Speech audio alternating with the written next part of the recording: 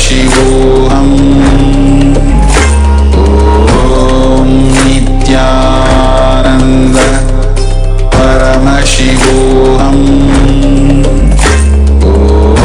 Om Nithyananda Paramashivoham.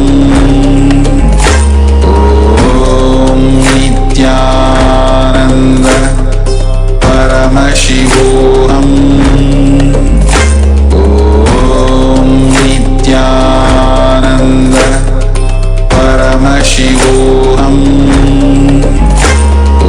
Om Nithyananda Paramashivoham. Om Nithyananda Paramashivoham. Om Nithyananda Paramashivoham. Om Nithyananda Paramashivoham. Om Nithyananda Paramashivoham. Om Nithyananda Paramashivoham.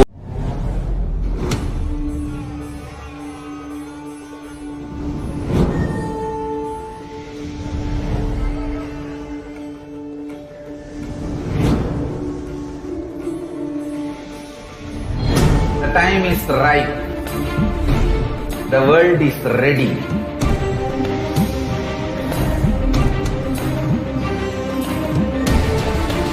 You are going to experience literally Paramashiva.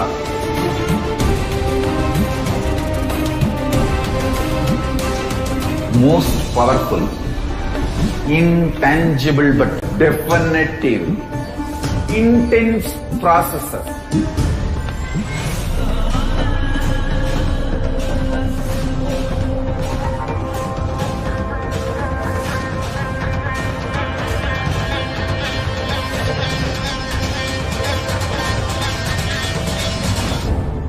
This is the most powerful spiritual nuclear explosion, the strong force of Kailasa landing on planet Earth directly.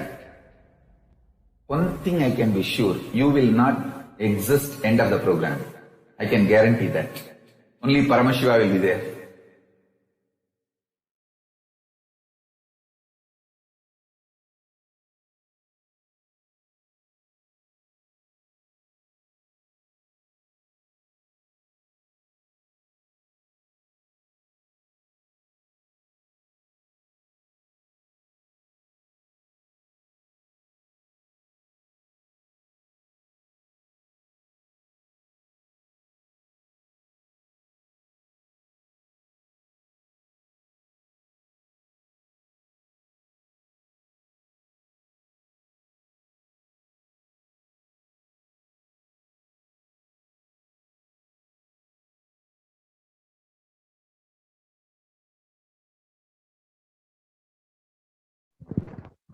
Nithyanandam Paramasukadam Kevalam Jnanamurtim Dvandvatim Gagana Sadrisham Tattvamasya Ekam Nityam Vimalam Achalam Sarvadi Sakshi Bhutam Bhavatitam Trigunarahitam Sadgurum Tam Namami.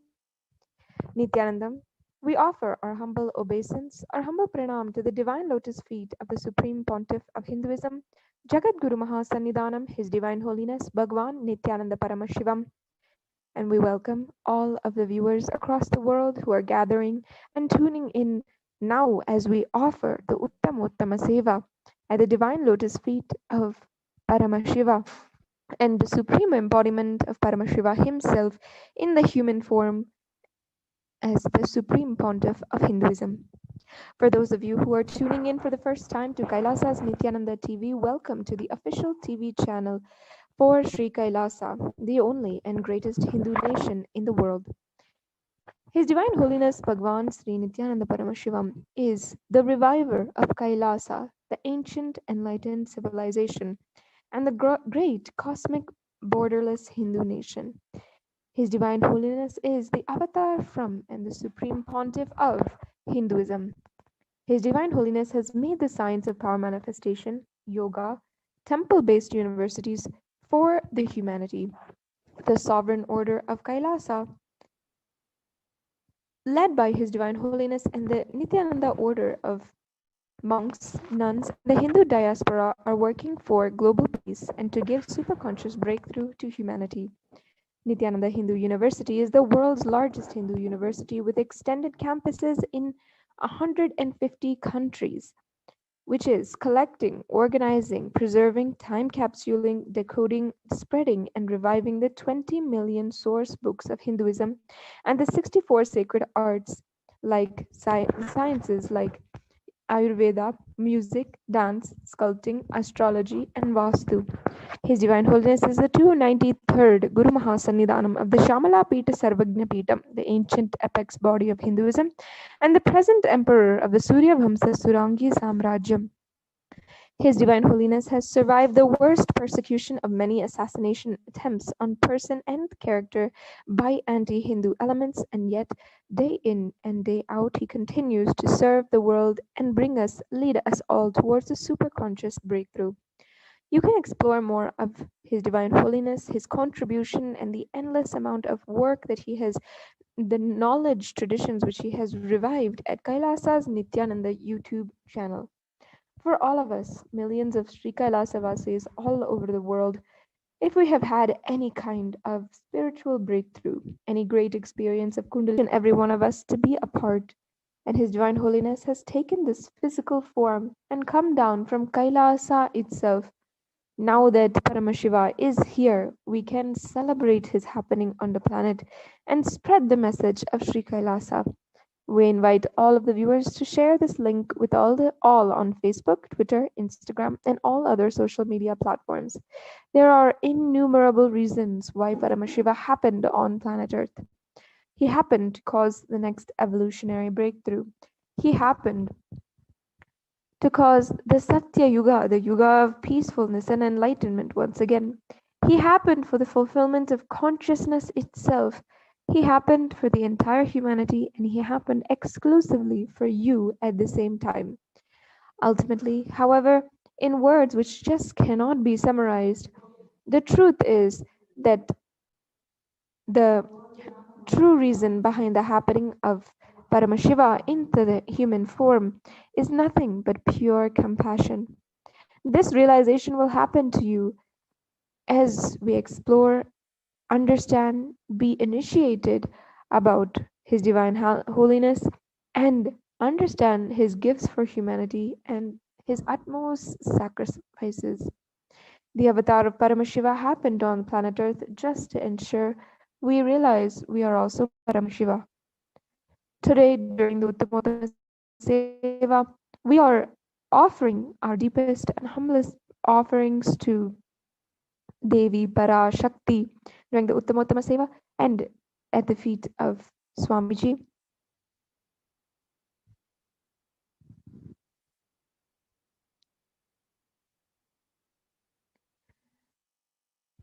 Devi Para Shakti is the embodiment of the feminine energy and the energy of creation. In the Hindu scriptures, there is a scripture called Devi Mahatmyam. And the words Devi Mahatmyam means glory of the goddess. This 700 verse chant is a sacred part of the scripture Markandeya Purana, and it extols Devi as Mother Chandi, who is the glorious embodiment of Goddess Durga, Goddess Lakshmi, and knowledge, who are all the embodiments of power, abundance, and knowledge. This chant called the Devi Mahatmyam is called Chandi or Durga Saptasati. It is chanted for us to destroy our inner negative thoughts and demonic tendencies.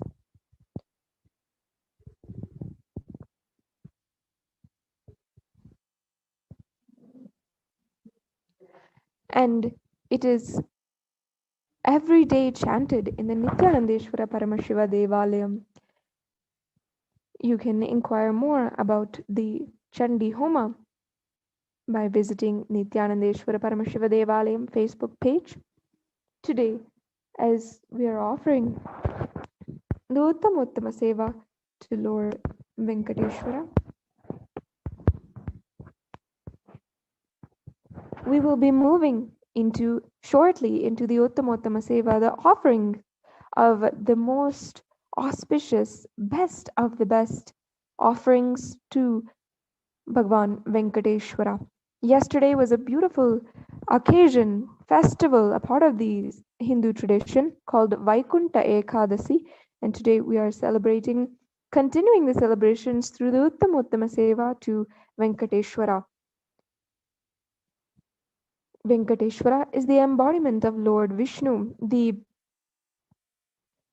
sustainer, the divine energy of sustenance of the whole universe. Venkateshwara is worshipped in the Tirumala Tirupati Devasthanam in his primordial form and is worshipped in the Nithyanandeshwara Paramashiva Devalayam as Nithyananda Venkateshwara, as the eternally blissful form of Venkateshwara. The Uttamottama Seva is the offering of the best offerings and is a Vedic ritual that is sourced straight from the Agamas. Uttamottama means the best of the best, and the Seva is called an offering. It is the ritual of offering the best of the best to Paramashiva. Whatever we offer to Paramashiva comes back to us in thousandfold and many millionfold, and Paramashiva is the source of everything people need, people want, and everything that we even perceive. He is the source of everything, be it grains or knowledge, skill, or even human beings themselves. Offering the best of the best is the way we can offer our gratitude to Paramashiva, and being integrated to him and his words in the Agamas is the only thing we can actually offer him. Hence, as per the instructions of Paramashiva himself, we are offering this seva to Nithyanandeshwara Paramashiva, to the embodiment of Paramashiva in the form of the Supreme Pontiff of Hinduism, and today we are offering to Lord Venkateshwara. From the instruments to the offering of food to the offering of dance, the Nritta Seva, and to the offering of music, everything is offered during this Uttamottama Seva. And why should we offer the best of the best to Paramashiva? We strongly affirm that Paramashiva lives in Adi Kailash, the Bangalore Adinam, as the Kalpavriksha, as the one who gives whatever you ask in whichever form you want. He is the source of all the best things, and he has given these to us. Offering them back at his feet is what we do during the puja, and whereby we experience the intense Shaktinipadha, the Advaita, with him, and as a result, we live this state, radiate this space, and manifest the Shaktis of Paramashiva. Offering the best of the best, food is called the Uttamottama Seva in Naivedyam. Offering the best of the best, dance is the Nritta Seva. Offering the best of the best, music is the Sangita Seva, and there are so many other sevas which we will be offering during this time today and every single day, offered from Adi Kailash to the feet of Bhagavan Paramashiva himself.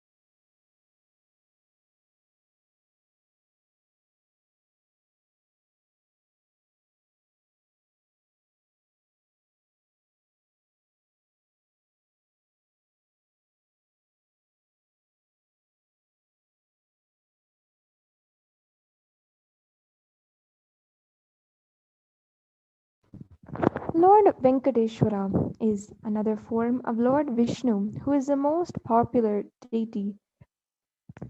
He is also known as Venkatachalapati or Venkataramana or Tirumaradevar or Varadharaja or Srinivasa or Balaji.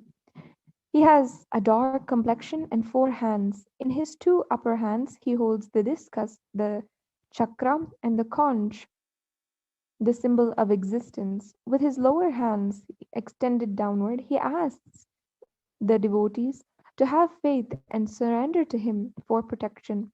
The supreme temple of Venkateshwara is in Tirupati, and anyone who wants, every Hindu pilgrims to this temple at least once in their lifetime. The temple town of Tirupati is situated in the Tirumala hills in Andhra Pradesh.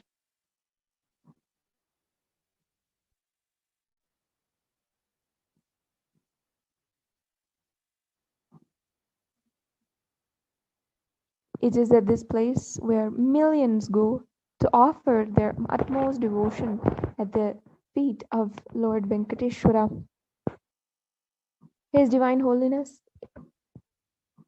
has the most reverence and worship and is seen by millions across of the world for as the divine incarnation of Lord Venkateshwara himself, as it was in Tirupati, this very land where His Divine Holiness and his mother, the biological mother of His Divine Holiness, had found out that she was carrying none other than Paramashiva himself in her womb. That is why for all of the Kailasians across the world, with the Venkateshwara's blessings, we now are able to worship and revere him in the form of the Supreme Pontiff of Hinduism. Today, as we offer the Uttamottama Seva, let us offer our deepest prayers at the feet of Venkateshwara. Pray for the abundance of our lives in the form of wealth, health, and even in the form of conscious powers and consciousness. Venkateshwara, as the Lord of compassion, will deeply bless us all through this Uttamottama Seva. So, without further delay, let us now offer and witness the offerings of the Uttamottama Seva by the Nithyananda Gurukul Balasans in Adi Kailash.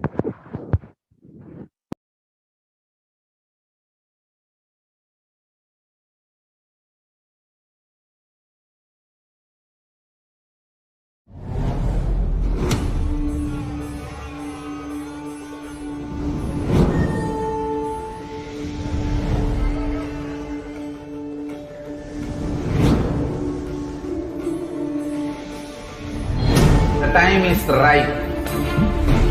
The world is ready.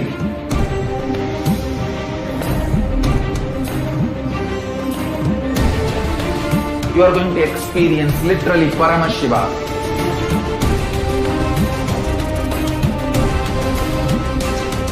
Most powerful, intangible but definitive, intense processes.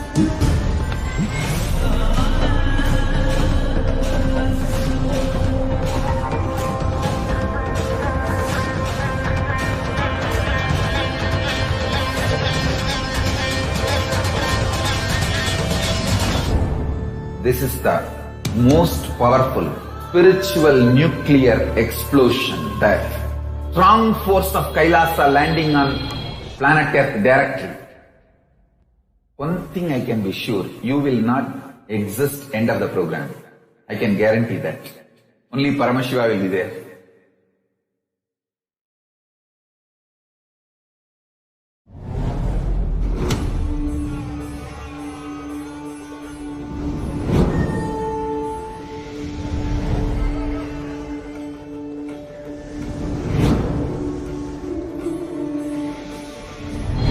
The time is right. The world is ready.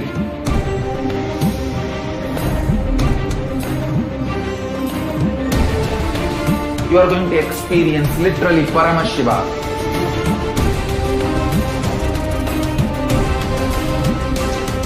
Most powerful, intangible but definitive, intense processes.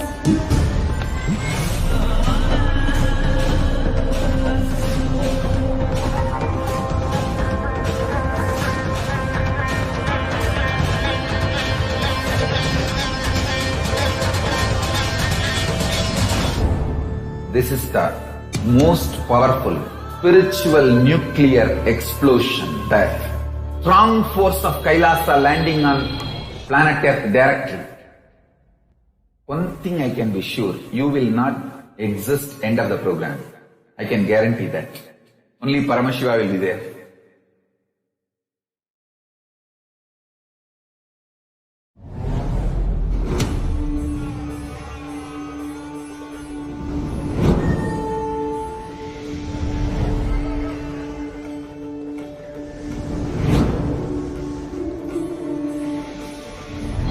The time is right.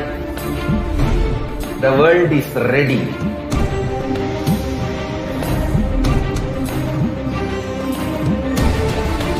You are going to experience literally Paramashiva.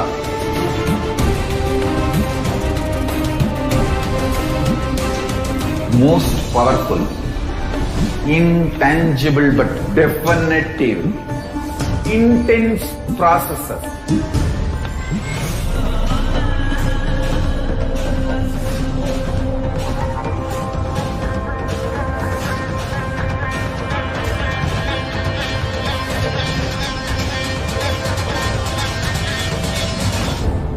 This is the most powerful spiritual nuclear explosion, the strong force of KAILASA landing on planet Earth directly. One thing I can be sure, you will not exist end of the program. I can guarantee that. Only Paramashiva will be there.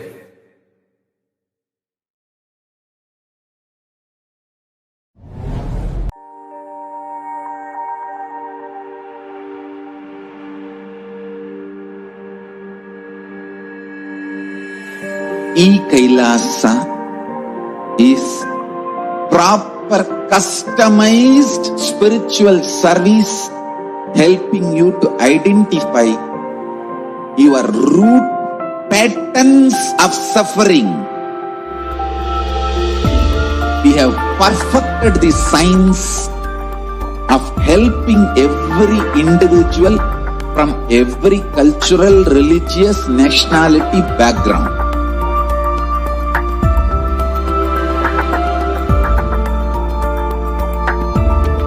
You will have lowest reactionary assumptions, highest awakened response, alive response for life continuously.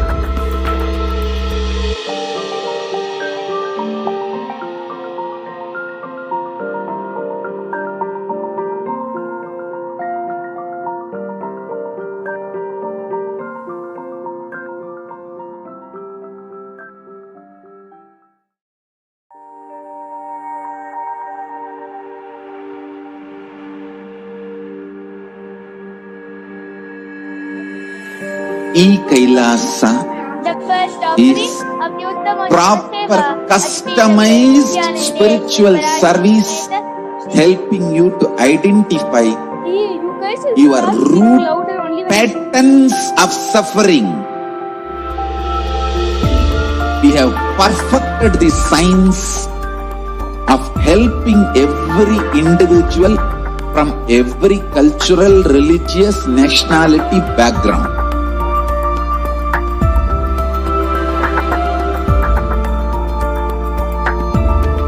You will have lowest reactionary assumptions, highest.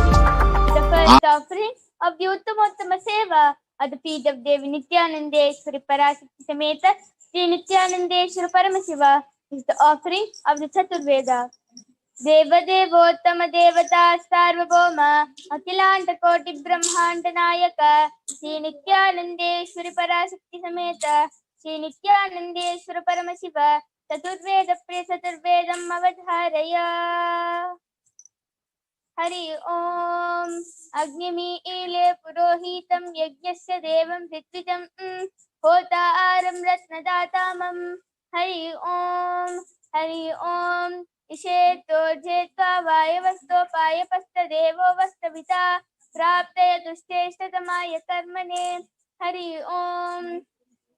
Om Agna Ayahi Pitaye Grahano Havyadataye Nihota Sakti Parhishi. Hari Om Channo Devi Rabishtaya Apo Bhavantu Pitaye Sayo Rabishtavantu Naha. Hari Om.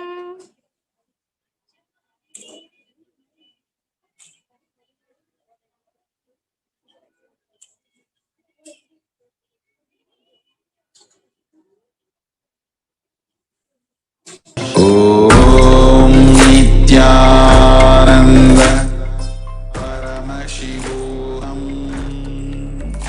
Om Nithyananda Paramashivoham. Om Nithyananda Paramashivoham. Om Nithyananda Paramashivoham. Om Nithyananda. The next offering of the Uttamottama Seva at the feet of Devi Nithyanandeshwari Parashakti Sameta Shri Nithyanandeshwara Paramashiva is the offering of the Agama Shloka. Deva Devottama Devata Sarvabhoma Akhilanta Koti Brahmanda Nayaka Shri Nithyanandeshwari Parashakti Sameta Shri Nithyanandeshwara Paramashiva Agama Shloka Priyagama Shlokam Avadharaya. Shri Bhagavan Vacha Ati Kautuhala Vista Rityasya Takshunu Priye Yanme Netrantare Vasne Yadvanditamanuttamam Tatsarvam Katayushami Yoga Yuktya Shunu Priye Yatsarupam Nijam Suttam Yapakam Sarvatomukam. The next offering of the Uttamottama Seva at the feet of Devi Nithyanandeshwari Parashakti Sameta Shri Nithyanandeshwara Paramashiva is the offering of the Dravida Vedam. Deva Devottama Devata Sarvabhoma Akhilanta Koti Brahmanda Nayaka Shri Nithyanandeshwari Parashakti Sameta Shri Nithyanandeshwara Paramashiva Dravida Veda Priya Dravida Vedam Avadharaya. Shivatirchitrambalam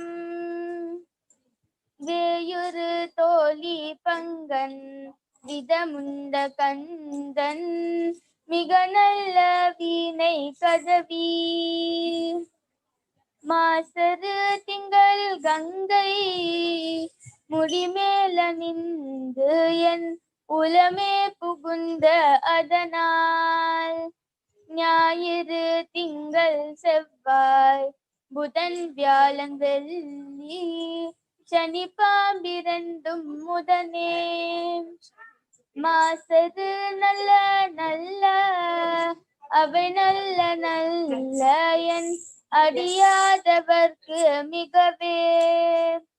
Siva Thiruchitrambalam.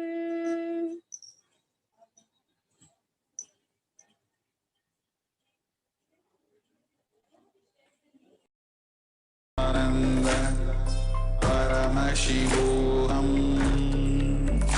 Om Nithyananda Paramashivoham. Om Nithyananda Paramashivoham. Om Nithyananda Paramashivoham.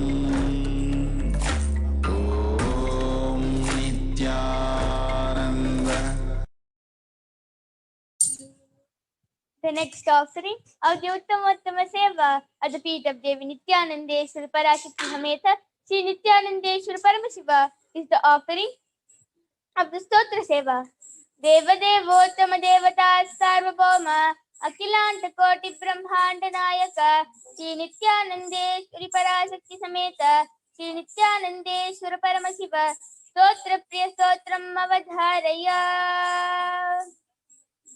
ओम नमो भगवते सदाशिवाय सकल तत्त्वात्मकाय सर्वमंत्र स्वरूपाय सर्वयंत्राधिष्ठिताय सर्वतंत्र स्वरूपाय सर्वतत्त्वविधुराय सर्वयंत्राधिष्ठिताय सर्वतंत्र स्वरूपाय सर्वतत्त्वविधुराय ब्रह्मरुद्रावतारिणे नीलकंठाय पार्वती मनोहराय सोमसूर्याग्निलोचनाय भस्मोदोलित विग्रहाय महामुनिमुकुटधारणाय माणिक्यभूषणाय सृष्टिस्थिति प्रलय काल रौद्रावताराय दक्षादुरध्वंसकाय महाकालभेदनाय मूलाधारेक निलयाय तत्त्वातीताय गंगाधराय सर्वदेवादिदेवाय सदाश्रयाय वेदांतसाराय त्रिवर्गसाधनाय अनंतकोटि ब्रह्मांड नायकाय अनंतवासिकी तक्षककार कोटक शंखकुलिक पद्म महापद्मेति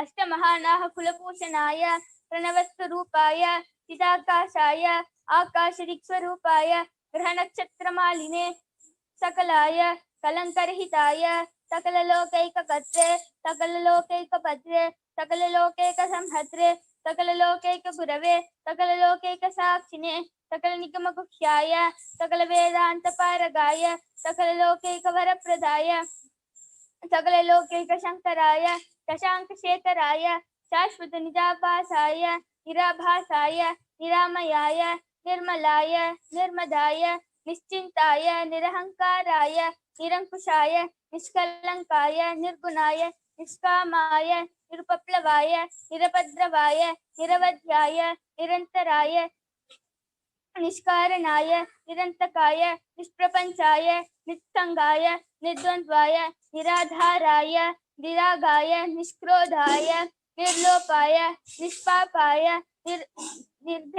निर्भेदाय निर्विकल्पाय निर्भेदाय निष्क्रियाय निस्तुलाय निस्संशयाय निरुपमविभवाय नित्यशुद्ध बुद्ध परिपूर्ण सच्चिदानन्दाद्वयाय परमशान्त स्वरूपाय तेजोरूपाय तेजोमयाय जय जय रुद्र महारौद्र भद्रावतार महाभैरव कालभैरव कल्पांत भैरव कपालमालाधर कट्वांग खड्ग चर्म पाशांकुश डमरु शूल चाप बाण गदा शक्ति भिंडिपाल तोमर मुसल मुत्कर पाश परिग पुषुंडी षटक्नि चक्राध्यायुत भीषण कर सहस्रमुख ध्रंसा करालवदन विकटाट्टहास विस्फारित ब्रह्मांड मंडल नागेन्द्रहार नागेन्द्र कुंतल नागेन्द्र वलय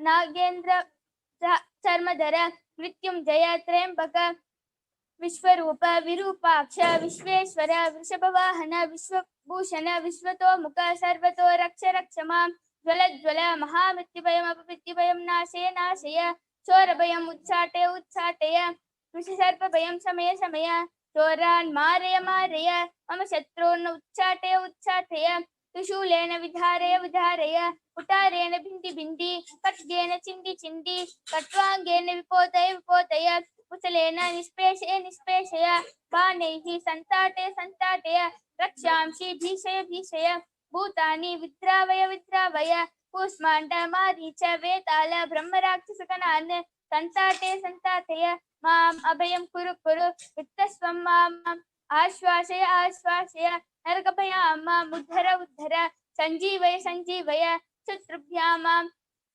आप्यायय आप्यायय दुःखादुरं माम् आनन्दय आनन्दय शिवकवचेन माम् आच्छाटय आच्छाटय मृत्युंजय त्र्यंबक सदाशिव परमशिव नमस्ते नमस्ते।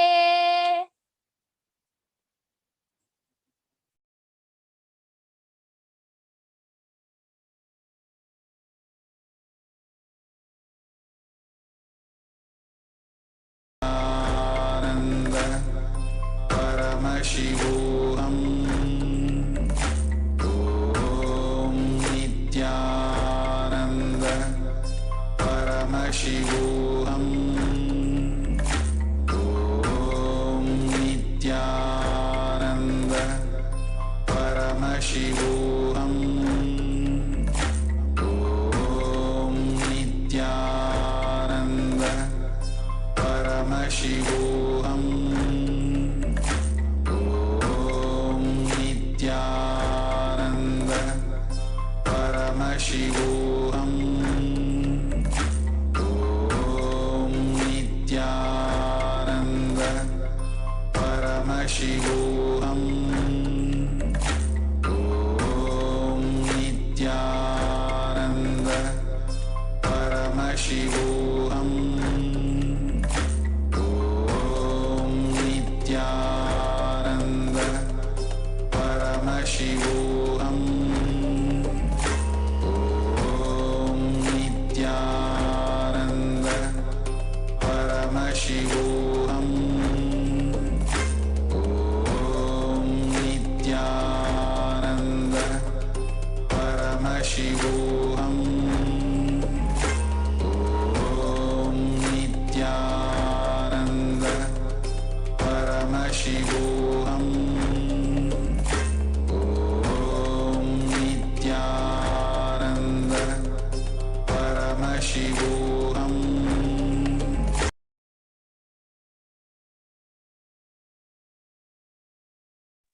The next offering of the Uttamottama Seva at the feet of Devi Nithyanandeshwara Parashakti Sameta Sri Nithyanandeshwara Paramashiva is the offering of the Nitya Seva.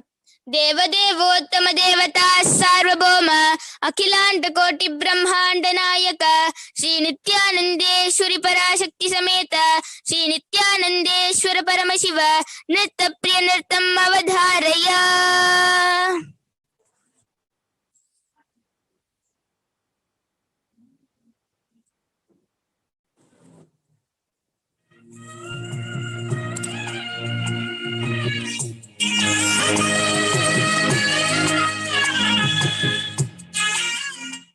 Venkatesa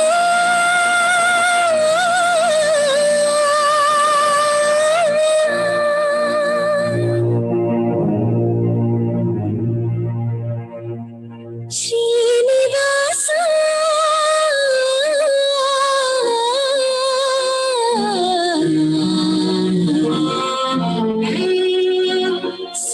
Seshasailaga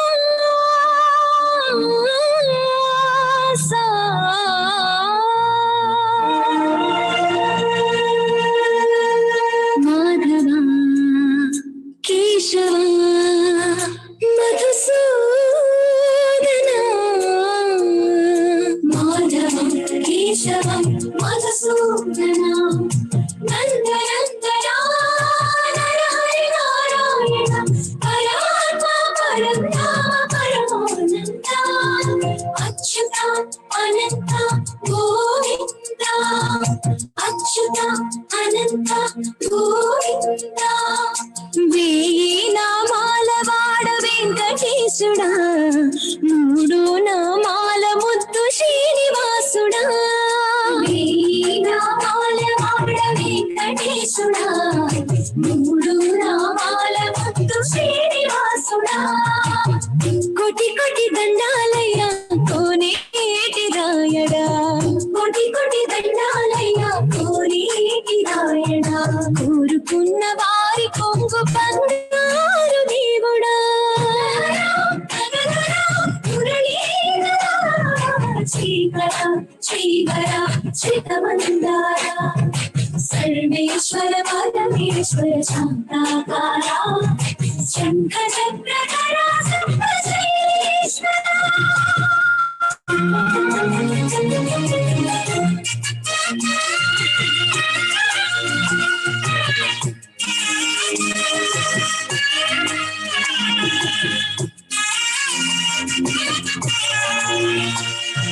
సుప్రభాత సేవలో సూర్యుడవయ్యా సూర్యుడవయ్యా అజ్ఞానపు చీకటులను అణచెదవయ్యా మాధవ కేశవ అభిషేక సేవలో మురిసేవయ్యా మురిసేవయ్యా ఆత్మ కల్మషముల కడిగి కాచేవయ్యా శ్రీకర శ్రీకర కోటి కోటి దండాలయ్యా కోనేటి రాయడా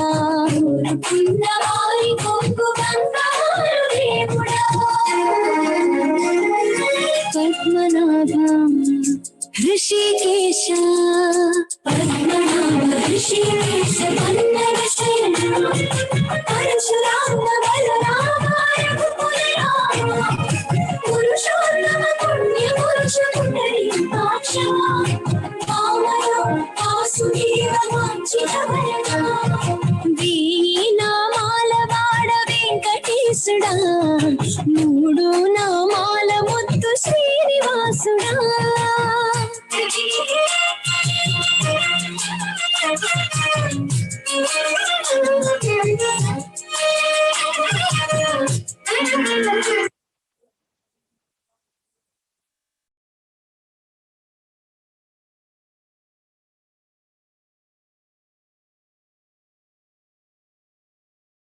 नित्यानन्द परमशिवोऽहम्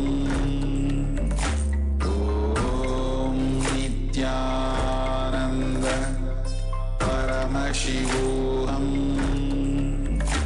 ॐ नित्यानन्द परमशिवोऽहम् ॐ Nityanand Paramashivoham. Om Nithyananda Paramashivoham. Om Nithyananda Paramashivoham.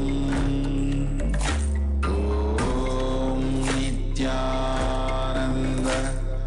Paramashivoham. Paramashivoham. Om Nithyananda Paramashivoham.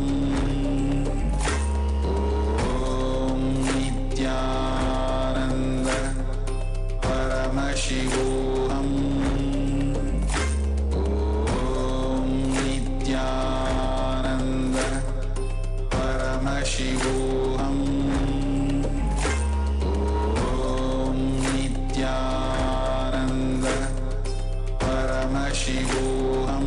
Paramashivoham. Om Nithyananda Paramashivoham. Om Nithyananda Paramashivoham. Om Nithyananda Paramashivoham.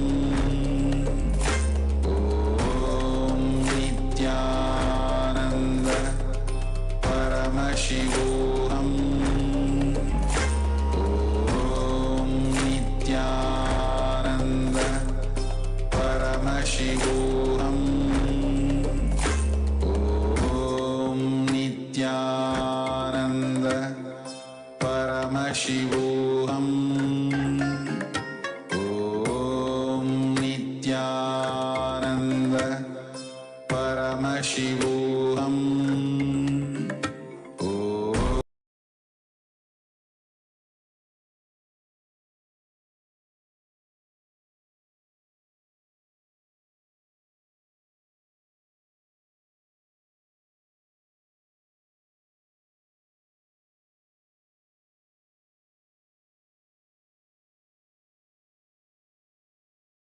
Paramashivoham.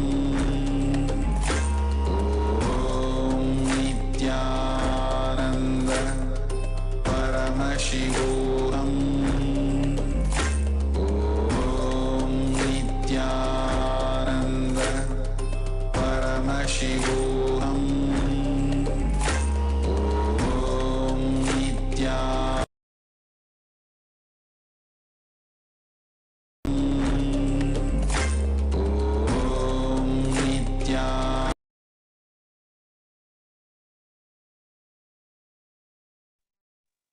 The next offering of the Uttamottama Seva at the feet of Devi Nithyanandeshwari Parashakti Sameta Shri Nithyanandeshwara Paramashiva is the offering of the Sangeeta Seva.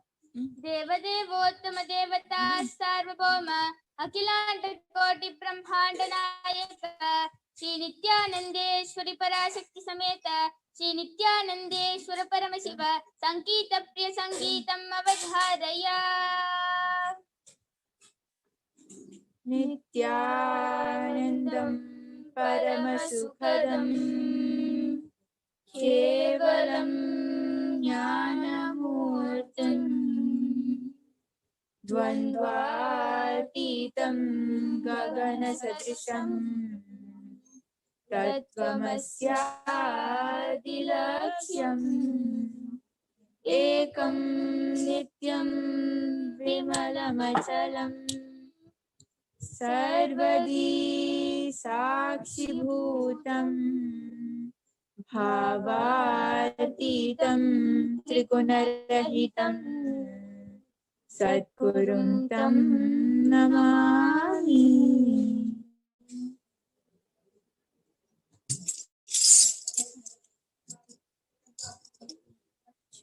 अच्युतं केशवं कृष्ण दामोदरम् अच्युतं केशवं कृष्ण दामोदरम् रामनारायणं जानकी वल्लभम् रामनारायणं जानकी वल्लभम् कौन कहते हैं भगवान आते नहीं कौन कहते हैं भगवान आते नहीं तुम मीरा के जैसे बुलाते नहीं तुम मीरा के जैसे बुलाते नहीं अच्युतं केशवं कृष्ण दामोदरम् अच्युतं केशवं Krishna दामोदरम् रामनारायणं Janaki वल्लभम् रामनारायणं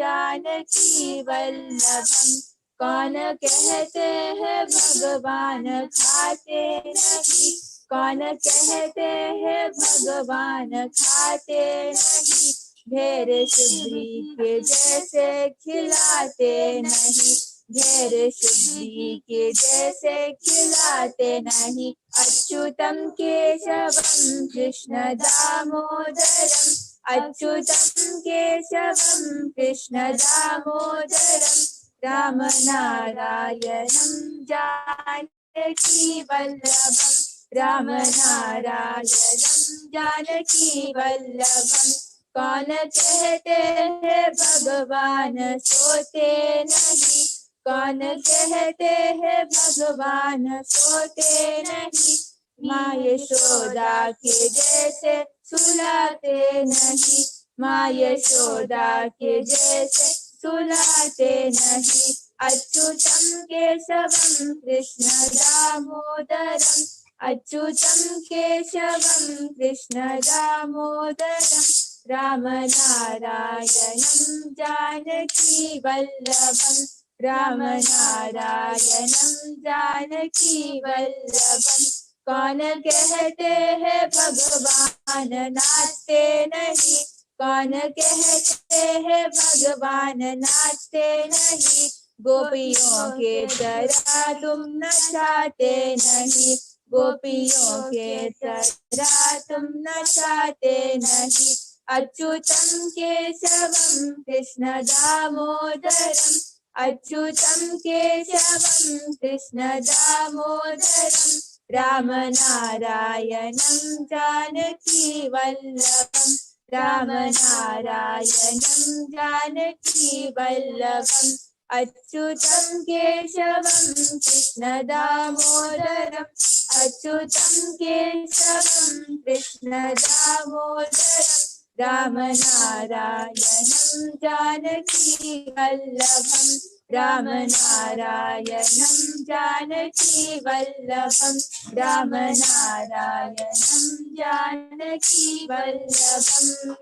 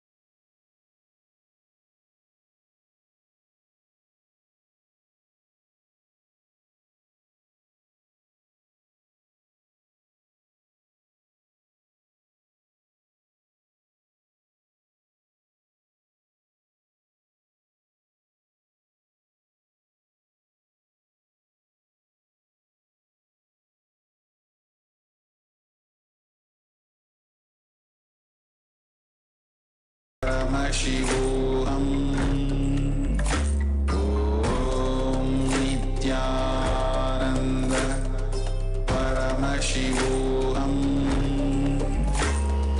Om Nithyananda Paramashivoham. Om Nithyananda Paramashivoham.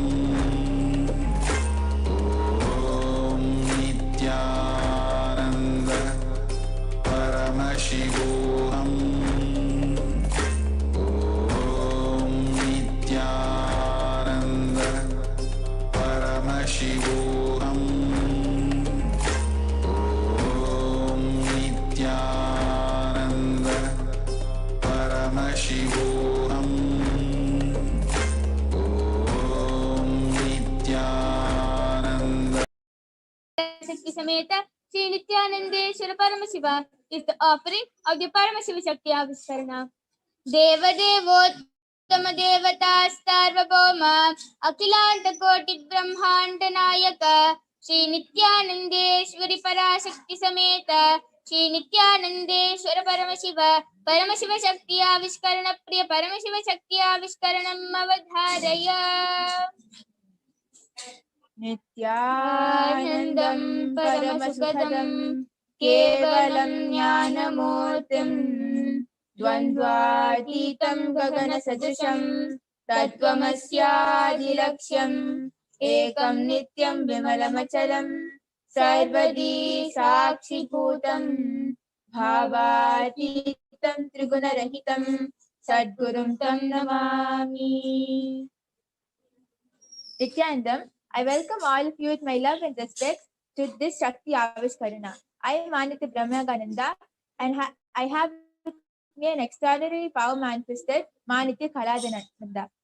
Ma Kaladhara, would you like to introduce yourself? Yes. Nityananda, I am Manitya Kaladhananda. I am 14 years old and I have been studying in the Nithyananda Gurukul past 3 years. And by Swamiji's grace, I have been manifesting extraordinary powers of Paramashiva. So let us begin with a small introduction about the source of all, Paramashiva. Paramashiva is the primordial divinity in Hinduism, the ultimate reality and cause, which is self-effulgent, Swayam Prakasha, all-pervading, unchanging beyond time, space, form, and causality. He performs the Panchakritya, or 5 cosmic acts of Srishti, creation, Sthiti, maintenance, Samhara, rejuvenation, Prabhava, pulling out of delusion, and Anugraha, liberating grace for all living entities. Today, an incarnation of Paramashiva walks amongst us in the form of the Supreme Pontiff of Hinduism, Jagatguru Mahasannidhanam, His Divine Holiness Bhagavan Nithyananda Paramashivam, reviving the ancient science of power manifestation from the Vedagamas. Vedagamas are directly revealed by Paramashiva. They are the ultimate, eternal, unchangeable truths. A reference cited from these Shastras or the source scriptures is called the Shastra Pramana, which we will be looking into shortly. The knowledge and science of manifesting the Vedagama truths are transmitted through Diksha or initiation. Diksha is the direct transfer of spiritual energy by an avatar. With his extreme love and compassion, the Supreme Pontiff of Hinduism, Jagatguru Mahasannidhanam, His Divine Holiness Bhagavan Nithyananda Paramashivam, has initiated us into 463 plus extraordinary Shaktis, out of which today you will be witnessing the power of consciousness over matter. Before we begin, I will give you a little introduction about the power of consciousness over matter. Have you ever looked at the characters in movies moving objects effortlessly like trucks and boxes with just a look or flick of the wrist? Have you ever fantasized of having power like that or dreamt of it or gone to the level of seeking for it? If yes, you have come to the right place. Today we will be manifesting the power of consciousness over matter, where the Balasant here will be rolling the coconut and the orange off my hand at the same time, using her third eye. All it requires is a simple feeling connection with Paramashiva, and the power beautifully manifests. Soon you will be witnessing how simply the power manifests. It doesn't take long hours or years of tapas. It's just a simple initiation from the avatar, either by touch, word, or look. That is all is required for all these extraordinary powers to manifest. So manifesting this power breaks the impossibility in you. The impossibility will turn into possibility when you roll the object. Just like that, all the obstacles you thought you couldn't cross will seem like nothing. Just like that, all the impossibilities in your life will become a beautiful possibility. Just manifesting this power will complete all your incompletions. Understand, as the coconut and the orange rolls off my hand, the deep root patterns becomes complete. With this, we'll begin the power manifestation. But before we begin with the power manifestation, we'll be chanting the Shastra Pramana for the power of consciousness over matter. Nadi samhara bhuta jaya bhuta kaivalya bhuta pritaktavani. Nadi samhara bhuta jaya bhuta kaivalya bhuta pritaktavani. Nadi samhara bhuta jaya bhuta kaivalya bhuta pritaktavani. Now Makaladara is going to begin with the power manifestation by connecting with Paramashiva and chanting the Mahavakya, Om Nithyananda Paramashivoham, which is the passcode which takes us to a higher frequency and continuously reminds us that we are Paramashiva. Let us also sit with our head, neck and spine in a straight line and chant the Mahavakya 3 times.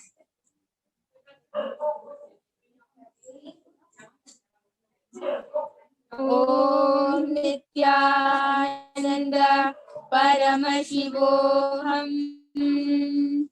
Om Nithyananda Paramashivoham. Om Nithyananda Paramashivoham. Om Nithyananda Paramashivoham. Om Nithyananda Paramashivoham. Om Nithyananda Paramashivoham. Om Nithyananda Paramashivoham. Om Nithyananda Paramashivoham.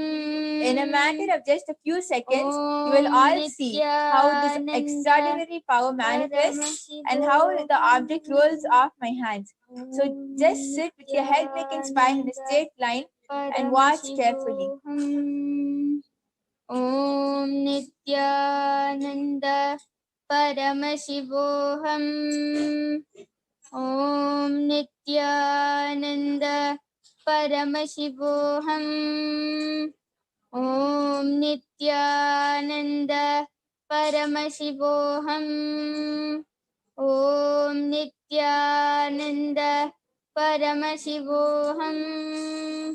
Om Nithyananda Paramashivoham.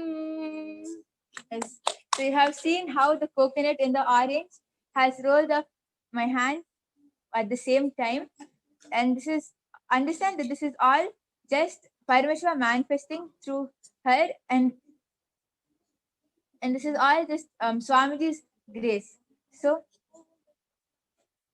how old are you, Makaladra? I'm 14 years old. And how long did it take for you to manifest? It just manifested in a matter of few minutes. So understand, this is what it is to be in Gurukul and be an initiated disciple of His Divine Holiness Bhagavan Nithyananda Paramashivam. So with this, we offer this at the divine lotus feet of the Supreme Pontiff of Hinduism, Jagatguru Mahasannidhanam, His Divine Holiness Bhagavan Nithyananda Paramashivam. Thank you for joining us. We invite you to join us for tomorrow's segment to witness various other powers. Nithyanandam.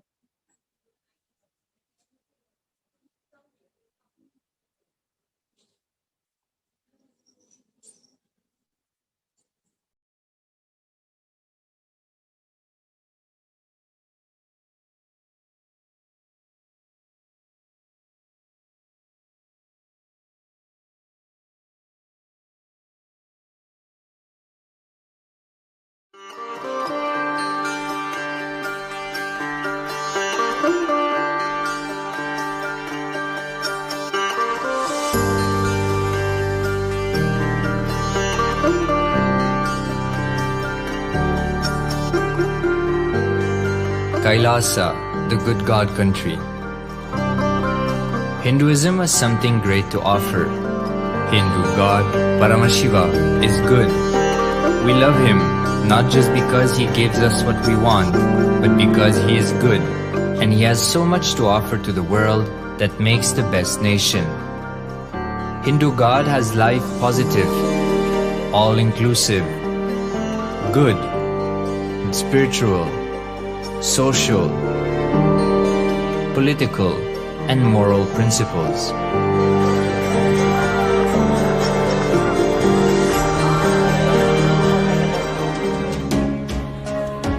Hindu principles are guaranteed solutions for all the major problems of humanity: resettlement, violence and lawfare, impoverishment, inequality, environmental footprint, pandemic and biowar, disputes, feminist movement, women's rights, child rights, minority rights, linguistic rights, human rights. Because Hinduism has the best to offer to the world, KAILASA, standing tall since 1994 for the grand narrative of Hinduism, is the good God's country. Founder of KAILASA, Paramashiva, and his 1008th incarnation, the Supreme Pontiff of Hinduism, Jagatguru Mahasannidhanam, His Divine Holiness, Bhagavan Nithyananda Paramashivam, is the reviver of KAILASA, the enlightened civilization, the greatest Hindu nation.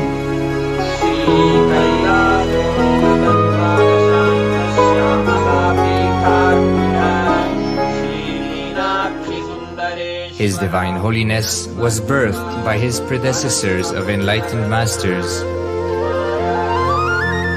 great rishis, munis, siddhas, who predicted and recognized His Divine Holiness, Bhagavan Nithyananda Paramashivam, as an incarnation of Paramashiva, as per the science of incarnation described in Hinduism. From his first Chaturmasya at the age of 3 in the year 1980 until the age of 16 in the year 1994, the Supreme Pontiff was trained for the revival of KAILASA. He began reviving KAILASA from the age of 16 after the coronation on the 25th May 1994.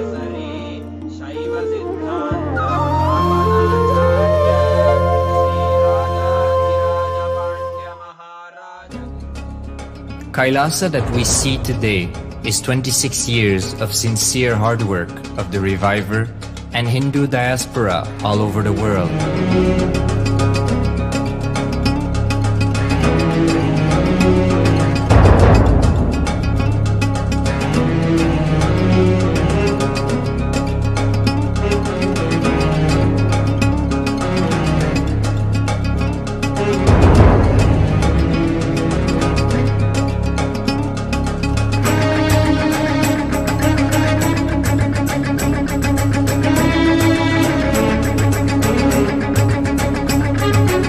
KAILASA has a potential population of 2 billion Hindus worldwide, with over 100 million applications to its citizenship already applied.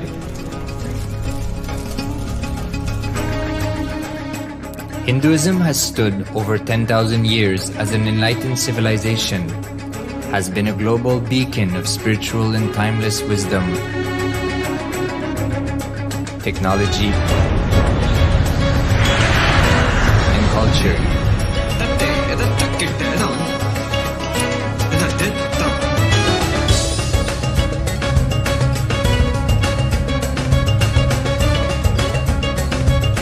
He's wearing a grey jacket. His name is Boris.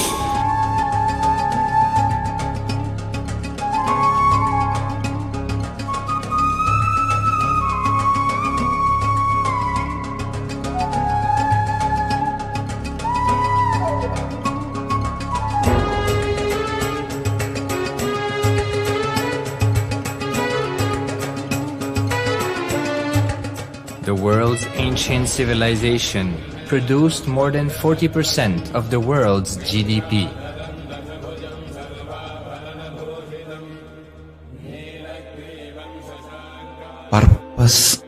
life is to experience oneness with the ultimate reality, Paramashiva.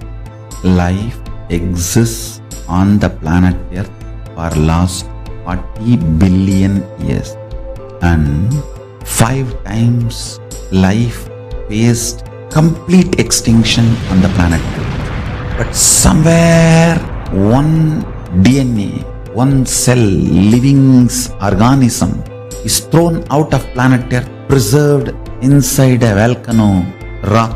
After millions of years comes back to Earth due to gravity or whatever reason, gets into the ocean and starts the life again.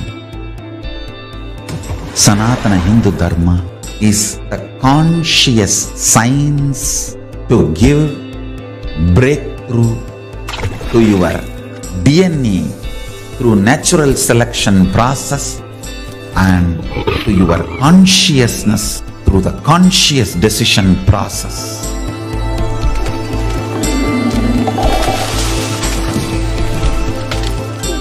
Sanatana Hindu Dharma is a sacred spiritual science. It is not bunch of do's and don'ts. No. Please understand, it is the revelations of sacred truths, cosmic truths, powerful cognition. It is still alive, that science is available, time-tested, foolproof. This science of living enlightenment is the complete solution for all the problems individual or society or modern day humanity is facing. Then you will understand all the problems of the modern day humanity. Sanatana Hindu Dharma is solution. Whether the terrorism or climate change, natural calamities or man-made calamities, for all the problems humanity is facing, the only solution is science of living enlightenment, revealed by Paramashiva from the Vedagamas in the modern day through this body. I am a Hindu revivalist, not by any revolution, but by evolution and setting model communities. Understand? KAILASA is reviving the ancient Hindu enlightened civilization. Paramashiva manifested this KAILASA Mandala, the enlightenment ecosystem and the lifestyle. I am going to revive this whole enlightenment ecosystem, KAILASA, by creating a model KAILASAs all over the world. I will work sincerely and revive this spiritual science, which is the core for enlightenment ecosystem, making you all manifest the state, space, powers, being, superconsciousness and KAILASA of Paramashiva, and making all of us manifest Paramashiva. In a world ravaged by war, ecological destruction, hatred and division, KAILASA stands as a bold vision of human potential, coexistence, organic living, and alignment with nature.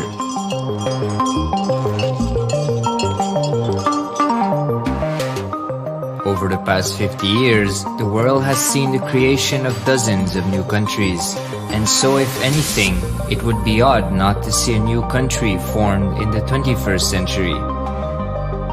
Without the protection of political legitimacy, there is an imminent danger that the great tenets, scriptures, and science of creating an enlightened civilization, which span 56 states, 200 kingdoms, 1700 samsthanas, and 10,000 sampradayas, will be forever lost to humanity. The Hindu diaspora are highly successful around the world They formed the dispossessed diaspora who has been driven to other countries because they are unable to practice their religion authentically in their own country. They have flourished in countries where they have been allowed to settle with religious freedom.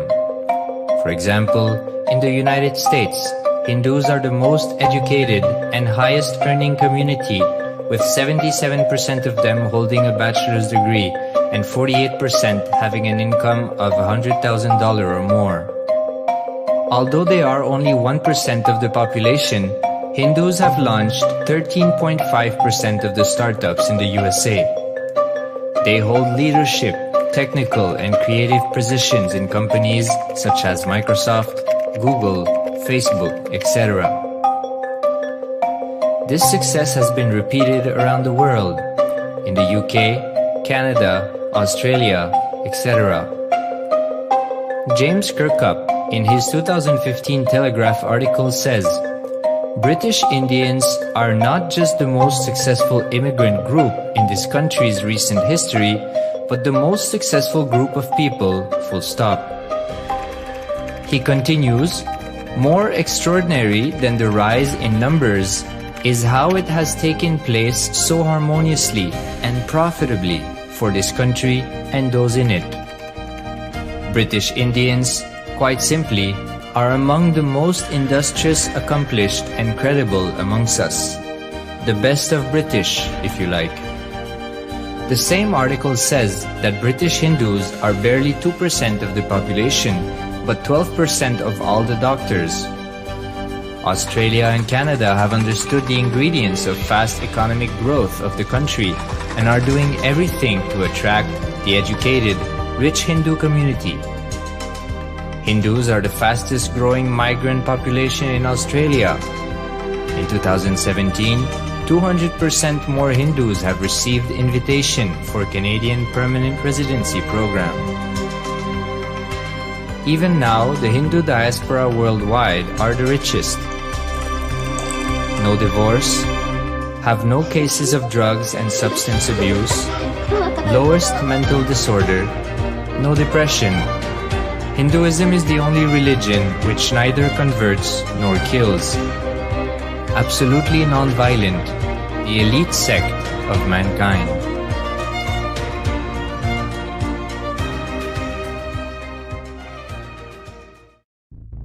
Because the Hindu diaspora worldwide and the Supreme Pontiff are successful in spreading their spiritual Hindu message of openness and inclusiveness against the forces of hatred and exclusivity, they have become the victims of relentless attacks by multi-armed apparatus of state power.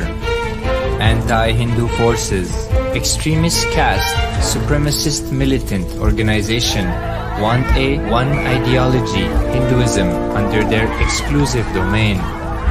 What they cannot digest into themselves, they systematically delegitimize and exterminate.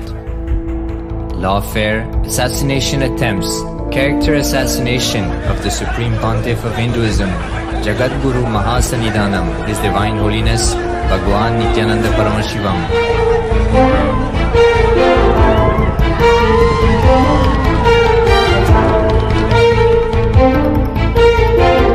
Attempted assassination and assassinated Kailasians.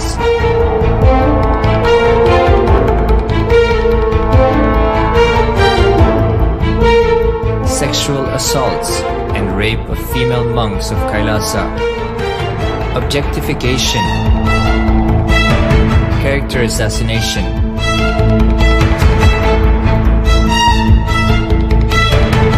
State-funded child abuse and sexual abuse on the children of Kailasa. Then I told I don't want to see a picture. Then I told I don't want to see a picture. Then they showed my picture.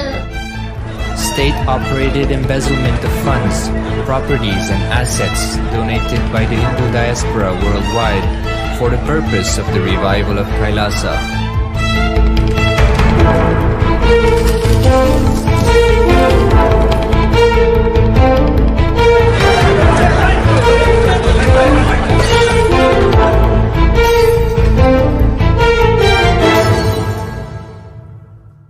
Since 1994, up to until now.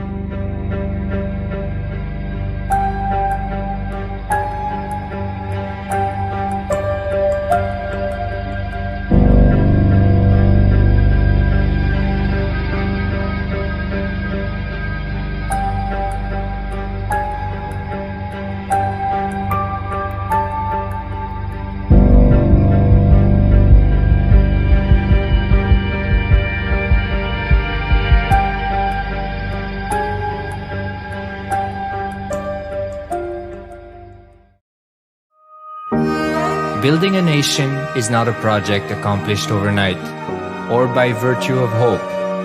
KAILASA is the manifestation of 26 years of sincere hard work, sacrifices, integrity of the Supreme Pontiff of Hinduism, Jagatguru Mahasannidhanam, His Divine Holiness, Bhagavan Nithyananda Paramashivam, and the Hindu diaspora worldwide for the past 26 years for the enlightenment of humanity.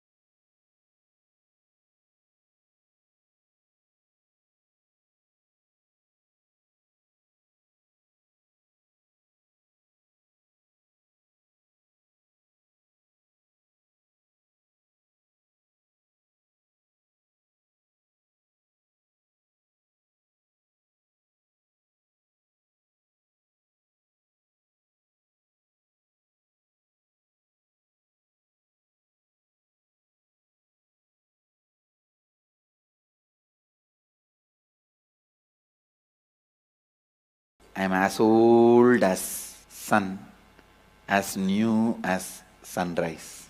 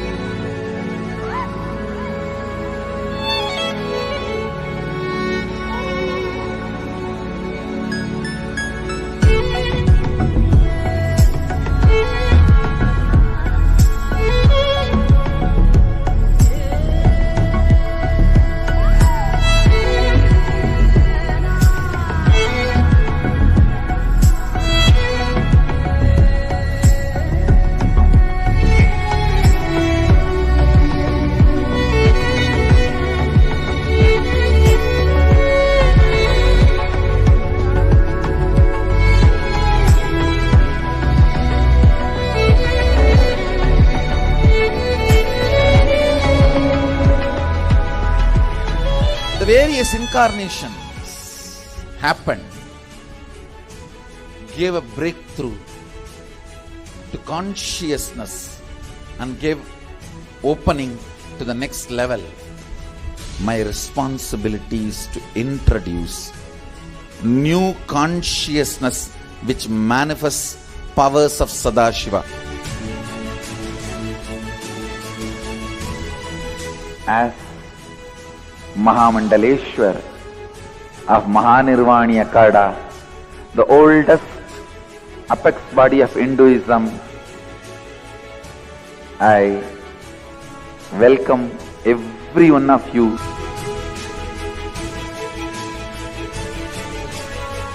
I have experienced Sadashiva in his completion, and he has empowered me to transmit that experience to all of you. It's my commitment to all of you. I'll make you experience and manifest Sadashivatva, powers and state and space of Sadashiva. When you manifest powers, naturally the state of Sadashiva and space of Sadashiva starts manifesting in you. More power manifestation, more integrity, more unclutching, more nirvikalpa samadhi, more joy, more restful awareness, more responsibilism, more enrich, more bliss.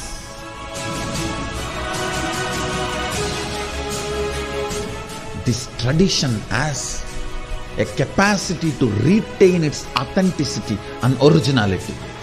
My purpose is to make this statement to the world. Hinduism is real. Ideas move from mind to mind. Energy moves from space to space. Cognitions move from body to body. That is why even Sadashiva needs a body. He assumed the body because he needs body to transmit these cognitions to you. Whatever I am doing is reviving the original science as expressed in Sanatana Hindu Dharma, Vedas and Agamas of the Hindu tradition.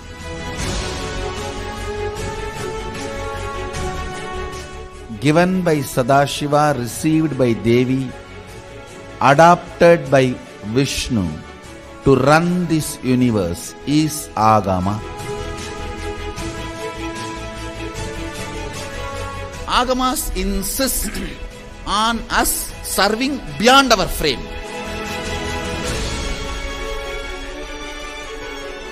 Whatever experience, anubhuti I had by my Guru's grace, Atma Pramana, I do acid wash with Shastra Pramana, Apta Pramana, the ancient masters' experiences.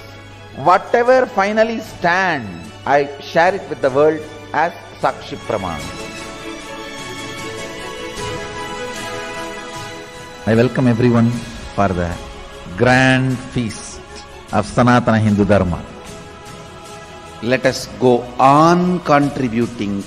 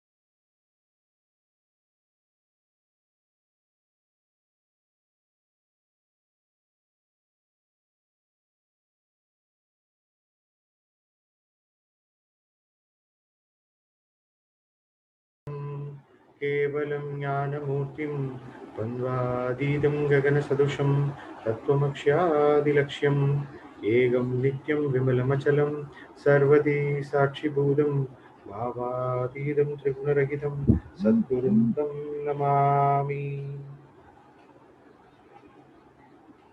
Nithyanandam, everyone. Welcome to the panel discussions. Today we are continuing our panel discussion. It is the fourth week. We have beautiful panel discussion on Hindu education.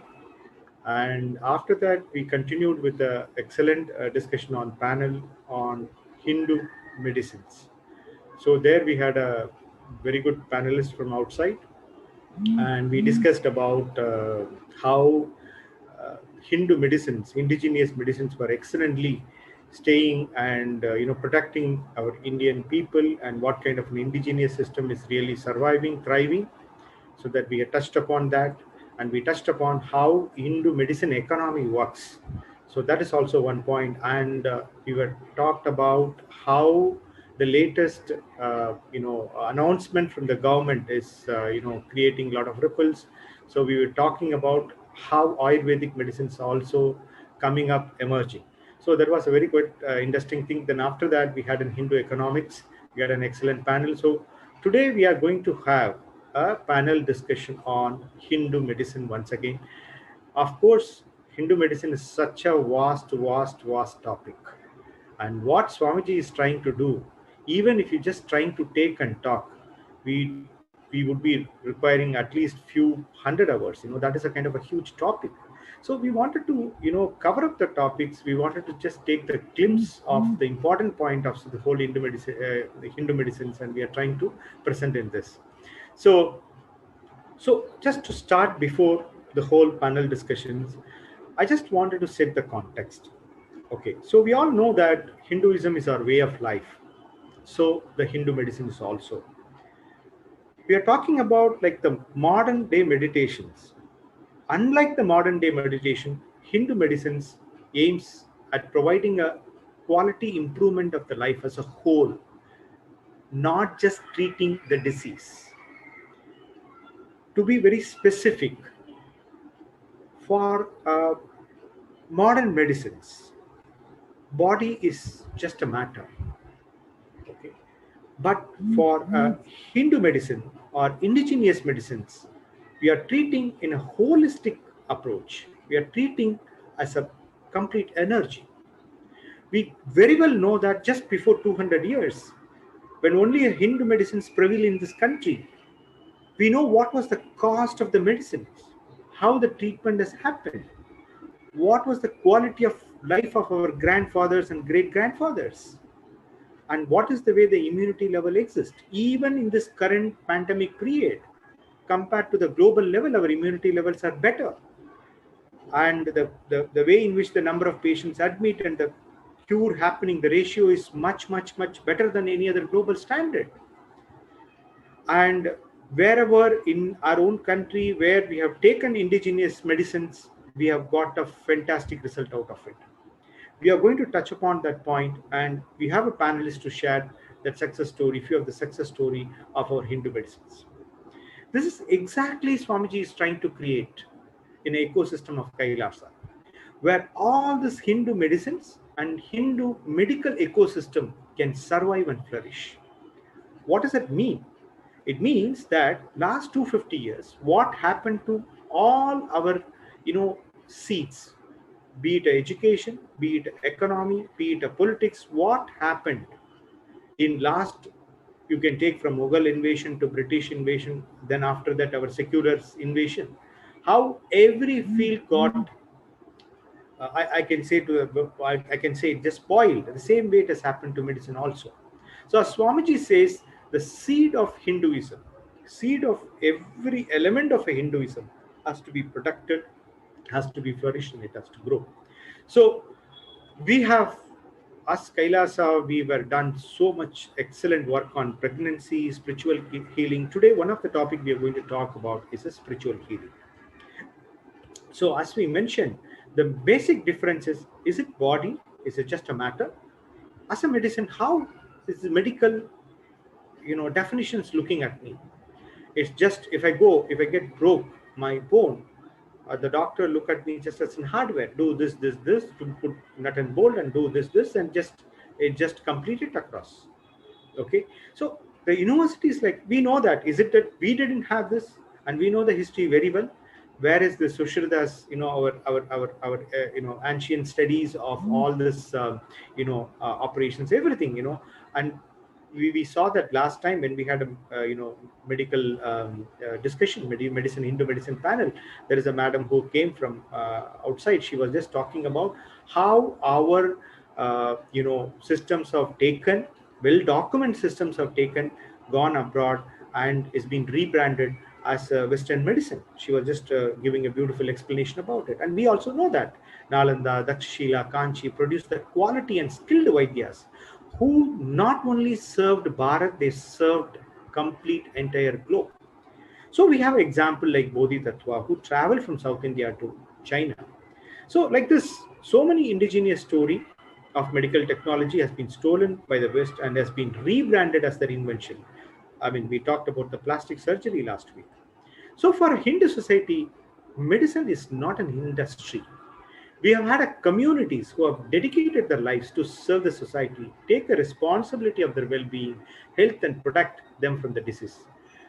It was all existing before maybe 50, 70 years back. It was very much, we are not talking about a history of 1,000 years, just 70, 100 years back, it was very much existing. That's exactly Swamiji is trying to revive as a Hindu medicines.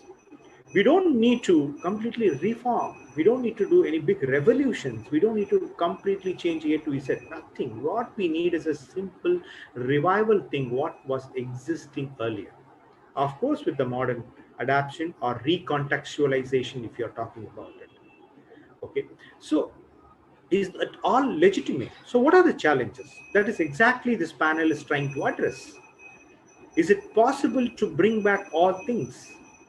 The belief system before 30, 40 years, my mother used to say, hey, come, you have a fever, just say this Kolarupadiham and just put a vibhuti and fever will be going.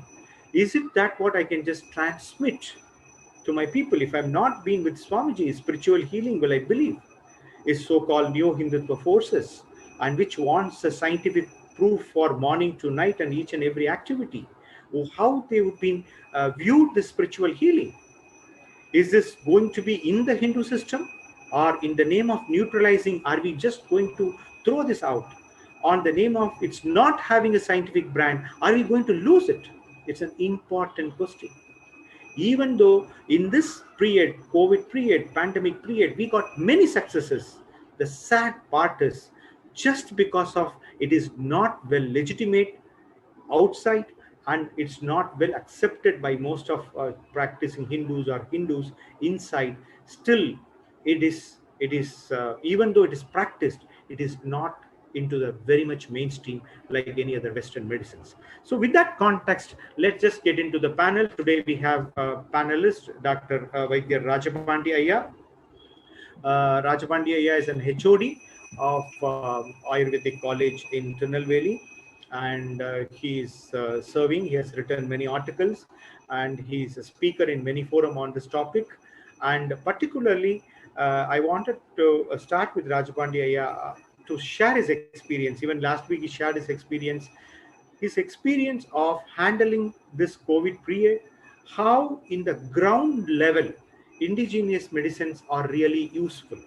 Okay, so particularly for the viewers, just I want to say, Tamil Nadu as a government, they have supported for all this indigenous medicine at this COVID period, and it is given a result. I heard 91, 92%, people are coming back in a very short period. That's what government statistics are saying. So let's listen from Rajapandi Ayya that how our Hindu medicines, how our indigenous medicine is really making a mark on this COVID period. Ayya, please start.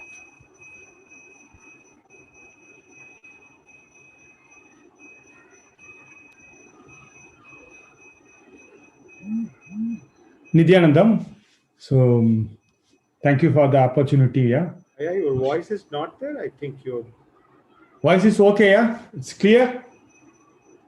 Hello. Hello. So it's okay? No, I could not able to listen. Oh. Nithyanandam? Is it audible? Yes, Ayya Nithyanandam. Please proceed, Ayya. Yeah, you're audible. Please go ahead. Thank you. Thank you very much. Others can hear. Please go ahead. So still the last week, I was in the COVID ward continuously. I was in the COVID with a COVID patient. So I like to tell this, even right now the second COVID wave is coming in all the Europe and America. The already lockdown is going, but in Tamil Nadu, especially in Tamil Nadu and India, the people are right now not much affected, and even if affect, we will come out. That is one good news we are having.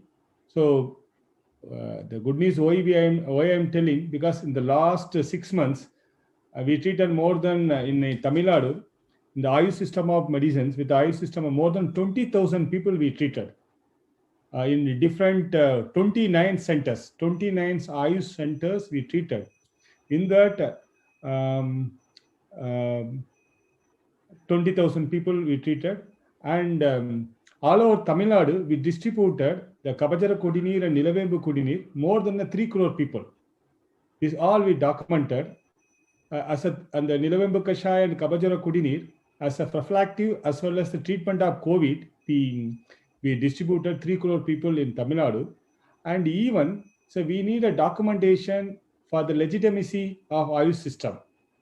For the legitimacy, for the documentation, we did 9 clinical trials in Tamil Nadu, mainly the big hospitals, Stanley Medical College and Theni Medical College and SMR Medical College. Like in all the medical colleges, it's allopathic medical college, we did clinical trials. The clinical trials shows very good promising results, like the immunity level was raised. Even the modern doctors not possible to control that coagulation of the blood, but these drugs having the anticoagulant effect. The remdesivir, the drug also not having that much of coagulant, but this drugs showing that anticoagulant effect more than that. Second, even these drugs not only effective in COVID, and it is very much effective in the SARS virus also. And this is very promising in entire Tamil Nadu. So this all the things we are documented. 20,000 cases we documented, because then only we will get to the legitimacy in the Western worlds.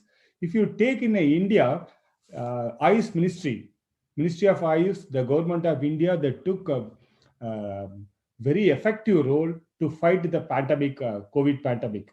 So they come Ayush for Immunity campaign. This campaign really helped the people, and it's give the real awareness how Ayush system is helping as a prophylactic and treatment. This this reached more than 1.5 crore people, and they took the medicines, and it was documented by Ayush Sanjeevani app. In that app, those who are took these medicines, they themselves uploaded their documents. So I took so and so medicine, it was help, like that. So in the public also, we got a 1.5 crores documentation result. Ayush medicine is as a prophylactic, as a treatment, it is very helpful. As well as Ayush ministries conducted the various studies, research studies. Totally 104 studies we conducted. It's comprising of prophylactic effect, add-on effect, standalone as Ayush medicines, and observation and clinical and experimental studies. We did 135 centers in countries in entire India. 135 centers we conducted studies. The report showed very promising outcomes in mitigation of COVID. This eyes intervention has been well tolerated by all the patients, and we didn't see any serious adverse events and no drug reactions. So this was because why I am telling, so we can treat, but we need a legitimacy. For the legitimacy, we are documented. Right now, we have a 3 crores documentation in Ayush Sanjeevani, as well as in our some 135 centers, we have a documentations. So this documentation really going to help in further pandemic also. So every 100 years, we come to know the pandemic is coming, and always the people, when it's coming, people are very worried, very much depressed. But this time, this documentation is going to help for the further pandemic. As well as I like to add some more points. This pandemic is not new for our this world, as well as our Shastra and our society, because in all the pandemics, we given a source and solution. Swamiji used to tell, Indian system is having the source, it is having the solution for the pandemic. So we Hindus, we need to take the responsibilities in this pandemic also. We need to treat. I thought, I think as an Indian government and the Tamil Nadu government as a personal thing, and the Hindu system of medicines given the real solution for this pandemic. And we have the reference in our Charaka Samhita. The Charaka Samhita is the main book for Ayurveda. In that Vimanasthana 3rd chapter called Janapada Domsam. Jana or Domsa. So Jana as a whole population getting the Domsa, they are killed. The Janapada Domsa. Like Janapada Domsa means it's an epidemic or pandemic. The people are dying as a whole. The chapter is explaining how this Janapada Domsa occurs, and what are the treatment, what are the lakshanas, what we need to follow. The total is there. Just 2-3 minutes I will explain. And if I read, it's good. See, the main karana of the Janapada Domsa is adharma. Adharma is a main karana. So a main adharma, how it is happening, they are explaining. The leader of the country is not following the righteous things. Is surrounded. The ministry is not going to follow the righteous. Then the subordinates not following to the righteous. Then it is going down. So the king is not following the righteous things. The same, the praja, the people is not going to follow, because that whole society is going to follow the adharma. Because of that adharma, that natural things of land, air, water get polluted. Because of the pollution, the Janapada Domsa, the epidemic diseases are coming. And again, the Sishya is asking the Guru, all the individuals, person like me and elder and younger, because all the Prakriti is different, Vaya is different, food is different, even everyone is different, how they are get affecting by the own diseases. Then Guru is telling, yes, you are telling each and every individual is different. But for the each and every individual, that water, air, land, and the light, everything is one same. Once these all get affected, then those who are living in that area, the disease will occur. Then the morbid mortality rate will be very high. Then Acharya is asking, what is the main treatment for eradicating the Janapada Domsa? Acharya, so Panchakarma treatment is good, and these are the drugs are good, and more than that, they are very much telling they need to follow what are the things explained in the Agamas and Vedas. They must read spiritual granthas. They need to have a link and contact with the sannyasis, and they need to they need to respect the Brahmins. They need to respect the elders, and they need to follow the dharma, ahimsa. They need to follow the dharma, ahimsa, abhirigraka. These are the main line of treatment the book is explaining. And right now also, the Swamiji is in the satsang told, the main thing is adharma and ahimsa and aparigraha is the main causes for the disease.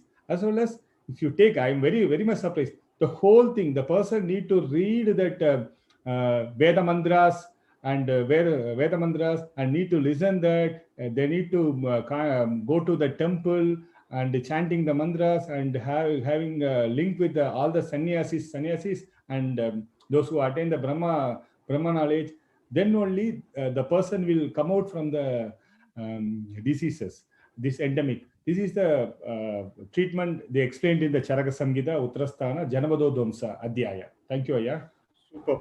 Janapada Domsa. It's completely a new learning, and I understand the medical book is talking about Dharma. Of course, we know that in Hinduism, when we talk about the entire Varnashrama Dharma and all, what are the responsibilities and duties for each and every one, and we always given the first priority to dharmas and sannyasi.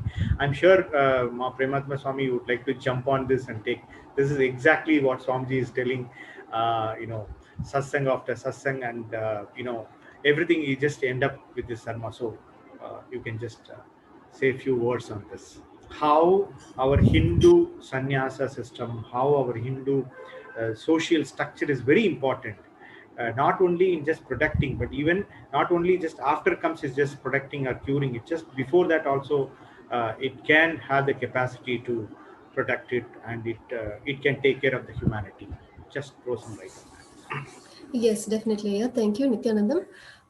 Yes, I very rightly said. In our Varnashra Dharma, each community, each group has a certain responsibility to live, and a group of people who can dedicate for earning, for the Vaishyas, right? They focus on the business aspect, and there is a group, the Kshatriyas, who protect the country.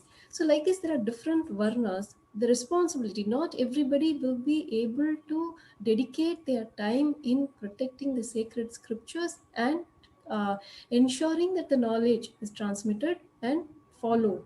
So that is where the responsibility of the sannyasis comes, where this group, through the Guru Parampara, that sacred knowledge of all the scriptures is one, shared, protected, lived, and that is the responsibility of the sannyasis, where it is essential. Swamiji says at this day and age, it is not like when you become old and then you take sannyas.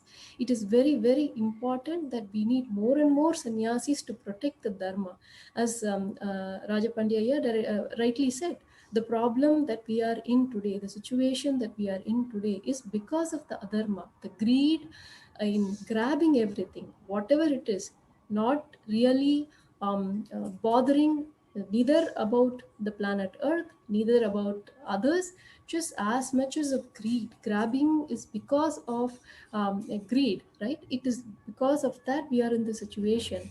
And as Ayya was saying, when we are taking the medicine, the different types of medicine system, the modern medicine is basically considering only the matter aspect of it, not the life. And while we are going all out in grabbing everything and without the consideration of how it can affect us, without seeing the effect, the complete dimension. Just because you take some medicine, it is not everything is going to be sorted out. And of course, there are side effects also. So the Hindu system was holistic in approach, and the solution for any problem, we do never address the surface level.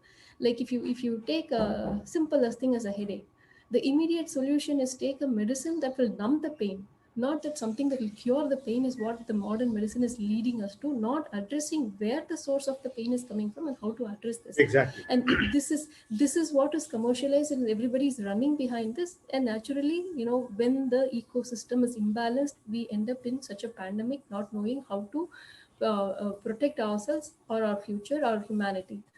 This is what Swamiji is now avoiding, or giving us the knowledge of why we are here today. It is because of this adharma, and why it is essential to protect our sacred Hindu scriptures, Hindu lifestyle, which is the only solution for humanity. So the Kailasa, Swamiji is reviving for this purpose because as on today, there is no other single Hindu nation, there is no other country which has Hinduism as an official religion where such a holistic depth approach is given to every dimension of life, whether it is medicine, whether it is education, or even enlightenment for which we are born. So the purpose of Kailasa that Swamiji is reviving is for this purpose, not just for Hindus, not just to revive Hinduism, but Hinduism is the only solution for humanity, whether it be medicine, whether it be a pandemic or epidemic or economic problems or violence or anything. Hinduism is the only solution. It is not that I'm just saying this, because it is a proven history that we have seen over thousands of years how Hinduism has been the solution. But unfortunately, we have failed to protect. That is why we are in the situation. And thank you. Yeah, I'm just taking this opportunity to remind every Hindu out there, please, our voices matter. Our voices are important. Hindu votes are sacred. Please take a simple step, a couple of minutes to cast your vote on the Hindu rights. You can go to kailasa.org/Hindu votes and cast your vote, your opinion on the matters that matter to us. So thank you. Yeah. Exactly. Thank you. So, taking your keywords of Janma Dvamsa. Yeah. So it is one of the, we understand from all the perspective in all the panels, the greediness of the society. Okay. So we have seen that Goldman Sachs kind of a mutual funds or the fund managers go to the extent of saying that we cannot cure a medicine. We can't cure any diseases permanently. It's an open statement. So the corporatism, whatever the name you give it, colonialism, corporatism, whatever the name you give it, it's purely running on a greedy thing, and it's no hidden fact about it. So when it's affirmed that I am an investor of X company, X pharma company, my company as an investment, it goes, if I'm a fund manager, if I'm a a corporate of that background, I have to do all things, whatever I am doing it for that well-being of the stakeholders, that become a dharma for it. That is the way now people started interpreting. My dharma is take care of my stakeholders. Coke could be able to come there and openly say, I have to take care of my stakeholders because I can do anything. Exactly, So now, yeah. So this is a point I wanted to actually involve Santalakshmi Ma or Akilaya to just say how we can, this greediness. There are 2 points I want you to just share. Is one is greediness, and second is let's take the greediness part first. How we can address this, or we can recontextualize it. And Akilaya, you both can just share the light on it. Is it really? Yeah. Please continue. Yeah. Thank you.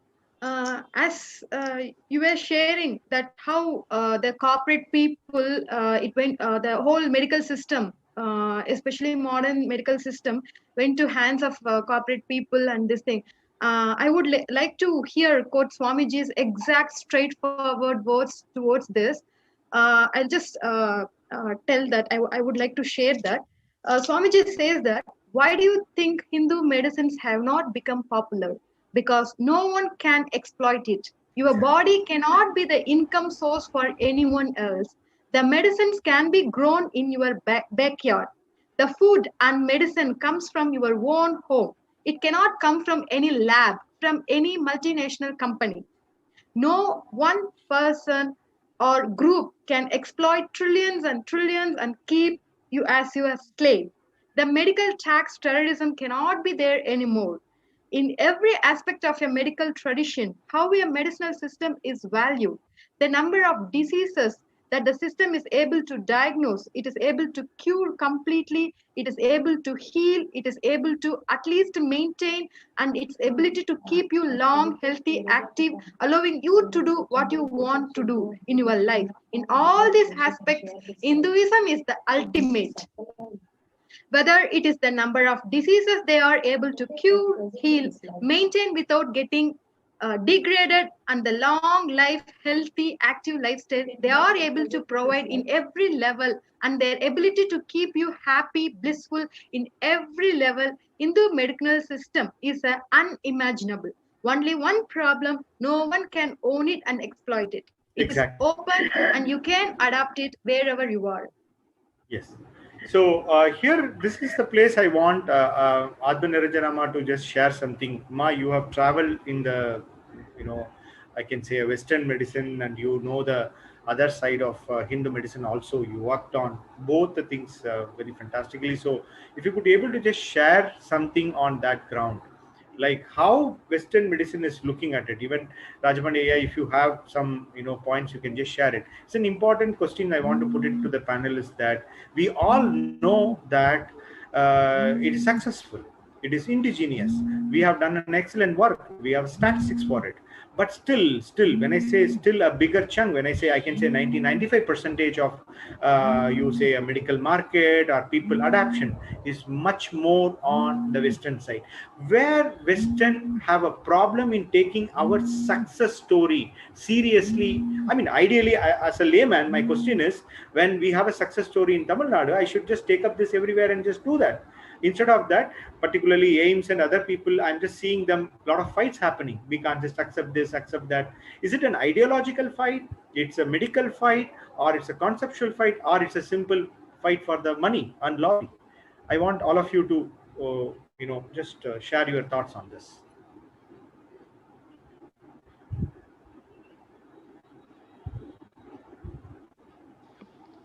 Yes, Ekila, yeah.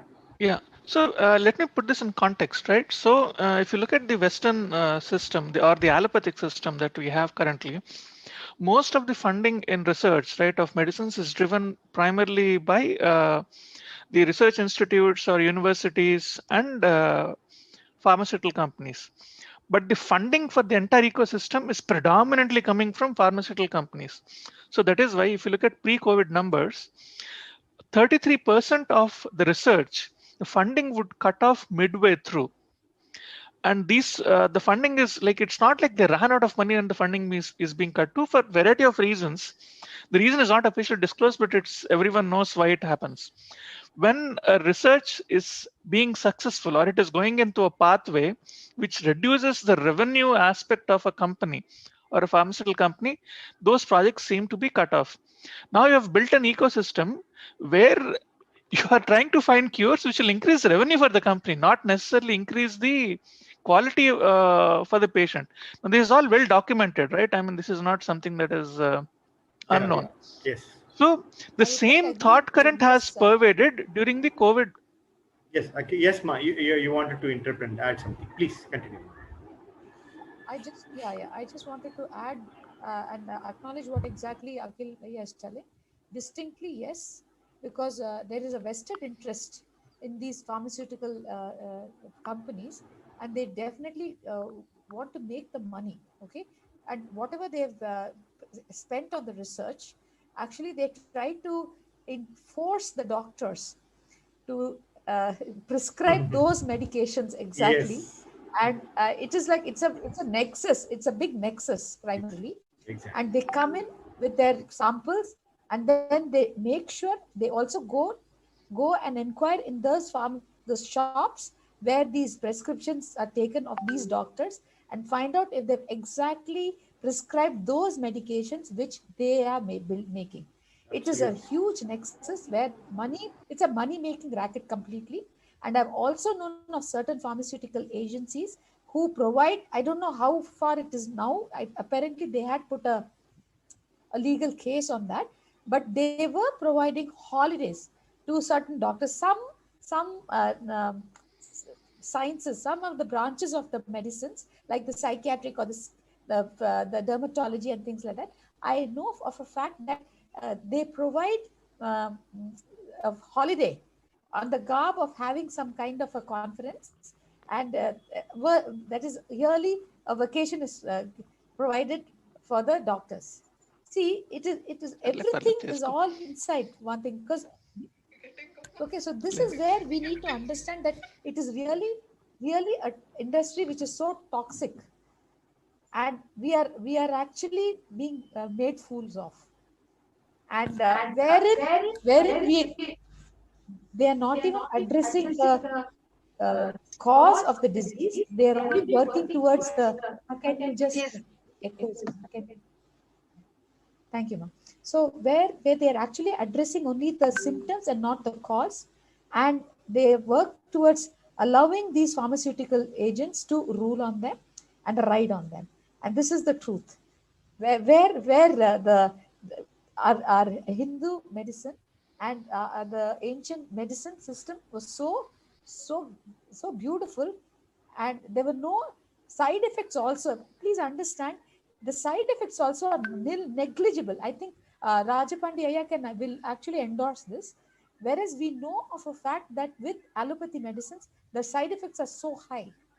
We have to constantly monitor the patients who are on continuous medications for all the side effects that can happen. Whereas it's literally negligible in terms of what the Ayurvedic medication is like. I think you can add some points on this, Rajapandi. Yes, sure. Sure, Rama, and I will acknowledge your all the points. Is in COVID, my experience, say I treated age of 8 months to 92 years old.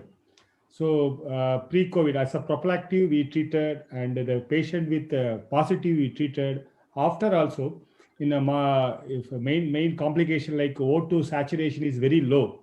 For the O2 saturation, the patient need to be in ICU for 7 days, 10 days, like that. So the billing and all. There is no medicine just for that ventilations. In that conditions, our indigenous medicines, within 2-3 doses or 2-3 days, the O2 saturation came above 90.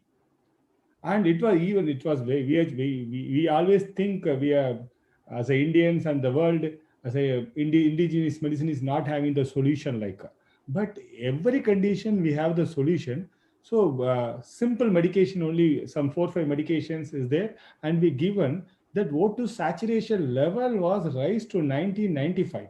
And the main thing, after the main complication is the lung congestion. The lung congestion was very severe, and it is spreading entire lungs, and the patient not possible to breathe, and that coagulation of blood also happening. There was no medicines in modern, and the patients are coming the 4th stage, 5th stages, and we are giving that very simple medication like garlic. Only the garlic with the milk, main garlic paste only we given, and the congestion in the lungs was drastically come down. After 4-5 days, we took the CDs, the congestion was totally disappeared. And for that, the entire world not possible to control, and the death rate is going up. But because of the Ministry of Ayush and the local government, we are giving right now, the death rate was coming down drastically. And this is our experiences I come. And one more thing I like to add, because what right now is fundamentally all the companies are doing, it is presently, but these things are happened some 300-400 years before. Because when the invaders, even Mughal invaders came, they destroyed all the things, and that Christian invaders came, they did very cunningly. When they came, they destroyed all the Indian medicine systems and all our sciences, and it was not handed over to the tradition, and 4-5 tradition was totally cutted. Not only the medicines, in all the traditions was get cutted, and the people, we as an Indian, we don't know what our real proud and what is our scientific values. And before coming to this science, Ayurvedic science, I don't know the Charaka Samhita, Susruta Samhita, Vagbada, like that. In Hindu medicine itself, we are having more than 1 crore books. In each and every areas in Tamil Nadu, if you take, and every area there was a medicine was documented. Entire India, if you take a close together book, was documented, and up to 16th century, and before you also it is not handed over. But during the British, they totally demolished. They demolished our Gurukul system. because of the demolished the Gurukul system and they given the Makalo system and they brought their whole sciences. Their science is greater, their medicine system, their engineering system, whatever the system is available there, the Western, they put it in our country and they totally demolished our country, our education system and our Vedic culture. So even as an Ayurvedic doctor, I will tell, as we follow the Makalo system, as for the Ayurvedic, it's not correct. And Swamiji is always tell the Gurukul system is the correct. When we Gurukul system, we can learn the medical system and all the sciences. We need to come again with our Gurukul system. Then only our whole science will be evolved. Not only the Hindu medicines and Hindu education and Hindu science. And for that, and Amma will be, and Aya will give that insights. Correct. Yeah. So that's exactly. So one thing I understand in whatever the panel we are going through, we are obviously in every panel we understand what Mughal invasion has done, phase 1 invasion, phase 2 by Britishers, and phase 3 by, I will call it as a secular invasion. Okay, so all three we have a problem, and slowly, steadily we are deteriorated, and there is no possibility of going back. That is, I'm just saying the biggest going back to the root is Kailasa, where Swamiji is talking about seeds of Hinduism has to be put, and Gurukul is the important main backbone of it. And it's a surprise to know, and all of you must be knowing about it. Gurukul, the question came like, fine, why Meghalaya has bought your country? Don't have a schooling system. What are we talking about? When we are talking about Gurukul in 1830 or something, when it is documented, we have around 104,000 schools approximately were there only in Madras Presidency. And we had something in Punjab, we have in Bengal, all these places, this presidency that time is called, and we have a number of schools. Typically, each village, one school was system existing. That is the time I wanted to mention all of your viewers that that's the time British were debating that we have to teach the kids or not. Only the Prabhus, the elite class, the rich class used to go to Stanford and all studyings are having. Then they come to a conclusion that let us teach this poor to study what? Not for science or anything.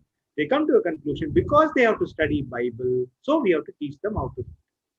I want to put this in record. They all been educated not with so-called, social justice today, what they are talking about. They were blaming us that we didn't have a social justice that time. In a presidency level, you can say whether a Dalit or a Muslim or anybody, we had a fantastic thing. So in all panels, we are finding that pattern to happen. We wanted to re-emphasize this invasion part, phase 1, phase 2, phase 3 invasion, such a drastic impact it created. Every one memory, muscle memory, biomemory has to be understand this so that we will be really a warrior, not a reluctant warrior for Absolutely. our Kailasa. Yeah. Yes. Yeah. Actually, yeah. Very beautifully you quoted, Aya. The chemicals, whatever we are consuming through pills, actually our lifestyle, the indigenous ancient Hindu medicine, it's based on lifestyle, Charya Pada.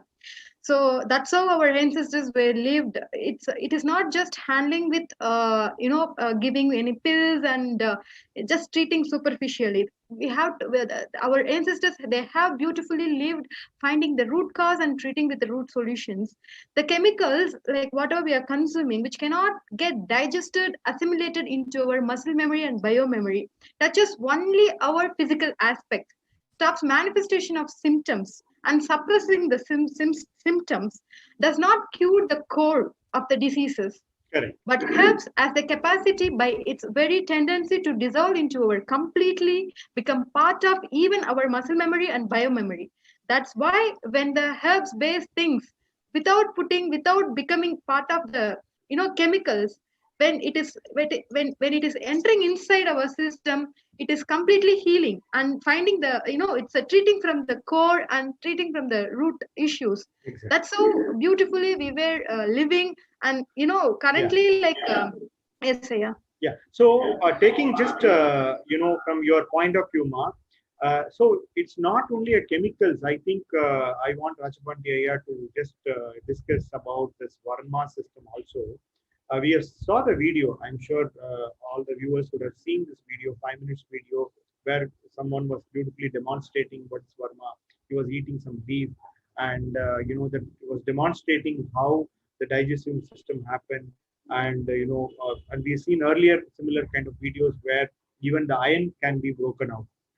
So this is also one of the system which got destroyed over the period of time. So just give a quick glimpse about this Varma system, Rajapandya. Yeah, whether you are putting that slates right now, playing. We already ran that. Okay, what we have sent it. So we saw that elderly man demonstrating that all this thing we have run it. So you can give the signs of it, then how it got died and why it's not a mainstream. You can give the glimpse in short way. Okay. Yeah. Thank you. So I like to introduce the Varma, the greatest science. We can tell it is our science, and very. So in that science only, the basic thing, how the Kundalini is circulating in the entire body, that whole anatomy structures explained in Varma. And we'll tell what is a Varma exact translation in India. We can, in English we call it a vital point. Vital point. So what is meaning of vital point? Vital point may be in a junction, or we can call a junction means, I will explain. So for the hand, this is a junction point. This is a junction point. If anything is occur, any deformities occur in this junction, this finger is not going to work. If for a modern, we can take carpal tunnel syndrome, exactly this Varma point is getting affected. So from there, in this area is not going to get that energy. So it's not going to functioning. Like that, Varma point we can call as a junction area or powerhouse or transmitters. Like if you take right now everyone getting the cervical spondylosis, there the entire area, that entire upper limb, they are getting numbness and the pain and swelling. There that cervical C6, C4 or C7, there is the modern, they are telling there is a disc prolapse. Like we used to call it, there is a pidary Varma. It is a main storehouse. It was get affected. It's a transformer like Varma. If it is get affected, this whole area is not going to function. Again, all the sat chakras coming under Varma point. These all the sat chakras we will take. It is a source or power station for the Varma points. So all the sat chakras is a Varma point, as well as mainly 108 Varmas are explained. Major Varmas are 108, and it is head Varmas, trunk Varmas, and upper limb and lower limb Varmas, and 108 is explained. In that, the six main Varmas, main Varmas are Shat Varmas, Shat chakras. And what they are exactly explaining, from the Kundalini, the source, the Vasi is awakening, it is traveling all the chakras, it is traveling, each and every chakras having that nadis. Through the nadis, it is circulating to the bodies, entire body, from the chakras it is circulating. We are having 7,200 nadis in our body. In that 7,200, 3 nadis are very important: Sulmuna Nadi, Idangala Nadi, and Pingala Nadi. So these 3 nadis, it is going all the 7 chakras. This Idangala, Pingala, and Sulmuna Nadi is traveling, because it's a main nadis. From this Nadi, and it is connecting the sat chakras. From there, each and every chakras, that nadi is going. If you take in the Manipuraga chakra, from the Manipura chakra, there is a nadi is emerging, and it is going to all the internal organs. If it is going to the liver, in the liver there is called Atichuriki Varma. If Atichuriki Varma is single, the liver is not going to get energy. So what we will do, if liver for a problem, we will just stimulate that Atichuriki Varma, because then that Vasi, that energy will passing like that. If it is Vishuddhi Marva, in here, Vishuddhi Chakra is there. From here, that thyroid and parathyroid and vocal cord is getting the energy. So anything is a problem in that area, that particular Varma we are stimulating. So like that. Exactly, beautiful. Energy cycles, this whole system, how from the energy is arising from the Kundalini, how it is passing through the chakras, how it is passing through chakra, how it is traveling each and every body cells, and how it is functioning like. Even any chakra is get affected, that particular organ is not going to work. The Swamiji's the total ASB classes, because this chakra is not only passing that energy, and through only that the mind energy, spiritual energy and food energy, everything is going. The modern is not having this science, and our entire science is it's a Varma. It's having a lot of books, Varma Birangi, Varma Kannadi, Agasthyar Varma, and it's mainly dealing how these 700 chakras, each and every chakras, how it is connected, how that each and every organs was get connected. We have a fundamental, because right now that anatomy and physiology what we are following the modern, we have more than that wonderful anatomy physiology we have, and it's totally distracted. I like to say something about the Varma Vaidyas are very famous in Kanyakumari area, and even in that Kerala Malabar areas. During that independence period, what they did, it's because Varma is not only for the medicine as well as for the fighting purpose also. So the Varma is what they are using fighting purpose. It's called Adivarma Murai. Because if you are going to fighting, for example, this is the hand. If you are hold like, the person will easily remove from your hand. But if you hold like this, the opposite person, they can't remove. They can't take the hand, because for example, if you are hitting this area, patient may not faint, but you are hitting this area, just upper area, the patient will immediately faint or collapse. So Adivarmas, the major for previously, all the warriors used to learn Adivarmas. In Kerala, is very famous Kalari fight. So the people for the Kalari fight too, they need to go for the Yogashana, the bodybuilding, and how to fight. Because Adivarmas, even a simple point, if you are just triggering, the person will be faint, and even you can kill. Even without touching also you can. Like that was the science was there. And what the British people they did, even Varma,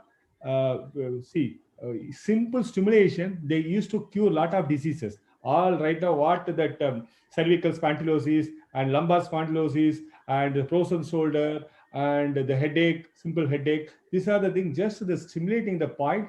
And because some junction that the Vasi is not going, that the power is not going, the source is not going, so the person is getting pain or thing. They just stimulate that area and give some kashayas and thaila, the persons are easily cured. For that, if the modern, they are going for the surgery, and after the surgery, we don't know how, whether the success or not. Yes, exactly. Yeah, this is the point I wanted to, it looked like I was really enjoying this whole thing. It looked like our ASP class, as you say. You're talking about all 7 chakras and how it goes. And I'm really, with a lot of gratitude, I'm thinking Swamiji and say, like, he has equipped us, all of us, as a spiritual healer. To honestly speaking, as a layman, this is all jumping jargon for me, but as a spiritual healer, he has empowered us in just by touching it, and we were, thousands and thousands of people are just healing in this, healing the world, healing the, the entire universe. Of course, Swamiji is healer. He has healed many people, and Swamiji equipped thousands of healers. That is something amazing in the spiritual continuation. At least I have not heard about it. This kind of spiritual revolution happened earlier. We know that many gurus have come and they were the spiritual healers and they have done miracles. We know about it. We read tens and tens of stories. But some guru who can make 1,000 healers and going to the masses and doing changes is absolutely a Hindu revolution or a spiritual revolution. This KAILASA, I love to be known. So I want on the spiritual ground, Atmanaranjanama or Chandalakshmi, I can say the spiritual healing. So basic question what I want to ask is, yes, we all know that. What is that? We, as an experiencer of it, we have done for many people. I've done it in my family. I've done it in society. I know it works. But still there is a question on top of it. There is a knife hanging on it. Still there is a world which is looking with a suspectable specs. Okay, particularly a doctors. Okay, so in this ground I want you to little answer that. I mean, any of you can just pick up. Yes, Dr. Atmananjanama, just before you start, I just wanted to add that as Avimuktaya rightly pointed out, many spiritual healers, we've heard about gurus, saints who heal people, and we've heard about many miraculous stories. But for the first time, we have Swamiji, a guru who not only he has healed hundreds of thousands of people around the world, but he's initiated so many number of people. He has initiated hundreds of thousands of people into the spiritual healing. What we practice is the Nitya spiritual healing, using the cosmic energy, as Dr. Atmananjana would explain, how he has initiated so many spiritual healers around the world who just casually perform this spiritual healing in helping people, helping humanity around the world. So I just wanted to point out that. Back to Dr. Atmananjana. So it's beautiful for me to actually share this. Being an allopathic doctor, what happened was when I got initiated as a healer, I went back and I was we are supposed to start a healing center, right?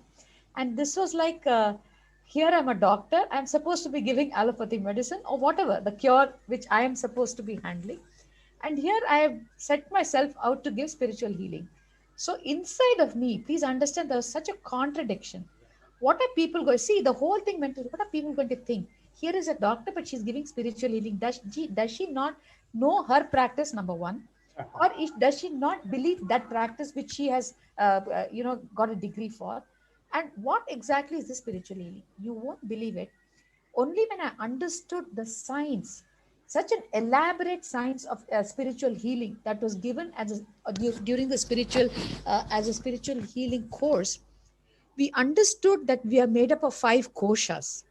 First, that was the first knowledge given to us. Second, every kosha, you have some different type of a healing, a medical practice for it.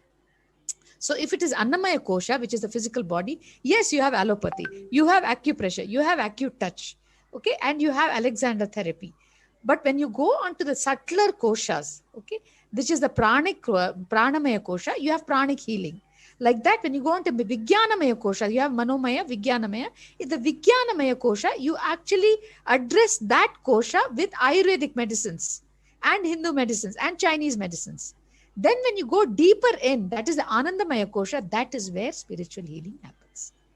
When I knew the science behind it, it was so easy for me to even tell the people, look, there is a limitation. Every kosha, there is a limitation to the manner in which you can heal. You can only go to this level for this particular thing. Beyond it, if you really need to go, that is when spiritual healing really took off in such a big way. As I started becoming a healer, as I was walking past, this is my direct experience. We used to have a spiritual healing center. I had converted my garage, made it so beautiful for people to come and get their healing. And there was this one person who was actually writhing with pain. He was sitting there. I was upstairs and I came down. I walked in, he stood up. I said, what is the matter? He said, my pain has gone. Please understand, when we become spiritual healers, we radiate that healing energy. Simply walking past that individual healed him. At that point of time, we need to understand, where are we? We've just become channels of that beautiful divine energy. And it just radiates from us. And there is a recipient there who is also believing in this. So the recipient received it in such a beautiful way. And the person who's healing was pure channel of this energy. I just walked past and he said, Ma, my pain has gone. That is when there's so much of gratitude for Swamiji. He only said one thing. He said, my healers are my hands. Exactly. I have only 2 hands. I need more healers for the world. And that is how we all came in as healers. And believe me, every bit of it, as we are healing, and I have been healed by Swamiji for my rheumatoid arthritis. And my blood test was negative after he gave me the healing. This is just an example of me sitting here who received Swamiji's healing. Even Ma, actually, I was, introduced as, Swamiji even when I was in during my college days and all those things, I have heard about Swamiji. That way only, like, oh, some very young Swami is there, where if he touches his, his energy space itself healing lots of people. That's how Swamiji also, like, it is a very beautiful thing where yeah, because Swamiji can. Uh, I hear that way, like, he can heal lots of people, lots of diseases, like where modern sciences are not, not ready. Modern science cannot heal, like cancerous, various types of cancer, third grade, and also all those things. So, but all these things, very simply by his touch and by his grace, it's simply melting, and people can very beautifully come out from all those diseases. Even I hear, like, first there's one Swami where he can heal all sorts of the diseases. That's why I was introduced by Swamiji. I want to share that. Yes, it's absolutely nice to listen from you, Arvind Rajanamma. I know that the kind of healing things you have done in Chennai. I heard about it. I had an experience about it also many times. So it's like when Swamiji energy comes, spiritual healing. The important is the recipient. The one point I'm just trying to understand, like, well, we know that in Annamaya Kosha, Vijnanamaya Kosha, all these things are happening. The important part is even the recipient has to be open for that. That's an element. Today, for I to take anacin, metacin, I don't need to prepare myself because I'm treating my body as a simple hardware shop. So as a chemical, so Swamiji very nicely say it is a chemistry or a biology. So when I understand the spiritual, it's biologically the life also taken into a part. The mind is playing a game, and there is some kind of, I don't know whether I name it as a surrender or acceptance, or at least the openness. The openness is there. So with the no logical mind, it works or doesn't work. Nothing stopping happening. So just it goes. Like Swamiji always asks, I need to have your permission to get inside you and heal it. So, that conscious confirmation, I call it a CC, a conscious confirmation, and just it does the complete healing part of it. I think Akhil has one good story to share. Akhil, if you could be able to just pip in and say the story of anything on this healing side. It's just healing doesn't matter only in this Janma. Probably you can just share the story, what we talk about, that arrow, and, you can. Yeah, so it's actually the story is not mine, it's my wife's actually. So I have to tell you, I was also there at that time. Yeah. Yes. There are a lot of witnesses around here. Okay, actually, most of the witnesses are doctors, not ordinary people. Okay. I mean, first-hand witness, right? So it happened. I mean, so basically, this long story short, I'll try to summarize in 30 seconds. My wife was hit by a arrow somewhere between the nose and the eye region, the soft bone, right? That is there. And it immediately broke. It was a blunt arrow, so that's why it immediately broke. And she was oozing blood, and the doctors were not able to control the bleeding. And they said she has to be taken to the hospital and surgery has to be done. The only thing the doctors are debating on was whether it has to be a microsurgery or regular surgery. Then there was another doctor who stepped in and said, okay, I know someone, let us take her an ambulance there so that he can get a microsurgery done. And she woke up the doctor in the middle of the night. That was around 3 or something. And in the meantime, Swamiji was calling my wife for healing. And once he called her, he touched her head and he did something. And in the meantime, I mean, the doctors put the band-aid and everything, right? So that the wound is not exposed. And she lost so much of blood that she almost fainted. Like probably she lost like half a pint of blood or something. And after Swamiji put her head, we took her to the hospital in the middle of the night. And in the meantime, there was this other doctor devotee who was waking up the ENT doctor because she knew it's only an ENT guy who can do the surgery. And she was getting Dr. the operating Shanti, room. I think Shanti woke Dr. up Shanti the only. ENT doctor. Yeah. I mean, she woke up the ENT doctor. She is not an ENT doctor. So then she was talking to the hospital and getting the operating room prepared and everything. And we went to the hospital. The ENT doctor was fresh from his sleep, and she was saying, "Let's go to the operating room." And the doctor was like, "No, wait. Let me just check her up in my room, and then we'll go to the operating room." And as soon as the band-aid was opened, all of us were shocked. The injury that was there, right, the fracture that was there, Forget about the fracture. There was no trace of injury as well. All you could see was some old blood stain. That's it. And the doctor was looking at us, I mean, in a weird way. I mean, he didn't say it, but the expression was clear. For this, you woke me up in the middle of the night. And then he said there is no need for any, even the band-aid was not necessary, but he said just use the band-aid for one day so that, the soft tissue that is there is not exposed to dust. And he didn't know what else to do. There was no medicine required, nothing. So that's, I mean, even if I look this from economics point of view, the cost of the treatment is ridiculously low, right? So that is what I was trying to come with my reasonable argument. The whole system is geared up for revenue generation, not for minimizing effective treatment. See, in this case, the treatment was effective, low cost, everything. Now, if you're trying to build a Hindu system in the Western model, it's not going to give you the necessary outcome. So if you're trying to build up the Hindu system, you have to look at the Hindu economics as well, right?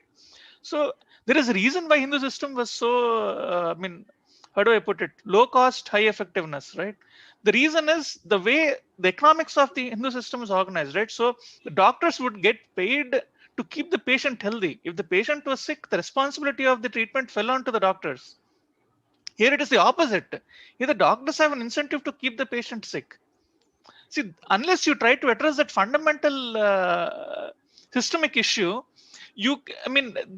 otherwise it breaks my head, right? I mean, it breaks my heart to see there are so many low-cost treatments available globally, which are directly or indirectly related to Hinduism, and yet none of them are adopted. Why? Because there is a revenue impact. Exactly. Like even in US, right? For example, they are when I speak to doctors here, they say, "Oh no, things have gotten so much better. Now we are given a fixed amount of money to treat the patient." So, which means they have only limited amount of treatment that revenue they can extract per patient. So, which means they need more number of people to be sick. Correct. Instead of one person being sick, they have to get more people sick to get the same revenue. Yeah, so this is about one patient, $10,000. Now we have $1, so we need to have a 10,000 patients. 10,000 patients. 10,000 patients. Yeah, I also have to add something here. It's a very interesting thing. So a person comes in with fever, and you have n number of reasons for fever. So you have to see some prescriptions of which the doctors give. Okay, malaria can cause fever. Dengue can cause fever. It could be a viral fever. It could be the reason. This could be just an influenza could be the cause for the fever. Now you have listed about 5 or 6 causes for the fever. The prescription will have all the medicines for all the diseases. Oh. It's so unfortunate. And that I've seen prescriptions like that. And that is where the Hindu system of treatment is something amazing, because based on the nadi, exactly what is wrong with that particular person is all that is. You cannot have one uniform medicine for everything. Exactly. It doesn't work. Right? So there is Amma, I want to take you on that. Okay, I'm just thinking from another desk, and I wanted to ask this. When I was asking with the Western mediciners, allopathic mediciners, they said, fine. I said, we are very customized. But what the point they were trying to mention is, what is the possibility if I miss something? He said, we don't want to take a risk. That's the reason they were giving is we don't want to take a risk. So, I mean, I want you guys to answer it, rightly. I have a very beautiful thing for this. Literally, in the West, the medicine is defensive. Okay? Because you can be sued. For anything that you do, you can be sued.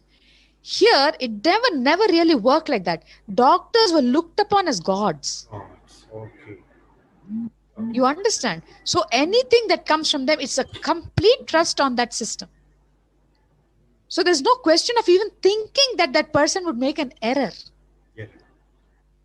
So they're just waiting for the doctor to make an error. Oh. I have my own, absolutely defensive. I have my own nephew. Because of what he had to go through, he became a spastic at the age of 12 months.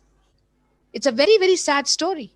But they took a biopsy of the heart, saying that there's chicken pox and there's a problem in the heart. And they took a biopsy of the heart stopped, the blood supply to the head stopped, and the child became a spastic. Lifelong, this child now is a spastic.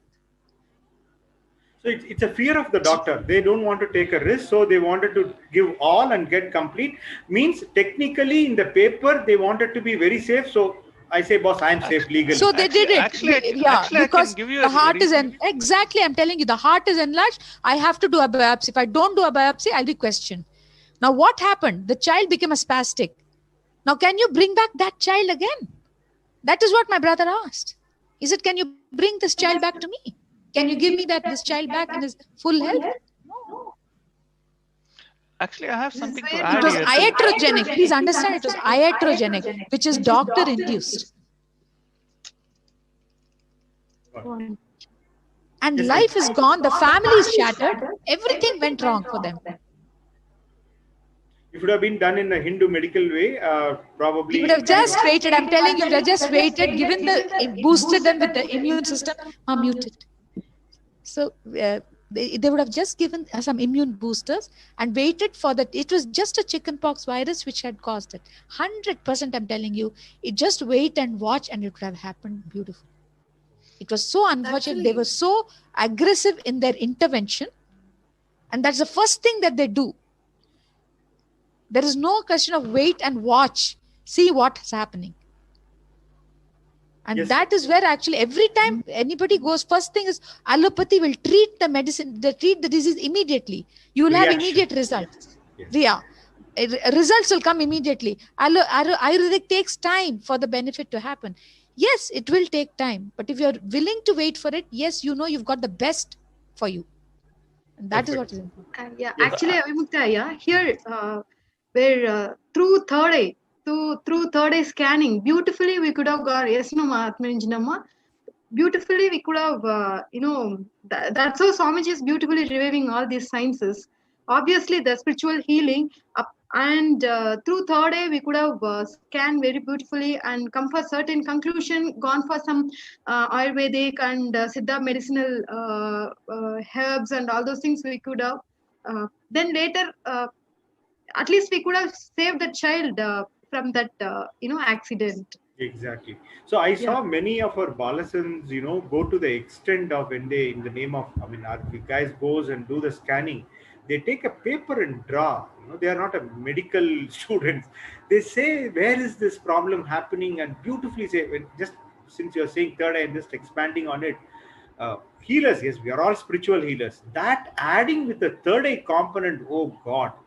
It's it's a funny cliche where say it's a medical miracle. Every movie we listen that, oh God, it's a medical miracle. In every scanning cases, we will find it, oh God, it's a spiritual medical miracle. We have seen that in many cases how our balasans did it. So I'm really taking a nice point. Thanks, Akhil. I have not given you time on Hindu economy or medicine economy, so somehow you brought the spiritual healing is an excellent economical system. The same case, I'm sure, Adhanarajanama was talking about, I'm sure that it would have been run into lakhs, lakhs or some 10 lakhs it would have been run into. The same Ayurveda, whatever, our Hindu medicine would have taken, it will be maybe a 1 by 10. It's not even the question. It's not the question of lakhs, one life went. Life, I understand. I got the family was shattered. Family was shattered, The whole thing was it was so upsetting. We just didn't know what to do. And believe me, as a doctor in India, I was helpless. Oh. The child was unconscious. We couldn't do anything. And they took the consent of the parent. Obviously. Legally, you see how the whole thing works? They're very legally safe legally. You cannot do anything to them. You understand? He rings me up. He says, Ma, it is a question of death, life or death for the child. Should I sign up? Should I not? I said, what can I do? Say from here, Ma, I cannot say anything to you. Do the best for the situation there that is there. That's all I could tell him. Because either which way it would have gone wrong. Yes, Rajapandya, you want to say something? Yes, I want to add a little bit. And whatever the thing Amai is totally right.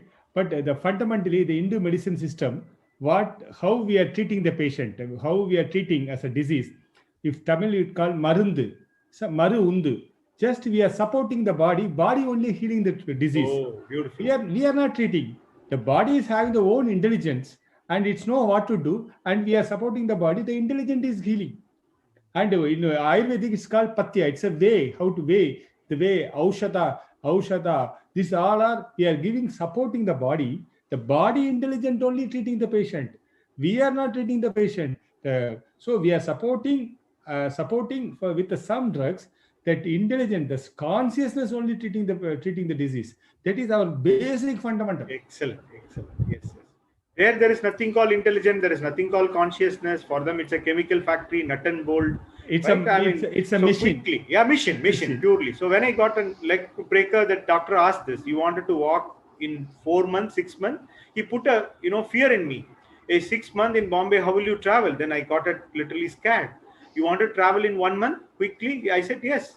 Then operation is the only way. Then other guy was saying, fine. In any way, in 2 months, you would have all things without your nut and bolt. It would have been cured. Or with a safe, you would have been traveled. Okay, you don't need to carry one more bolt in you. But they use our fear system. The whole system is on fear and greedy. They want to be legally safe, and at the same time, we want everything quick. I know, as if it's a one-man life. In the one-man life, I remember what the doctor used the word. Within 2 months, you can go with your family and take a car and sit in this, one of the pole is there. There you can sit and relax. I said, what the hell? Instead of 2 months relaxing, I would have gone after 6 months and relaxed it. But just this is a thing he put inside me. And when already your leg is broken, you get little scare off and you want to have a quick result and you just go for it. So we are just discussing about it, how the psychology of this, our Hindu medicine is so open, no fear, no greed, so beautifully aligned with the human values. There, other side, we find it's pure fear and greed and little adharmic also. Yes, Akhil, you wanted to say something. Please carry on. Wanted to add on the points, right? So I just wanted to build up on. Okay, so we clearly know that Ayurvedic system is a much more sophisticated system, and what is called as personalized medicine, right? So for the Western, for the allopathic medicine, the holy grail of the entire system is how do you do personalized medicine. But what we ourselves don't realize is Ayurveda, Siddha, most of these traditions are actually personalized medicines which have been perfected for thousands of years, right? Exactly. Now, but the problem is this, right? We know, there are a lot of, now what system will work on what system, right? So whether Ayurveda system should become supplemental for allopathy or allopathy should become supplemental for Ayurveda. Exactly. That's the first debate that has to be resolved in the current societies where we are. Now, the way things are, it's not an easy fight, right? Like, for example, in India recently, Ayurvedic doctors were finally restored. I wouldn't use the word given, restored their ability to do surgeries. And we have seen all the doctors have literally, come up in arms. One renowned doctor is shouting that even Ayurveda is not even a science and all of that nonsense, right? Now, that is one aspect of it. The other aspect is, like, for example, I'll give you my own experience, right? So, like, I myself have been initiated as a healer by Swamiji, right? Now, I recently had actually a couple of years back, had a problem where there is a problem in the brain. Now, I knew what the problem was and what the solution is most likely going to be, but I definitely knew what the problem was not.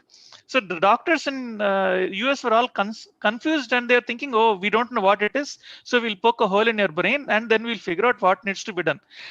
And I couldn't say no to them, because the way system is designed, right? I as a patient have no right over my treatment, even though on paper they say yes, patient has every right.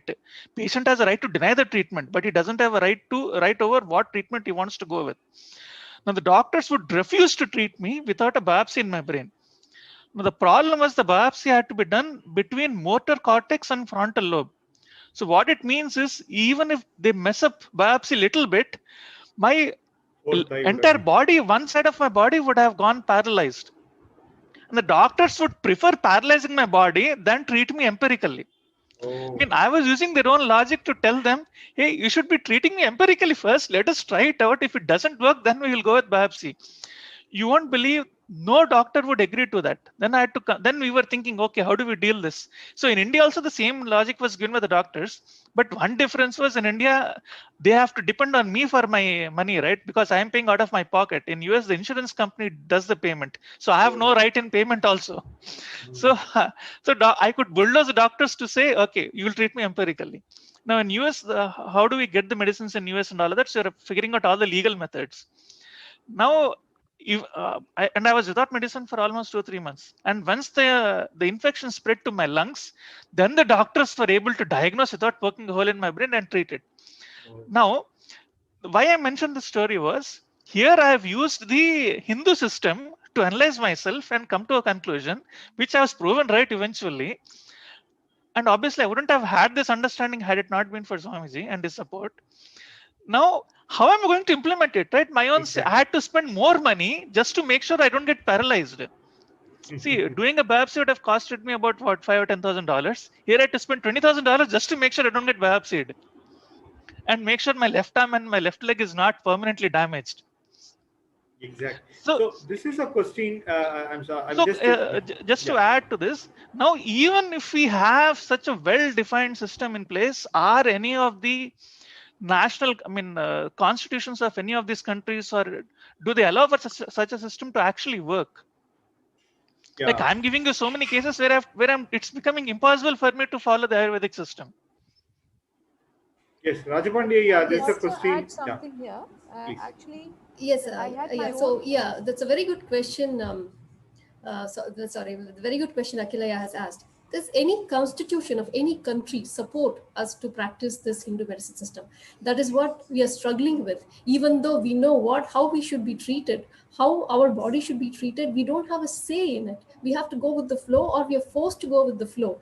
That is why Swamiji is reviving Kailasa, the only nation in the world where Hindu constitution is practiced, where Hindu medicine system is practiced, Hindu education system is practiced. So we have the freedom for the right, whether it is right treatment, we have the right to the right treatment. Why should I have been forced to go with what for the interest of the doctor, or for the interest of the pharmaceutical company, instead of choosing what is right for me or for what is right for the patient? That is what is not is considered. And what Swamiji is reviving, whether it be the Nitya spiritual healing, whether it is the Atmalinga healing or the third eye healing, different forms where we can awaken the intelligence, where Swamiji is awakening the intelligence in each and every one of us, one, to heal ourselves, as well as to provide the spiritual healing freely, absolutely free of cost, to anyone who needs healing. What a beautiful system that Swamiji is evolving, and he's reviving this and giving back to us what is rightfully ours. We have been deprived of this. We have been snatched all of these traditional things. Now we sit and see, oh wow, what a great past we had, and we are following or appreciating or just fancified with the Western way of life, and now we're suffering with the effects of it, the side effects of it. And we can clearly see all that shines is not gold. And Swamiji is reviving this ancient system, which is so valuable, so important, so holistic.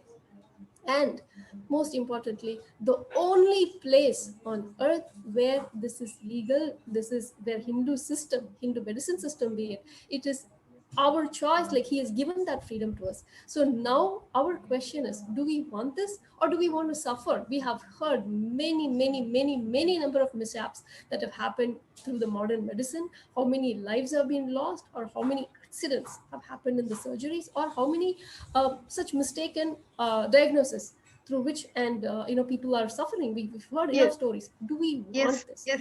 Yes, Swami. Instead of You are making absolutely right. intelligent choices, do we have to suffer with this? What is the choice? It is ours.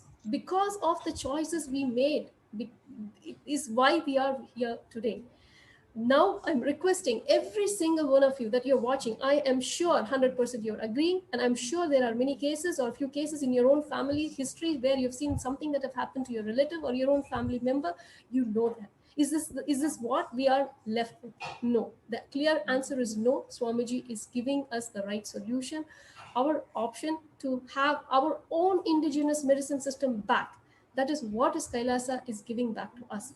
So all we need to do right now is take a moment and cast your vote. Yes, we want this kind of intelligent lifestyle back to us. So please visit kailasa.org/Hindu votes and cast your vote. And if you have already done so, please share. Please share with your friends, family, because every life matters. Not only Hindu lives, every single life matters, and every life has the right to have the right treatment. And it is our voice that is going to make a difference. So please share, enrich people, and let us all cast our votes so that we have the right intelligent way of Hindu medicine system for our life. Thank you, Master Lakshmi, please. Thank you, Swami. So here, as so many of us, we have shared how spiritual healing has done lots of spiritual medical miracles. I would like to give a little bit brief on how spiritual healing works scientifically and how Swamiji have healed so many, touched so many beings, he has saved so many lives through spiritual healing. How he has initiated so many beings as a healers through slide presentation, and very sad and unfortunate thing how it has been quoted as a superstitious and where we couldn't able to follow or follow this science, and we couldn't even preserve this science, and how it is just in front of our eyes. As Ma Prematma Swami was telling, the Indian constitution, the destruction is happening in the spiritual healing. How definitely we need the Hindu nation where we have to freely practicing all those things. So now we can go for the slide presentation.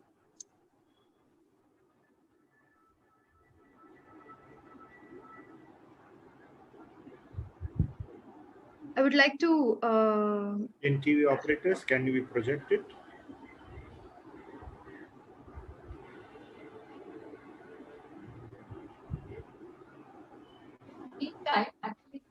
In the meantime, I would like to just share something. For about 3 or 4 months, I was down with a very bad back. And I had a slip disc in practically 5 places on my vertebral column.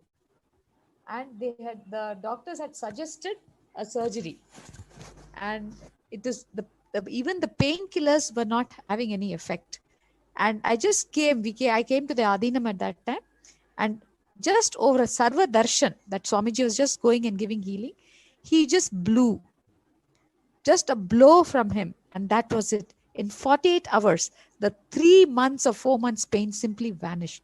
I'm yet to see that pain again. And this is exactly what spiritual healing is all about. It really hits at the root. The layer that actually it works on is the Anandamaya Kosha, the deepest layer. Yes, so we have our operator ready with the slides.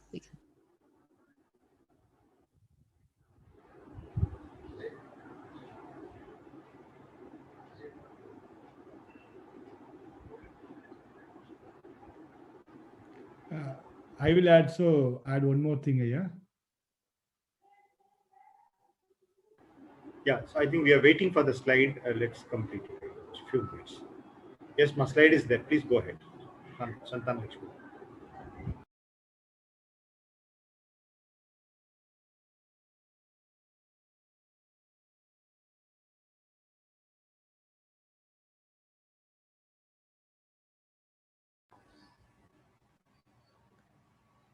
Yes, Masantana Lakshmi, or who's presenting?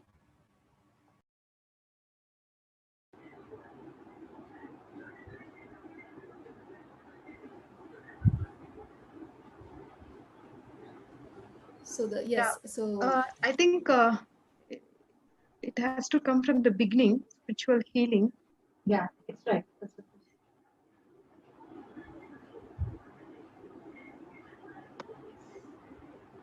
So thank you.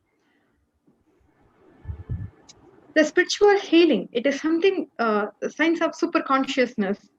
The next is it's a energy healing is a holistic, non-invasive therapy that treats the body, mind as an energetic continuum.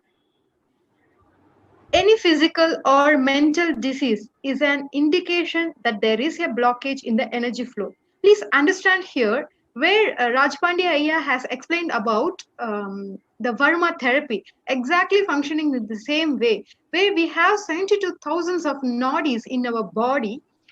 Exactly the blockages happens in certain energy flows. That's where diseases or discomforts or malfunctions happens. Through this Varma points, just by touching those points, we could able to remove those energy blockages, and we can increase the circulation. Circulation means most of the time we misunderstood with, that's how modern science, modern medical system has referred as circulation means it's only blood flow. It's not. Absolutely, it is not. Circulation means it's a heat energy, electromagnetic energy, Vayu energy, and normal energy flow. Everything matters. Circulation means it includes all. Everything has to go the proper way to the particular cell. Then only the functions of the cell will be proper. Otherwise, gradually the degeneration will start. There, either Varma thing, like the Varma therapy, where we are touching the energy points and boosting up the energy flow or removing the blockages, all those things. The same way, like the energy healing, it's much more beyond that. It is also the removing the blockages in the energy flow and increasing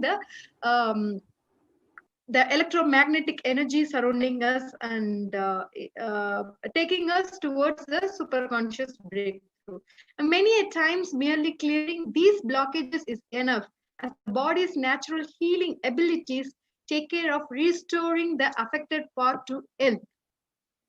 Next, we are coming to the Ananda Gandha, exactly where this spiritual healing works. The Ananda Gandha, in the sense, the fragrance of bliss, is a point in the body where the energy of all the other chakras is centered. So here we can see where Ananda Gandha chakra resides in our system, our body.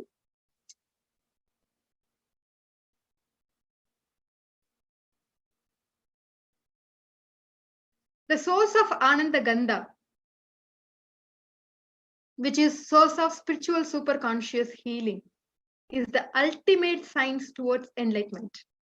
The science of Ananda Gandha delivered to planet Earth only when incarnations land in planet Earth. It comes from eternal silence, not just physical healing or mental healing. Physical healing also happens because your very DNA structure gets re-altered. So beautiful thing. And I would like to add another thing where Rajapandi was sharing about the Varma therapy, how beautifully it functions and how it treated so many, miraculously treating so many diseases and etc. This Varma therapy has been practicing thousands years. But very recently only it is getting familiar, and obviously that is also labeled as superstitious, quackery, and fake, etc. In Kanchipuram, there was a Bodhi Dharma. It was a Siddha Perumal is a saint.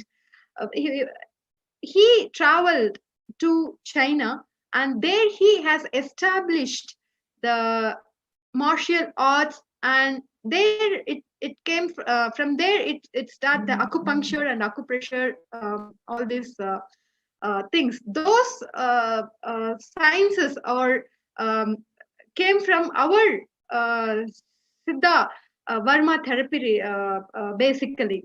But unfortunately, we couldn't able to either relate with that Varma therapy where our ancestors and our Siddha Perumans, they have beautifully kept alive these signs. But unfortunately, we couldn't able to.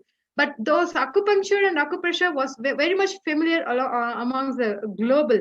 But in India, where especially in South India, our Siddhas have given this beautiful sciences. Exactly, it is directly from Paramashiva. That science we couldn't able to practice without any, legitimized way. So this is one the point I would like to add. Yes. I request yes. Yes, sir. Yeah, only one. I think our NTV operator has one more video to just support this. So we just thought if you can just run that, viewers can really catch up fast. Sure. Yeah, NTV operator, can you run that? Yes, sir. So this is a scientific research that is done on Nitya spiritual healing in the US. Yes. How the effect of it. So I would like to see.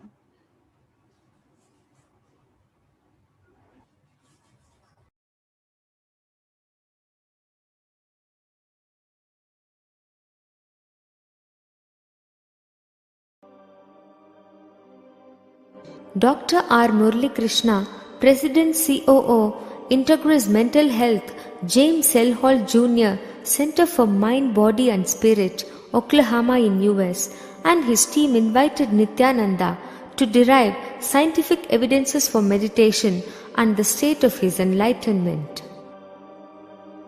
When Swamiji came, I have requested him to do one thing. I asked him, would you be willing to undergo some scientific investigation of the meditation process? He very cheerfully agreed without one complaint. He went for 3 repeat sessions for PET scanning and 3 repeat sessions for quantitative EEG sessions. And these are really not very easy tests to go through. It requires a lot of patience and a lot of willingness to do that. So we did that. Because if a meditation process is doing something to your brain, we should be able to detect that. Scientific findings are verifiable. They're replicable. You can replicate them, duplicate them. So Swamiji went through those sessions and we found some interesting findings. In PET scan, they inject a radioactive dye which goes and sits in parts of the brain that are active.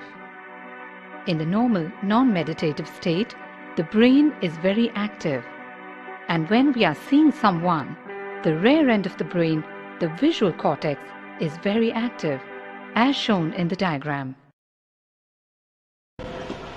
Usually the brain is so active, there are 100 billion brain cells there. But what meditation does is something very interesting. It shows the frontal lobes getting more active. The frontal lobe is where you have judgment, wisdom, reasoning. Here are some of the brain scans I'm going to share with you. This is alert, non-meditative state. The second one is 30 minutes into 30 minutes meditation. Look at the frontal lobes, how they light it up. They light it up big time. 60 minutes of deep meditation, and here is a deep, deep level of meditation where it lights up significantly right here. Right in the middle. Probably 1.5 inches, 2 inches deeper.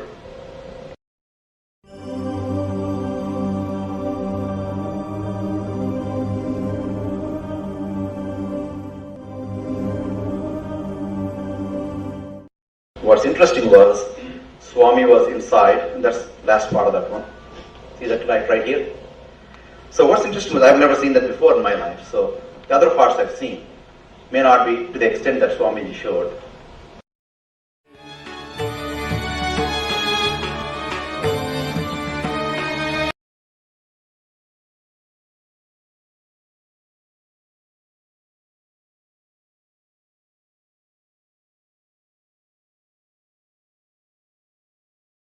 And again, just to remind the viewers, this is our own ancient practice. However, we do not have the freedom as Akilaya was pointing out. None of the countries out there have this Hindu medicine system as part of an legally approved treatment system, which is why we are struggling and forced to take modern medicine and suffer with the side effects of it.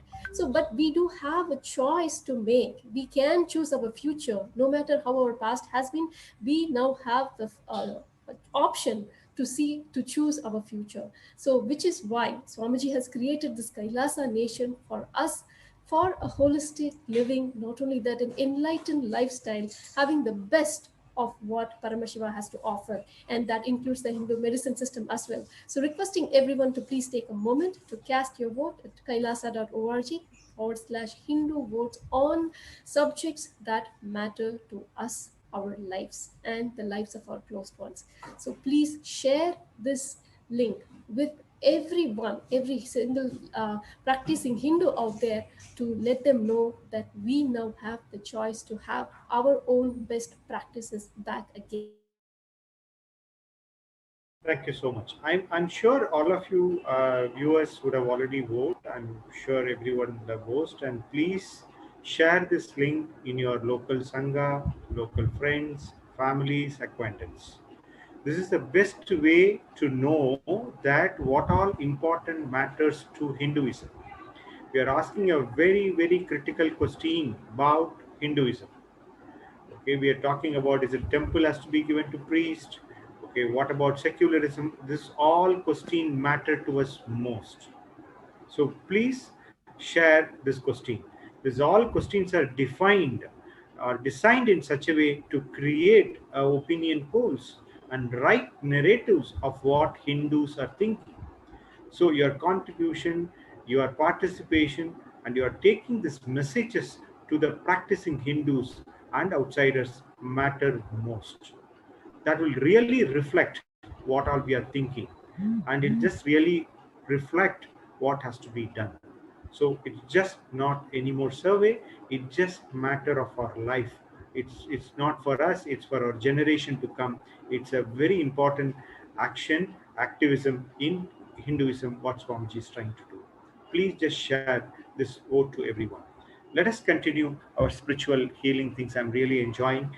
Yes, please. Raj Pandey, yeah, please just carry on. Yeah, one thing I like to tell, very fundamentally, the Ayurveda science, the Hindu medicines, it's told for the enlightenment. So the first sloga, the main sloga is going, Dharmartha Sugashadhanam Ayurvedam Paramadraga. Ayurveda, it's told for the mukti, that moksha. For the purpose only, it's Ayurveda is told. So for the ecosystem, the clear ecosystem, what Swamiji is trying to build in KAILASA, for the ecosystem, for the conscious ecosystem, and build the consciously, the person need to alive, the system is told. And second, Rahadi Rohan. Roha means Vyadi or diseases. Rahadi Rohan means Raga, Mada, Matsarya, Kama, Krodha, Bhaya. These are called. Raga means anger, Raga, Mada means proudness or Anava, and Matsarya means again enviness. These are all called as Roga. So once we will come out with all this Mada, Matsarya, Kama, Krodha, then we will move to the consciousness. So Ayurveda is telling, because of this Rahadi Roga, the person, because of these Ragas, Mada, Matsarya, the persons are getting the diseases. What Swamiji is exactly telling. And those who are eliminating this Rahadi, those only called as Vaidya. They are called as Abhurva Vaidyas. And finally, I like to add, one Shishya is telling Guru, what is the fundamental work for the doctors? Because the doctor can't extend the life of the patient. They can cure, and some night may not be cured, but doctors can't extend the life of the patient. Then if I'm curing also, the life is not extending. Then what is the main purpose of the doctor? Like the question that Guru is telling, you are eliminating all the Rahadi Rohan, all the karmas of the patient, all the Rahadi Rohans, you are eliminating the patient and giving to the Shiva. It is the purpose of the doctor. Wow, beautiful. Excellent. Yes. What Swamiji is exactly doing. And those who are doing this thing, they call the Abhurva Vaidya. I always see Swami is Abhurva Vaidya. Beautiful. It's a cosmic doctor. And that's what, once again, I keep on wondering, the question is, I'm surprised, doctors. Every time this my surprise tree grows up is fine. We know many gurus, they've done miracles, but he's a guru coming and just pouring compassion in program after program. We are making healers, and when we start healing itself, we say, hey, come on, we want to extend yourself. You got healed, come on, you become a healer. This is like, this current corporate world say multi-level marketing. I'm millionaire. You also become millionaire so that I become a billionaire. This is the way a multi-level marketing works. We are Swamiji works and just making a healers after healers, and the beautiful cosmic healing is happening. And we have a lot of visitors watching our channel, and there are many people are just posting the question. Just I would like to read a couple of it. Dr. Murali is just typing this question. Of course, his point also is just making it. If Western medicine is proper science, it should agree largely with quantum physics, which is considered the best truth scientists know. But it does not. He's saying that Western medicine is not going ahead with the quantum physics. It is still working on Newtonian models. Who are they? Cheating themselves or others, or both? We know that they're just cheating themselves. So this is a time Western medicine has to start talking or equating themselves or recontextualizing themselves with the quantum physics. That's one of the theory is happening, so that even Western medicines have started listening. So one of the panelists who came last time, Nilesh Vok, he was just mentioning, yes, he was putting one point, he's just doing a research on our Vedic period of Ramayana, Mahabharata. He said at least some Western universities are little open ears to, at least if they are not accepting, at least they are in the listening mode. But coming back to Indian universities, highly liberal, leftist, and how highly corrupted, and we have gone back worse than our invasion time. Still, they are not even in the mood to listen it. Okay, so similar kind of a trend we are seeing. So other question is, Western medicine still cannot differentiate awareness of sense from the consciousness. They do not even know what consciousness and confuse it. Yes, we agree with you, Dr. Murli, right? That's exactly what we are discussing about. How are they even fit to research on something they cannot even define, or at least even they have a modesty to accept that they don't know? That's a good question. So they should come and say we don't know it. But that's what. So this question I always ask. We have a success, we have a data, we have evidence, but still, what is what is the problem a Western medicine have in accepting that? That's exactly is reflecting. Yes, ma. Adnaranjana ma, you can just start. You can answer this, or you can continue with the spiritual healing answers. So I'd like to have the slides. The TV operator.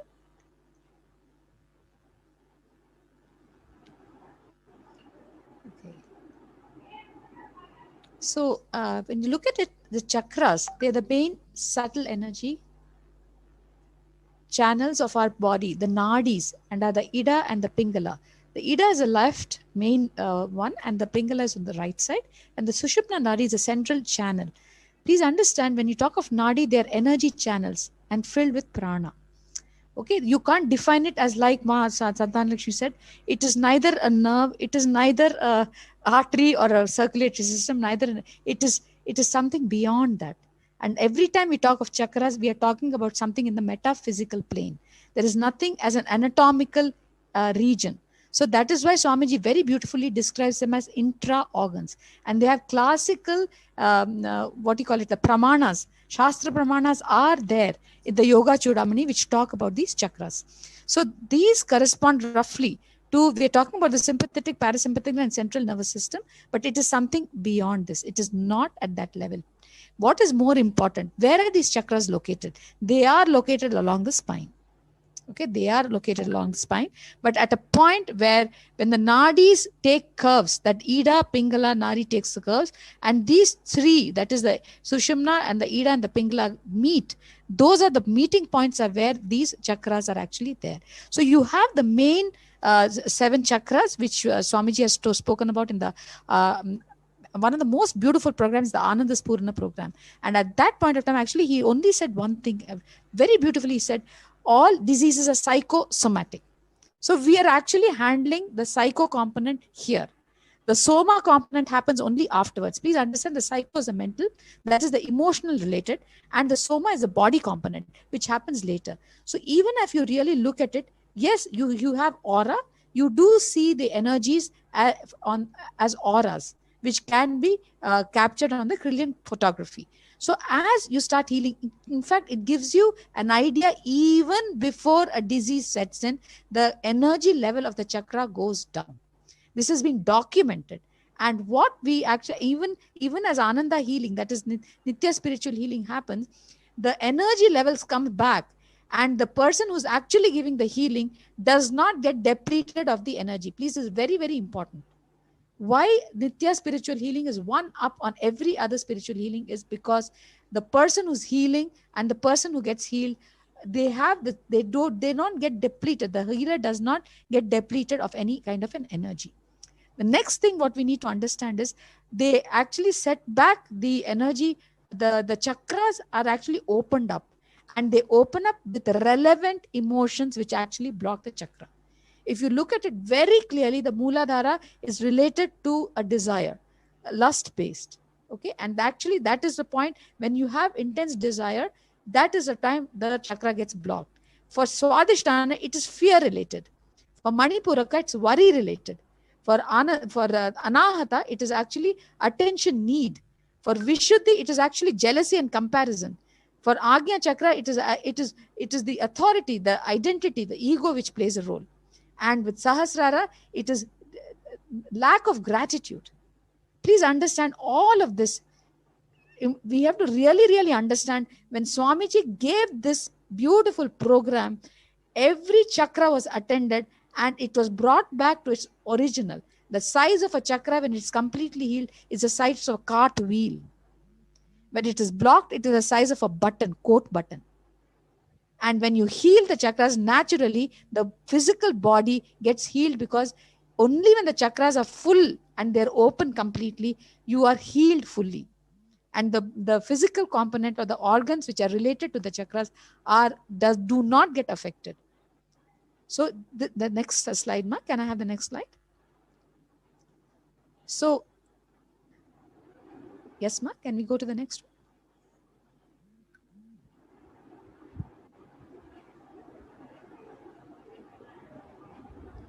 Right. So the chakras are the subtle energy powerhouses which are responsible for spinning and drawing the universal life force of the prana into the body. They act as batteries to store this energy and distribute it to the surrounding areas of the body. Every chakra is related to some neural plexus, and it is also related to some endocrine organ. So we also know that both these play a very important role in maintaining the internal milieu of our system. So what becomes important is we actually do prevention. Please understand, we are working towards a prevention, not working after the disease has set inside. And that's the most beautiful thing about this Ananda Spurna program. Yes. Actually, I'd like to add, Dr. Atmanirajana. Yes. I'm sure many viewers who are watching are curious how to become a healer. Swamiji is continuously initiating all of us into becoming spiritual healers. There are programs that is happening in the Paramashivoham ever since the COVID breakout has started. KAILASA has been offering the Paramashivoham 16-day program, which is still going on. And you can sign up at paramashivoham.org for the next season, and where you can get initiated into a spiritual healer. And not only that, we have a very, very special program coming up on January 7th, Paramashivoham. Swamiji is going to be conducting. So even then, you can get initiated as a spiritual healer. So if you are curious and wondering that you would like to be part of this holistic system and holistic Hindu medicine, definitely you can register for these programs. And of course, now just take a moment to cast your votes and share with your friends and family so they can cast their vote for the Hindu choices. So Hindu votes matter, Hindu votes are sacred, and Hindu lives matter. So please take a moment to cast your vote, kailasa.org/Hindu votes. Yes, Ma, thank you. So we are now moving into the Nithyananda spiritual healing initiation. It's amazing, like what Ma Prematma Swami has said. Do not miss this opportunity. It's a very, very wonderful program that's coming up on the 7th of January, taken by Swamiji himself. So every person has an opportunity to become a healer. And it's the most amazing thing, because when you heal, you are in a blissful state. The healer goes into a blissful state. And of course, the person who's healed is naturally in deep space of gratitude. So the healer's initiation is straight away related to your enlightenment. This is the most important thing we need to understand. We are a pure channel without our identity inside. And when we connect with Swamiji, after he has initiated and opened the Ananda Gandha, which cannot happen unless there is an incarnation on planet Earth. He is the only one who can open the Ananda Gandha and do what he's doing for us. It's more than anything else, I can only say one thing: deep, deep gratitude for what he has given to humanity. Every stage of it, when you really look at it, it's compassion overflowing. So it's a straight away, it's you are also healing the person, you are also getting healed, and you are also attaining the space of enlightenment. What more can we want? So the healer's initiation is actually at 2 levels. One is healing yourself, that is the self-healing that can happen, and healing yourself and healing others. So basically, there are certain lifestyle changes which are required for healing yourself and healing others. And we will be sharing this in the later sections. So the spiritual healing, Nithyananda spiritual healing, is healing through the cosmic energy. We actually open ourselves. The Ananda Gandha is opened up. Swamiji opens that Ananda Gandha. We connect with the cosmos, with Swamiji at that point of time. And the energy pours into us, literally pours into us. And we, in that space of deep oneness with the cosmos, allow that energy to flow through us. And you can actually feel that flowing through it. It's an intelligence. And this is different from the energy that we know in other various forms of like electrical energy or magnetic energy and things like that. So in Nithyananda spiritual healing initiation, you are initiated by Swamiji and you become a channel for the same divine cosmic energy that Swamiji himself embodies to flow through you to the person to receive the healing. So how does the healing happen? Yes, ma'am. Yes, Dr. Atmanija, thank you so much. Actually, I think in the interest of time, I mean, it is very, very interesting to hear more about the Nithya spiritual healing. And definitely, you know, people can sign up at paramashivoham.org and register themselves for this most beautiful, auspicious, like, you know, the initiations that Swamiji is giving, not only the spiritual healing, but various initiations that you will be getting through the Paramashivoham program.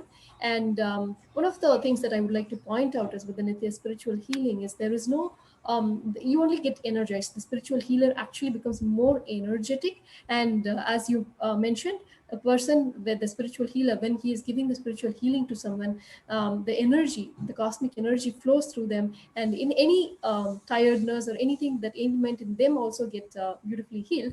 And actually, when you compare to other types of healing, for example, Reiki healer on different types of healings, when you are,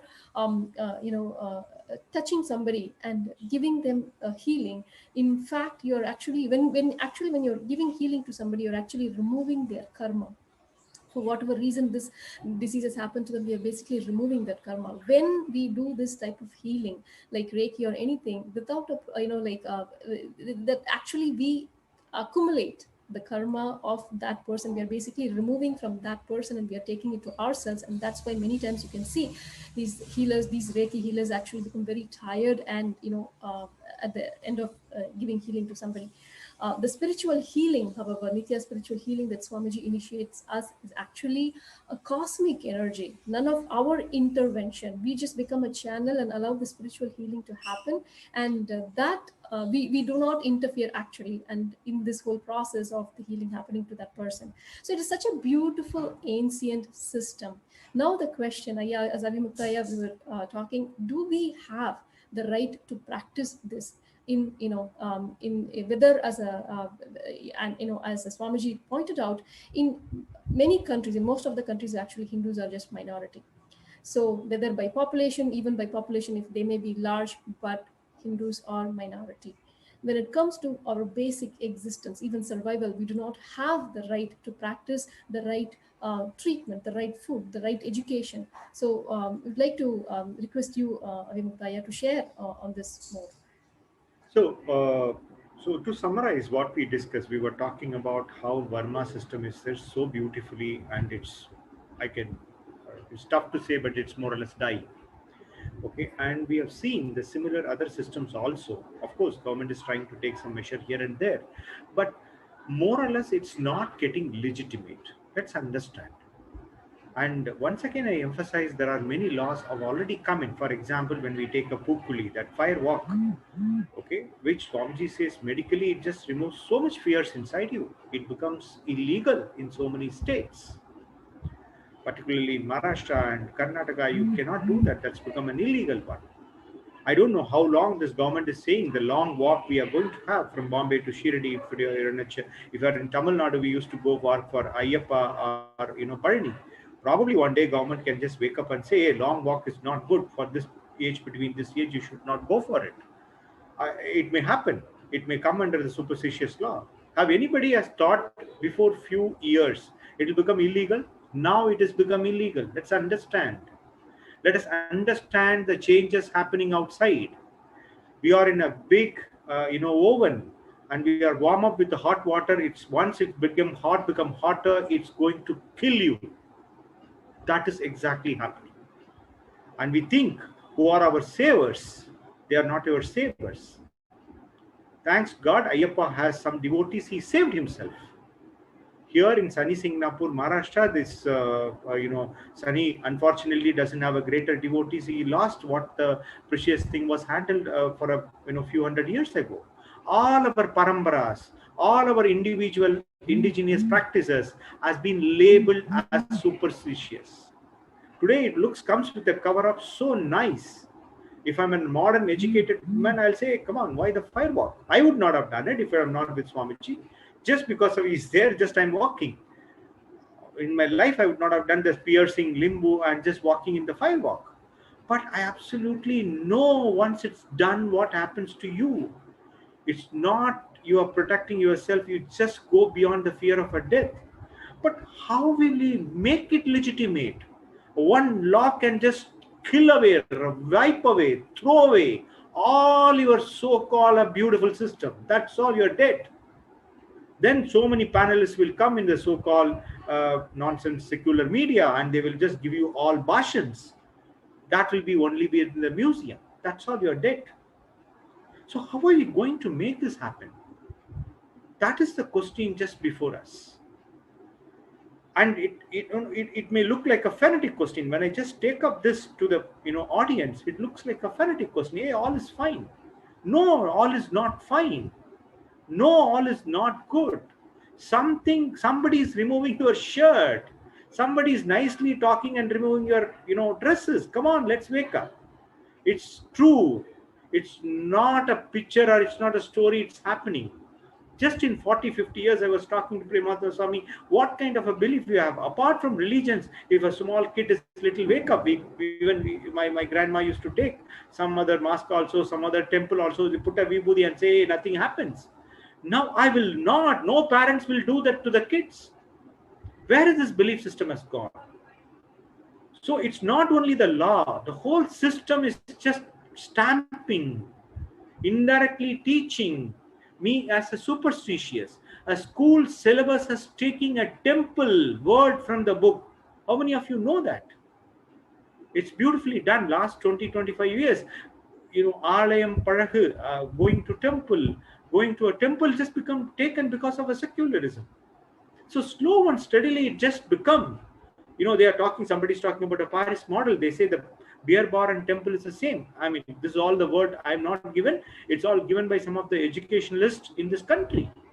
We have to be like a Paris model. This is where we are moving. First, they will have a narrative and the top people will come and talk, then that will become our lifestyle.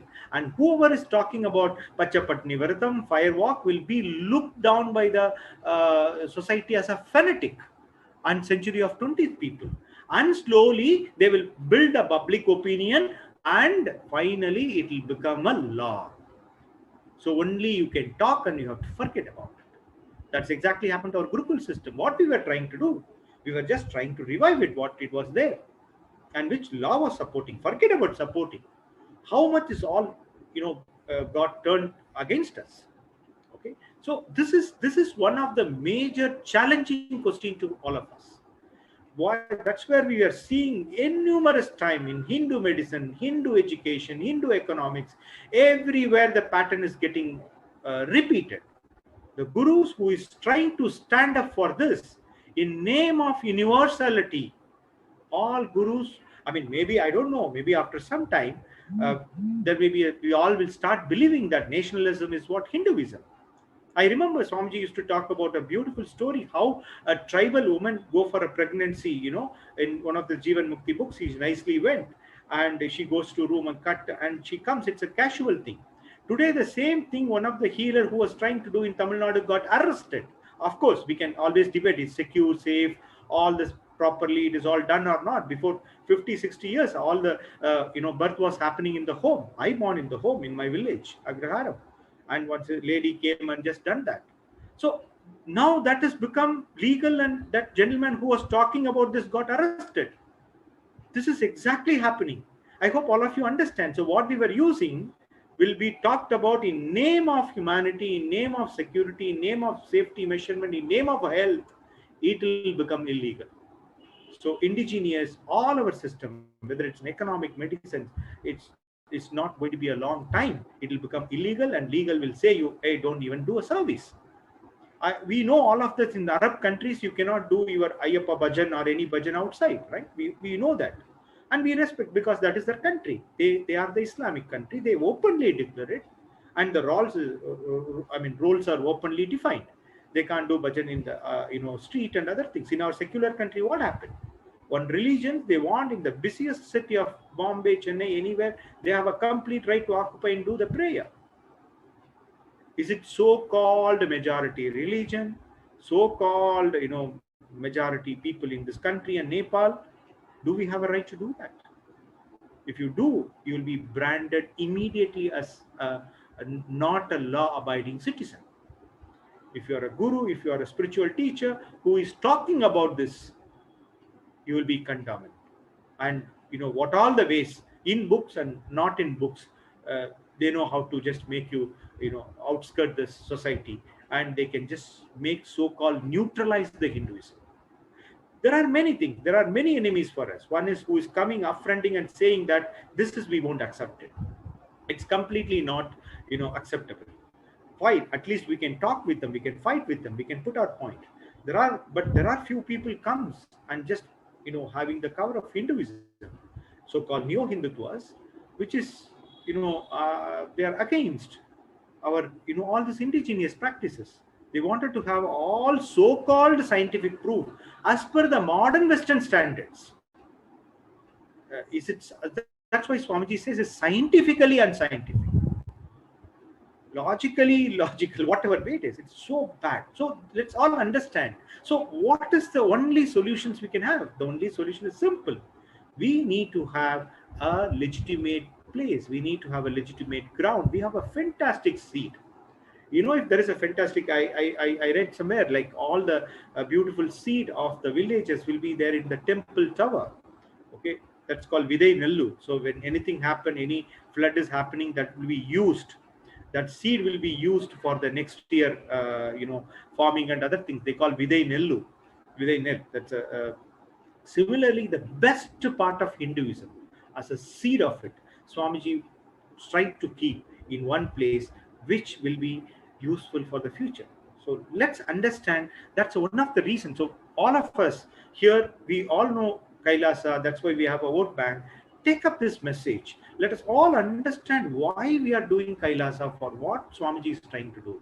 Let us understand the urgency of it. That's very important.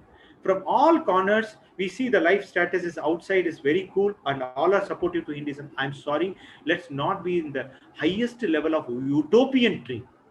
This is absolutely nonsense. We are like a crocodile in the oven, a big oven.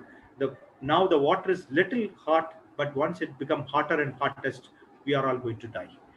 Hinduism is going to have a biggest threat from the same hottest water. That's the point I'm trying to drive this to this panel. So anybody want to add on this point? Please go ahead. We have, I think, Yes, few more minutes. Yes. So as see, having the right inner image, us not having Hindus not having the Hindu pride, not having of course, not having the knowledge of our own great ancient systems, which is why we are waiting for Western ideas to be fed into us. Even about Hinduism, if a Westerner writes, we learn from that how authentic it is going to be, and we eat that idea. We eat and fall into these ideas of secular ideas and Western ideas of Hinduism, which is not true. They are giving a negative narrative about us to us. And that is why we feel so ashamed of ourselves, our past, our forefathers, our own traditions. We are actually very ashamed of our own Hindu tradition. That is the truth. And that is why we are eager to jump to modern solutions, Western solutions. And where did it lead us today? We are suffering. We are suffering with the side effects of it, because running behind these shallow ways of life. What is the solution? We need a place with political legitimacy, a country where Hindus can exist freely, can practice Hinduism freely and authentically. That is what is Kailasa. Swamiji is creating the Kailasa nation for all of us, so we can practice Hinduism freely, authentically, not just because it is Hinduism, because it has the best. And we have proven it. We have a proven track record in every field. We have the science that is life positive. It is not about grabbing from somebody else at any cost. It is not about grabbing from somebody's life and using it.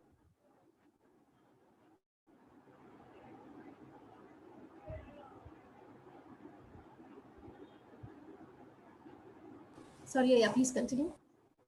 Yes. Yeah. So I was just talking about that firewalking thing. So very funny thing Dr. Murli is trying to share. You know that the same firewalking is available in US market. I saw some of the videos also. They call it as a corporate training. You know, they put the glasses and ask them to walk. They say, you know, they name it as face the uncertainties. Yes, Akhil. Yeah. I'm your right person to share. Please go ahead. So actually, when Swamiji announced, right, one of the cures for COVID was firewalking, then I immediately started figuring out how do I conduct it in New Jersey. And I found out in the states of New York and Florida, it happens regularly. And not only that, the local city in New York, or the town that you call it, promotes it as one of the to-do things. And even New York Times has covered all of that pretty well. And we wanted to do the same thing in New Jersey. Then the COVID lockdown, all those things happened and we couldn't. But it is easier for me to do firewalking in US than to actually come to India and do it. That's the state we are in right now. Exactly. And in fact, they've actually gone on to document a lot more things, right? How firewalking synchron. So they actually, they don't understand the science fully, but so far what they've figured out was, if, for example, if I do firewalk, the benefit of the firewalk is shared by the entire community. I mean, obviously they don't understand the concept of Advaita, oneness and all of that, but how they did was they started to measure the heart rates of everyone involved. So they found the entire group, not only the person who's doing the firework, their heart rates were getting synchronized. And they promote it as an activity for getting rid of your fears. It is not just a corporate activity, it is actually embedded in the system. And it actually is not very expensive. For $50 to $100, they're actually conducting per person. I mean, they don't have the lemon piercing and all, they didn't come to that state yet, but it is done pretty, it's not even an expensive pursuit. And the person who actually conducts this, he himself is a professor. So that's what. So somebody may come study our system. Probably they will rebrand it as with the Bible quote, and it'll get a U-turn. Yeah. So I'm sure within the next 1 year, it'll be reimported by this group in India, certified by US entities. Probably, yes. Yeah. Here I want to share one more thing here. Like even where Swamiji was introducing about the Pariya Kanji, right? The fermented rice kanji, which has lots of health benefits. Probiotic rich, and it has antibiotic property, etc. Then I think after Swamiji introduced about this, when I was I was googling what the status like in other countries and all those things, I could able to see about 200 ml of that Pariya Kanji nicely they packed, and about the $200 they were selling in the US. I was like, oh God, then they will put another name for it, and they will, as you are telling, they may give another Bible quote or whatever, and they give like this is the this is how the thing goes, right? So it's very high time, like as you were telling, since we didn't feel the heat, that doesn't mean that we are safe and we are okay. Definitely one day it will become very hot. The water will become very hot. After that, realizing or taking steps towards, we need to come out from this, or we need to prevent, that won't work. This is the very high and sensitive time where we really need to protect our beautiful, amazing Hinduism science. Rajapandiya, you have something to say? We are in the heart only, but we need an ecosystem, what Swamiji is telling, because in this platform we are talking like, and what is in around the world, because the total scenarios, what we discussed, more than a host, and as a Swamiji need to store the seeds in Kailasa for the betterment of future, and we people, we need to stand with the Swamiji, and we need to create our ecosystem wherever we are, and we need to keep our seeds and for the further generation. Thank you. I would also like to add here, the most important thing which Swamiji is really bringing back in the terms of legitimacy also in every field, he is actually supporting it with the Shastra Pramanas. Please understand, the most important thing is we have the Veda Agamas with us. It's not just anything else. So, am I audible now? Okay. Yeah, okay. So the most important thing is he's bringing in legitimacy directly from the source, that are the Veda Agamas.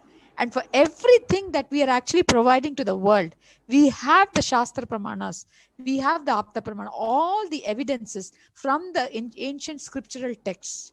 And that is what is the most beautiful thing about bringing back legitimacy to the system. Nobody can question it. Just nobody can question it anymore. And that is why we need to really go forward with, and what he said was ferociously. We really need to go forward. Absolutely. So if all of you viewers, if you understand what are the elements is taking away from us from Vedas and Agamas. How many of you know that already, this is a theory proved in Tamil Nadu that Tirukkural has come from Jesus. Okay. So, and there are debates whether we have to do in Tamil. Swamiji very nicely said there are some people, in name of language, the whole things is just taken away from us. Okay, they're very beautifully they work on. They have a multi-pronged systems to take us away very smartly, very slightly, slow by slow, just to from Vedas and Agamas. So only effort if we just go back. What all the problem today we face, it's not just because of we followed Vedas and Agama. It is not just because of we are little far away, not little, too far away from Vedas and Agamas. The only solution is reverse walk. Going back to them, going back to the roots, what they said, and just reviving it. We'll just try to address this. This is what we are keep seeing after every incident we are seeing from every division, whether being it an economy, being it feministic discussion, being it an education, being it in medicine. All the problem today we just list down and just let us map where we were and why we were and why we have faced it. We could able to easily address that. Water is getting hotter, and when it is becoming hottest, you don't have a solution. You being a crocodile, you can't just jump out of it. You have to get burn yourself. So let's save ourselves, going back to our root of Veda Agama, right? So that is what we are just trying to conclude. Yes. Yeah. Actually, few more slides are there. In the healing, spiritual healing. So we just finish all those things. Please continue.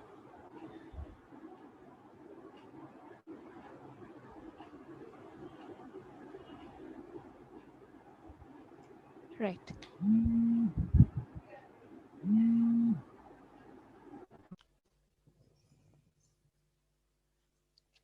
So the divine revelation of the Nithyananda spiritual healing formula after enlightenment, this is Swamiji's Atma Pramana, his own experience. So after enlightenment, I was in a place called Nerur, which houses the Jiva Samadhi, the living energy field of an enlightened master, Sadashiva Brahmendra. One of my teachers at the Polytechnic College, where I studied, came to meet me. She had heard about my healing powers, and she asked me, why don't you initiate us into your healing system? At that moment, I was sitting close to the Jiva Samadhi of Sadashiva Brahmendra. I could feel the master's presence.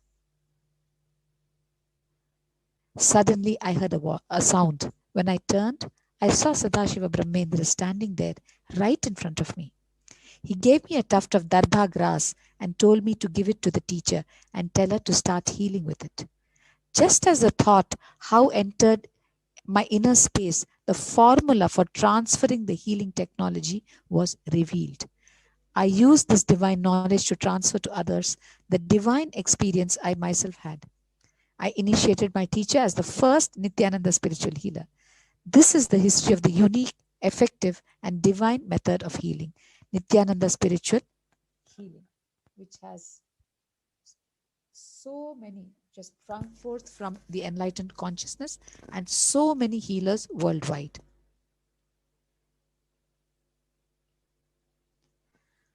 healers are my hands. I say that healers are my hands when I say I don't think I'm talking about this 6 feet tall Nityananda. I'm talking about the Prapancha Shakti, the cosmos. And when I say that the same energy that is flowing in me will flow through you, it is not an assurance, it is a promise. And this is also the Atma Pramana from Swamiji, his own words. So this is the Pratyaksha Pramana. Like most enlightened masters, one of the unique gifts that Nityananda has to offer to humanity is healing, called as Nitya spiritual healing. Nitya spiritual healing has been baffling the medical world, healing people from migraine to cancer. He has personally touched and healed thousands of people all over the world. Diseases such as fever, migraine, diabetes, hypertension, skin diseases, arthritis, anemia, de-addiction from smoking or alcohol, cancer, kidney troubles, low back pain, depression, stress, and many other countless number of diseases have been cured or significantly reduced to a greater extent by spiritual healing. Hundreds of detailed testimonials can be found at www.dhyanapeetham.org/testimonials.asp.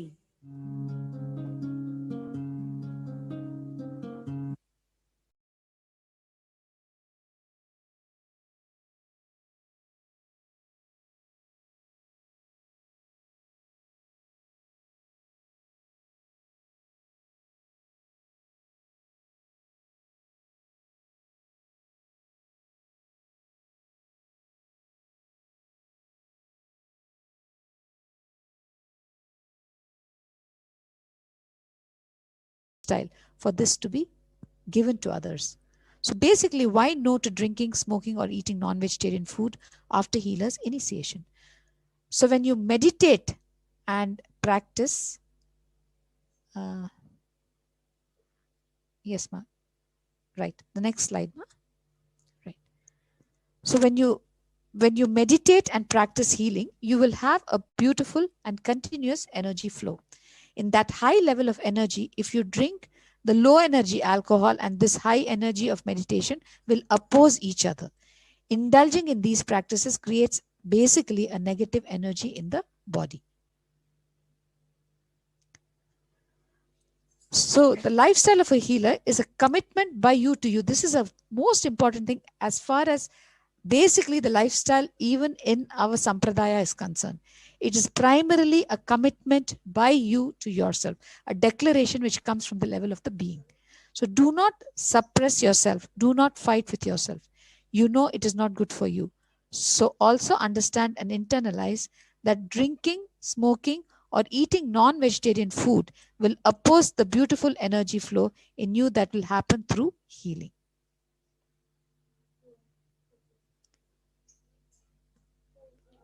So what is important right now? Actually, we're just talking about this. I think Akhilaya and Avimukta Ayya and Ma Prematma Swami, would you like to talk on Yes, this? ma. So basically, yes. So basically, we can see that our Hindu traditions, many of our Hindu practices have been banned by the anti-superstition law, both in Maharashtra and Karnataka. That is what I was pointing out earlier, where we do not have the freedom to have our lifestyle. This is a targeted, even though the targeted attack on Hindus and Hindu practices alone, even though the law kind of vaguely defines against black magic and specific practices, but it is they're very much against Hindu lifestyle and Hindu way of system. So the targeted attack is very much against Hindus, where we do not have the freedom, whether it be the fire walking. As I was saying, it is banned in Karnataka. But if we do the fire walking, so much of solution is there, and the healing for coronavirus. But we do not have the freedom to practice this which is banned by this anti-superstition law. So what basically I'm trying to point out is Hindus out there, if we are thinking that we are living in a secular country with equal rights and equal freedom, that is not true. That is not the case. We have lost many temples, we have lost our libraries, we have lost many lives, and we have lost our territory also. There is no single country in the world which has Hinduism as a state religion. What does that tell us? Do you still feel Hindus have equal rights? There is a state for Christians. There are many countries for Christians. There is a country for Jewish people. There is countries for Muslims. Is there a single country, a single place with legitimacy, political legitimacy for Hindus? We are homeless. We may be many in number, but we are homeless. That is the truth, and Hindus need to wake up to this fact. As Swamiji was pointing out, we may be majority in numbers, but in actual rights, we do not have rights. That is why we need a place of our own, a country of our own, a nation of our own, which is Kailasa, which is what Swamiji, the Supreme Pontiff of Hinduism, is reviving for every single one of us to have a place for us. With political legitimacy, with spiritual legitimacy, with freedom to practice our fundamental rights. Right to religion is our fundamental right, but do we really have it?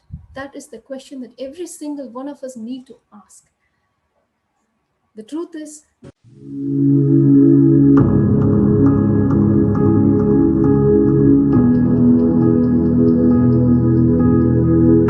Kailasa is the enlightenment ecosystem.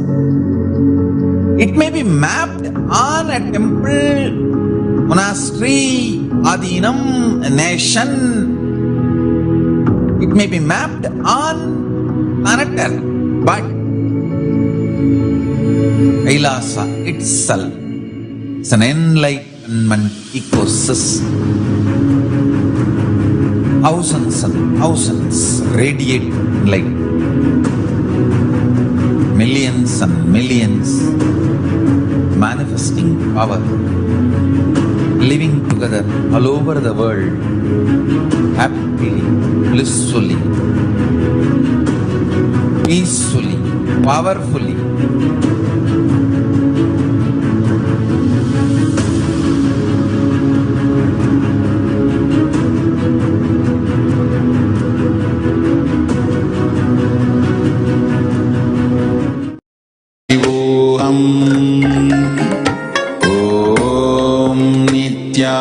Nithyananda Paramashivoham.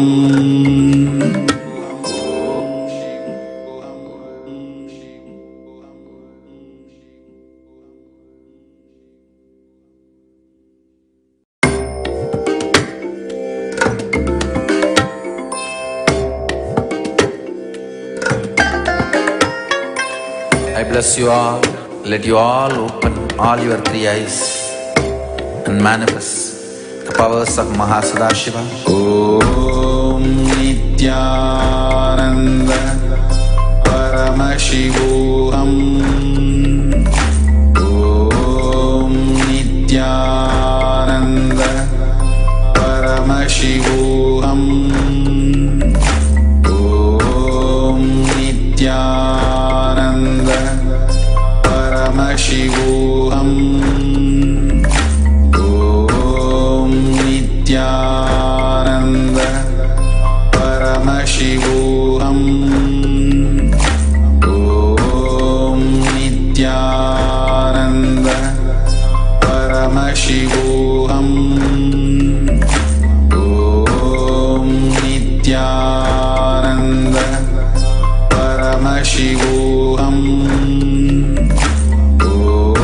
Om Nithyananda Paramashivoham. Om Nithyananda Paramashivoham. Om Nithyananda Paramashivoham. Om Nithyananda Paramashivoham. Nithyananda Paramashivoham. Om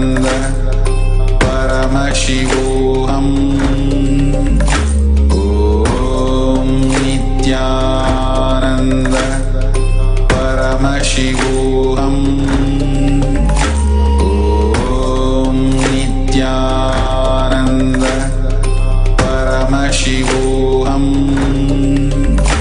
Om Nithyananda Paramashivoham.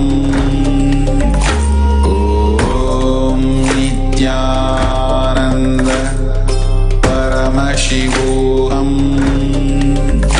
Om Nithyananda Paramashivoham. Om Nithyananda Paramashivoham. Om Nithyananda Paramashivoham. Om Nithyananda Paramashivoham. Om Nithyananda Paramashivoham. Om Nithyananda Paramashivoham. Om Nithyananda Paramashivoham.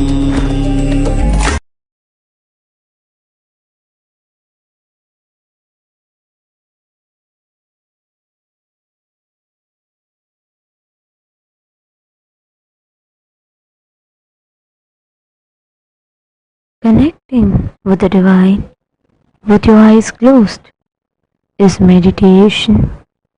Connecting with the divine with your eyes open is darshan.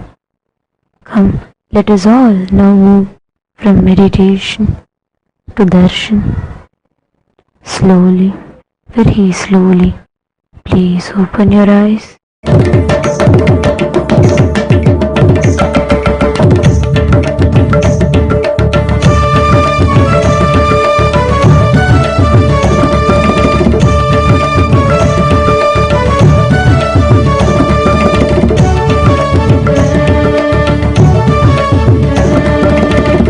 Nityapurishvara Nithyananda, Nityapurishvara Nithyananda, Nithyananda, Nithyananda, Nithyananda, Nithyananda, Nityapurishvara Nithyananda, Nityapurishvara Nithyananda, Nithyananda, Nithyananda, Nithyananda, Nithyananda.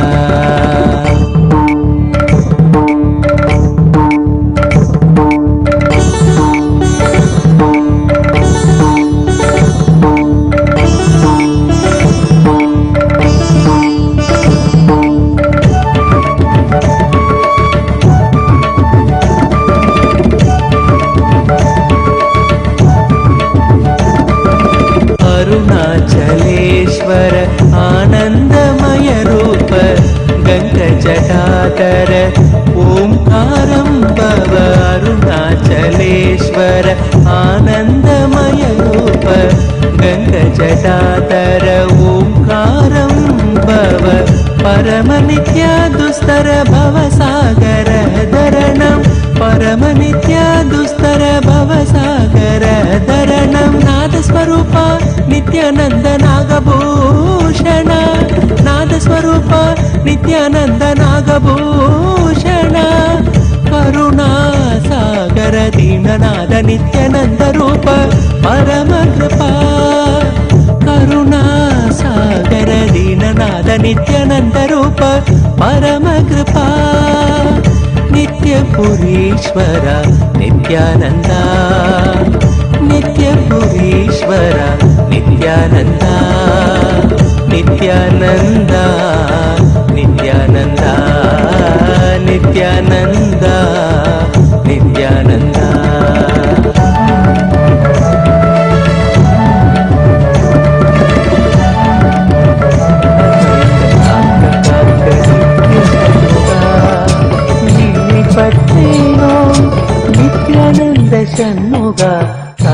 காக்கவே நித்திய சண்முகா நின்னை பற்றினோம் நித்யானந்த சண்முகா காக்க காக்கவே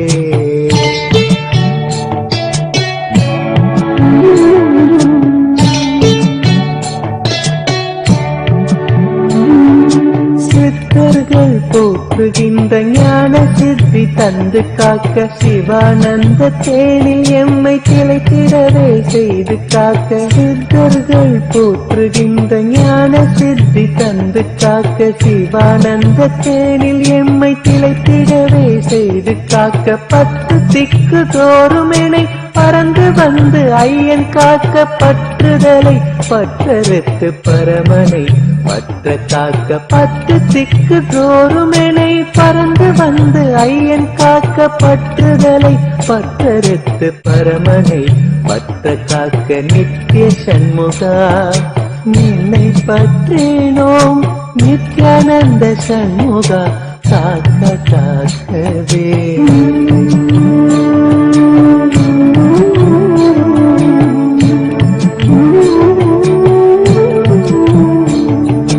பிறப்பினோடு இறப்பினையும் பெயர்ந்து நித்யா காத்திடுவாய் பிறவாமை என்கின்ற பெரும்பரம் நீ தந்திடுவாய் பிறப்பினோடு இறப்பினையும் பெயர்ந்து நித்யா காத்திடுவாய் பிறவாமை என்கின்ற பெருவரம் நீ தந்திடுவாய் சம்ஸ்காரங்கள் கடந்து ஆன்ம ஞானம் தந்து காக்க சரணடைந்தோம் நித்யானந்த சண்முகனே நித்தம் காக்க நித்திய சண்முகா நின்னை பற்றினோம் நித்யானந்த சண்முகா காக்க காக்கவே நித்திய சண்முகா நின்னை பற்றினோம் நித்யானந்த சண்முகா காக்க காக்கவே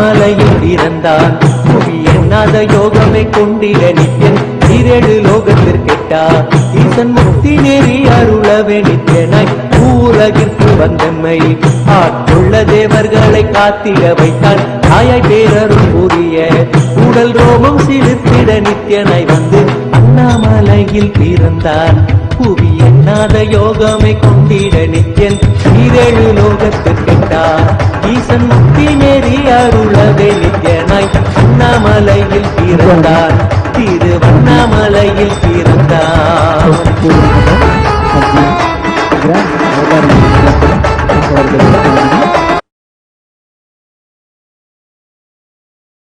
Karupana Swami and Munishwara Swami in Adi KAILASA Nithyananda Paramashivam. Now let us receive the grace and blessings of Lord Karupana Swami and Munishwara Swami and Arugula Viji. Om Dhurvasidhurvadhurvantam dhurvatanyosman dhurvatidandhurvajam vajam dhurvamastam devanamasi satnidamham papridamham jushkadamham manhidamam devahudamamahudamasiravittanam trigumbhasvamahvaa मित्रस्य चक्षुषा प्रेक्षेमाधूर्मा संवित्कामात्वाहि कुंचिशम् ओम श्री आनंद मुनीश्वर स्वामिने नमः श्री आनंद करपन्न स्वामिने नमः धूपमाघ्रापयामि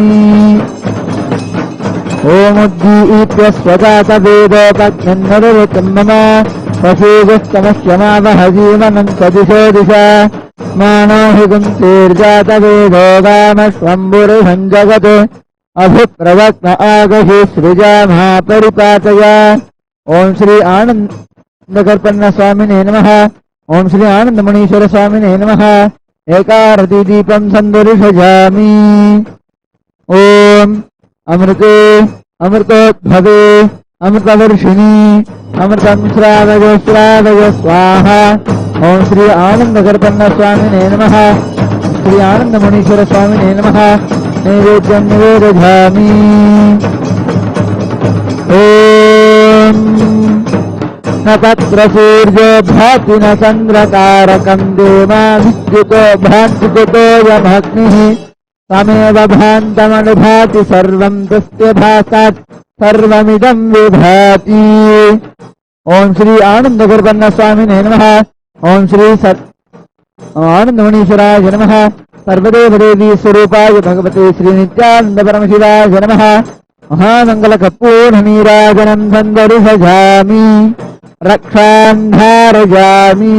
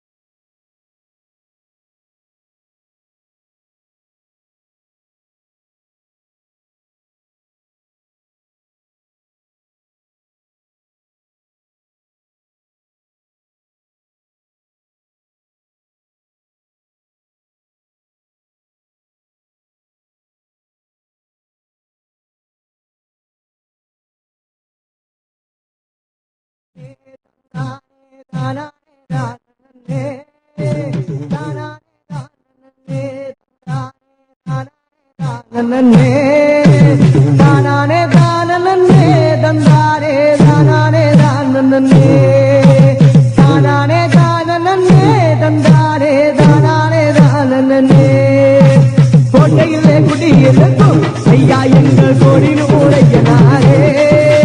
கோட்டையிலே குடியிருக்கும் ஐயா எங்கள் கோடி நூறையனாரே. மண்ணுலகம் வாழ்பவரே ஐயா எங்கள் கோடி நூறையனாரே.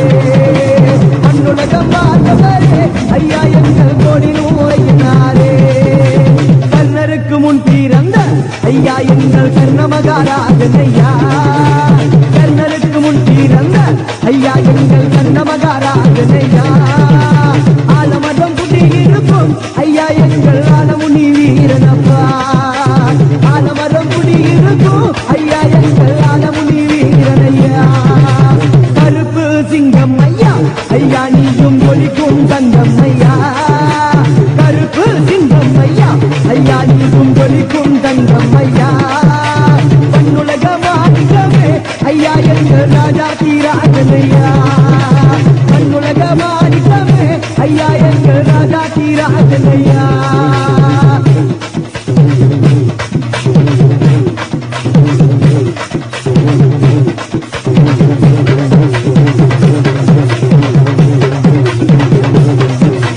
சொல்லாக உன்னை படைத்தோம் ஐயா அந்த சொல்லுக்குள் வடிவமைத்தோ. சொல்லாக உன்னை படைத்தோம் ஐயா அந்த சொல்லுக்குள் வடிவமைத்தோ. மலையாள தேசத்திலே ஐயா நீயும் மண்ணால பிறந்தவரே. மலையாள தேசத்திலே ஐயா நீயும் மண்ணால பிறந்தவரே. சிரித்தால் குழந்தை ஐயா ஐயா நீயும் என்னை காக்கும் நாயகரே. சிரித்தால் குழந்தை ஐயா ஐயா நீயும் என்னை காக்கும் நாயகரே. தடையாய் குலுங்கி வரும் ஐயா நீயும் தடமுனியே வீரவரே. தடையாய் குலுங்கி வரும் ஐயா நீயும் தடமுனியே வீரவரே. சொல்லாக உன்னை அழைத்தோம் ஐயா அந்த சொல்லுக்குள் வடிவமைத்தோ. சொல்லாக உன்னை அழைத்தோம் ஐயா அந்த சொல்லுக்குள் உன்னை அழைத்தோ. மண்ணால பிறந்தவரே ஐயா எங்கள் மாகாட்டு நாயகரே. மண்ணால பிறந்தவரே ஐயா எங்கள் மாகாட்டு நாயகரே.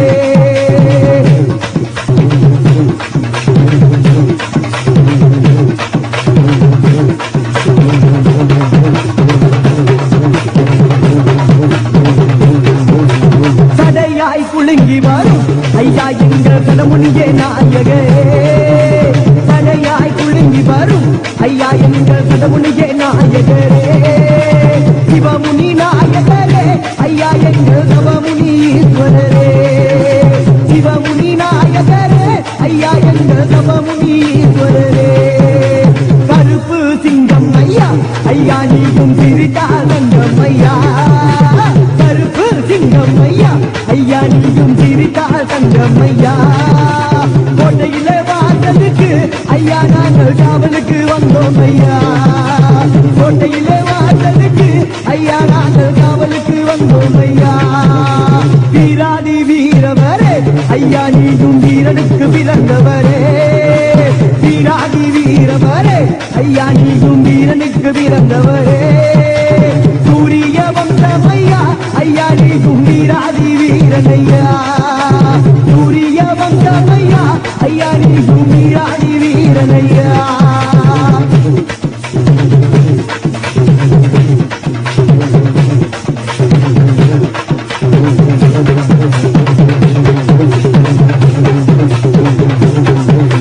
கோட்டையிலே ஐயா கோட்டையிலே ஐயா கோட்டையிலே குடியிருக்கும் ஐயா நீயும் கோடி நூறையனாரே கோட்டையிலே குடியிருக்கும் ஐயா நீயும் கோடி நூறையனாரே மண்ணுலக மாணிக்கமா ஐயா நீயும் கோடி நூறையனாரே மண்ணுலக மாணிக்கமா ஐயா நீயும் கோடி நூறையனாரே தானானே தனநானே தந்தானே தானானே தனநானே தானானே தனநானே தந்தானே தானானே தனநானே தானானே தானே தந்தானே தானானே தானே தானானே தானே தந்தானே.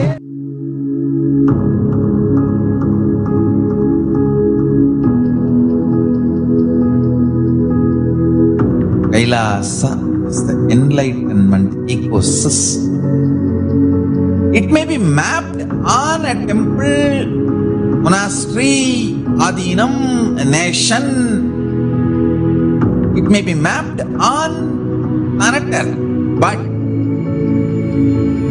Kailasa itself is an enlightenment ecosystem. Thousands and thousands radiate light. Millions and millions manifesting power, living together all over the world, happily, blissfully, peacefully, powerfully.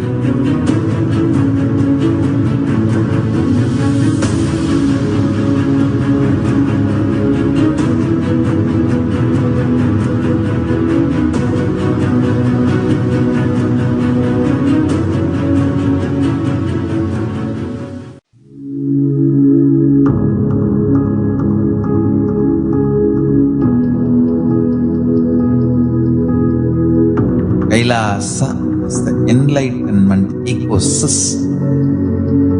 It may be mapped on a temple, monastery, adinam, a nation. It may be mapped on planet Earth, but Kailasa itself is an enlightenment ecosystem. Thousands and thousands radiate light.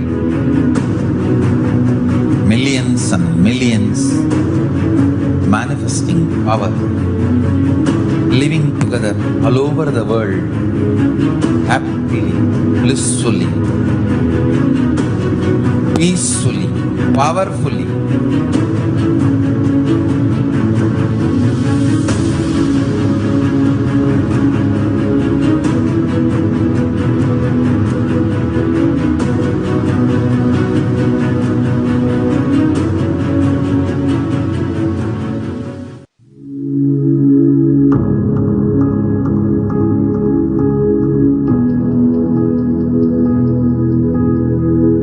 Kailasa is the enlightenment ecosystem.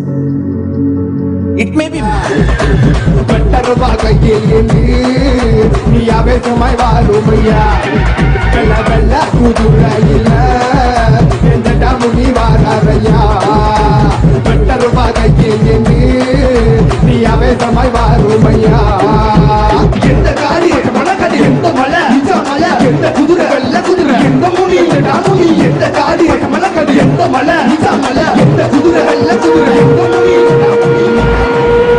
ஓங்கார மலை மேல உன்னை வணங்கி நான் பாட்டெடுத்தேன். நாதனே கீதனே நாதமுனி நாதனே என் தேவனே உன்னை நினைத்து அழைக்க. பச்சை மலை காட்டுக்குள்ள சீடி வரும் சிங்க போல என் ஐயன் நீ நட போட்டு வருக.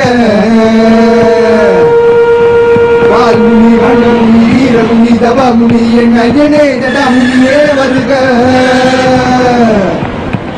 வால்முனி வண்ணமுனி வீரமுனி தவமுனி என் ஐயனே ஜடாமுனியே வருக.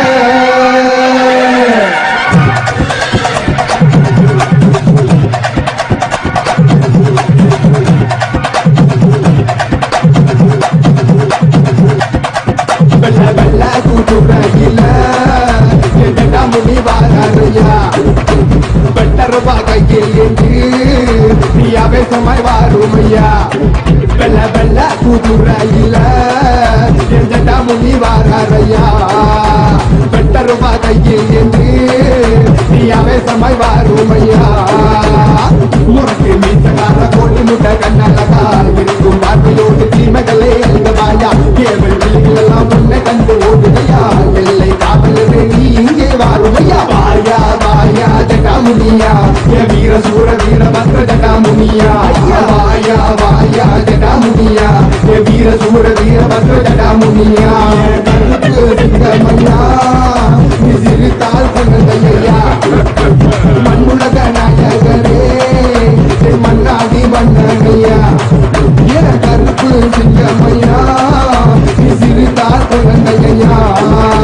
மண்ணுலக நாயகரே மன்னாதி மன்னனையா. உரிமையிலே கொண்ட மறந்து ஆட்டுமையா. நம் பாட்டு மோச கேட்டு என் முன்னே தோன்றினையா. வெள்ள குதிரையில சில சிலருக்கு வாருமையா. முன்னில பெரிய முனி என்ன கோட்ட முனியா. முன்னிலே தலதலக வாருமையா. முன்னிலே தலகுலக ஆடுமையா. தவ தவ முன்னிலே தலதலக வாருமையா. முன்னிலே தலகுலக ஆடுமையா. வெள்ள குதிரையில ஜடா முனி வாரையா. பட்டருவா கையில் என்று நீ அவேசமாய் வாருமையா. வெள்ள வெள்ள குதிரையில ஜடா முனி வாரையா. பட்டருவா கையில் என்று நீ அவேசமாய் வாருமையா. எந்த காடி மலக்கடி எந்த மலை நிஜ மலை எந்த குதிரை வெள்ள குதிரை எந்த முனி ஜடா முனி. எந்த காடி மலக்கடி எந்த மலை நிஜ மலை எந்த குதிரை வெள்ள குதிரை எந்த முனி ஜடா முனி.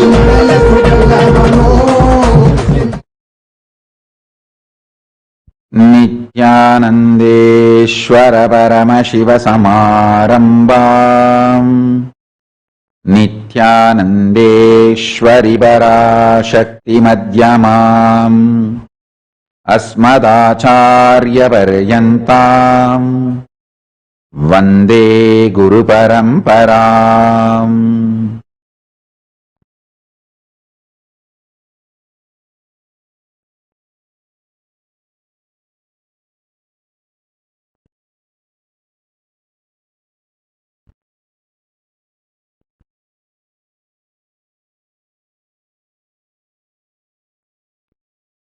I welcome you all with my love and respect. I welcome all the living and practicing Hindus, de facto Kailasians from all over the world. I welcome all the Sarvanyapita Kartas, Yajamans, Manifestors, Sarvabharityagis, Shri Mahans, Mahans, Kotari Tanedar, visitors, viewers, Kayakalpa Yoga participants, e-Gurukul students, everyone sitting with us all over the world. I welcome all of you with my love and respect. Paramashiva's message directly from Kailasa. Kailasa is civilizational nation, reviving ancient enlightened Hindu civilization. It is not all about territory alone. We have territory, but it is not all about territory alone. It is all about Hindu, enlightened, civilizational nation. So the focus is on reviving enlightened civilization. Understand this narrative clearly. When I was given Yoga Pattabhishekam by my gurus, it's not that immediately I started looking for a territory. I started working intensely for reviving the enlightened civilization, most ancient, enlightened Hindu civilization. I was all out, working day in and day out, intensely, simple hard work, reaching out one person at a time.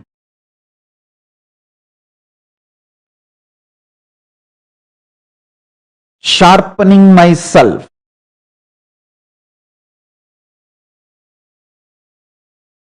My gurus gave me tremendous spiritual knowledge, powers. But I need to start working on understanding the society. So they gave me the guidance. Go and spend some time in Ramakrishna Mission, spend some time in Swaminarayan movement. They gave some certain guidance. Study all these organizations and then start the work you need to do. So side by side I was doing, educating myself and reaching out to people to revive the ancient, enlightened Hindu civilization. So please understand, our focus is all about reviving the enlightened Hindu civilization. And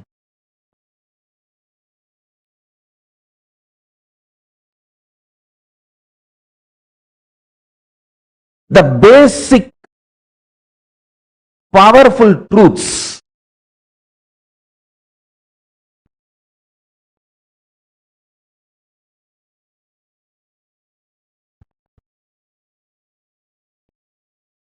powerful cognitions and powers, both,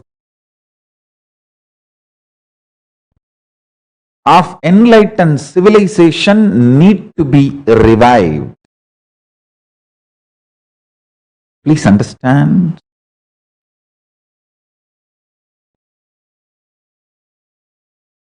Kailasa is not going to be centered, something like a territorial nation or territory nation building concept. We have territory, we will have territory in few more places, that is different. But the focus is going to be civilizational nation. We are going to be civilizational nation. Like Israel for Jews, Vatican for Catholics. It's not just about territory, it's a civilizational nation. Kailasa is going to be civilizational nation for Hindus. So understand this major difference. I am going to keep the Hindu narrative alive and experiential. How? A child is given the superconscious education. In Hinduism, there is no baptism. You need to know that. There is no baptism. We give superconscious possibility to the kid. We open that. We open the third eye of the child and let the child play with the third eye energies, powers, kundalini. The child evolves.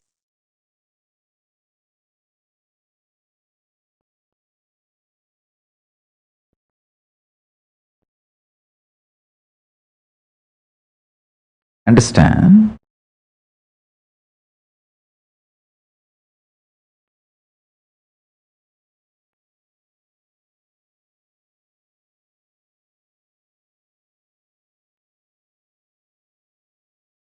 Kailasians need to enrich themselves and others on the principles of enlightened civilization. How? In individual life you can live enlightened life, and how you can enrich the society to become enlightened society, enlightened civilization. As I always used to describe what Vivekananda visualized, Aurobindo aspired, Osho worked, Yogananda yearned with all their grace and blessings.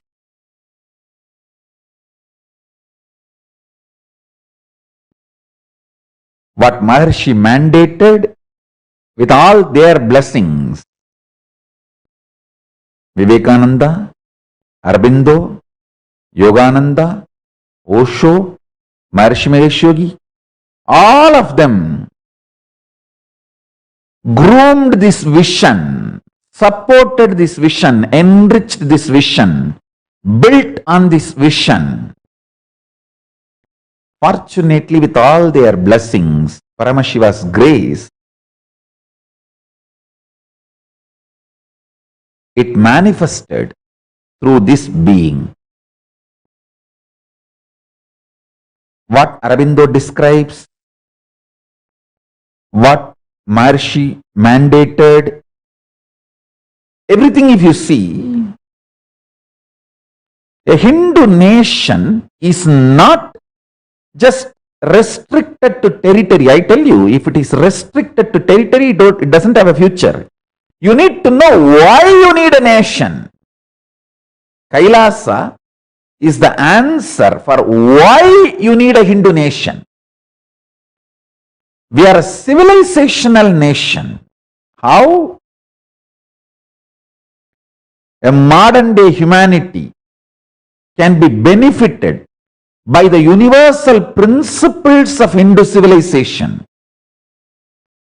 Enlightened Hindu civilization is the real open society. Understand? Open society means where all human beings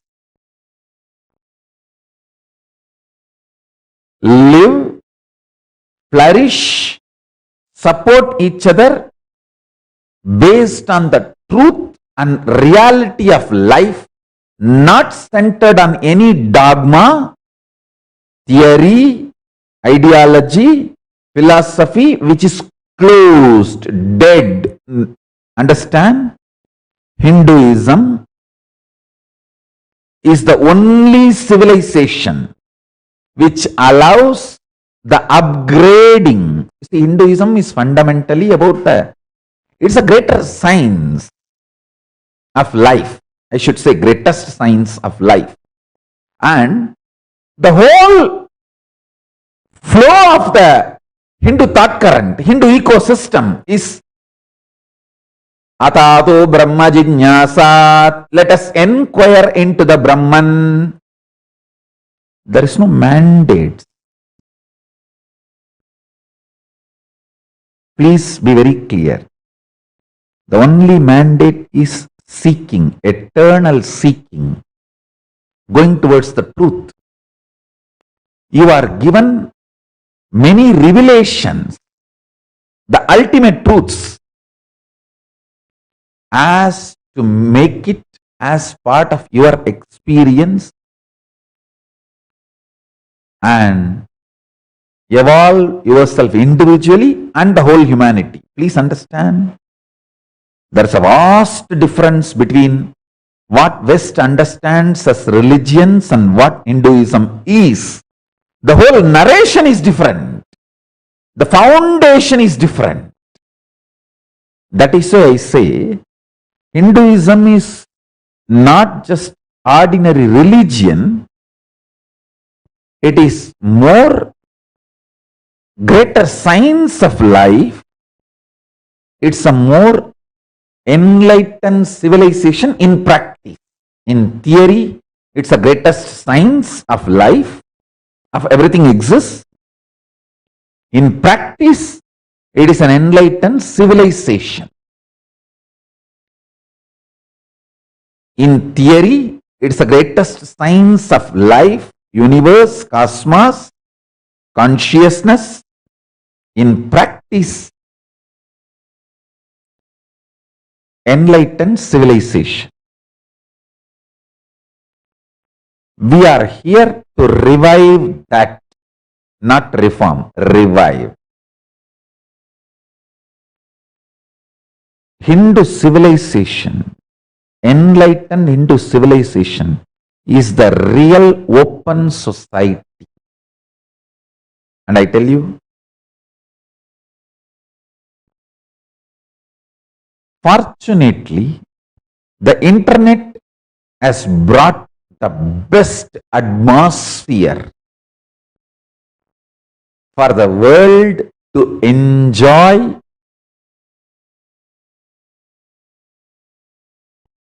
civilizational, Hindu civilizational based nation, the enlightenment civilizational based nation. The whole world population is something like 7 billion. Can you show? I think the internet population alone is 4.9 billion. Please understand, the world population is something like 7 and internet population is 4.9. So I tell you, internet is the world's largest populated nation.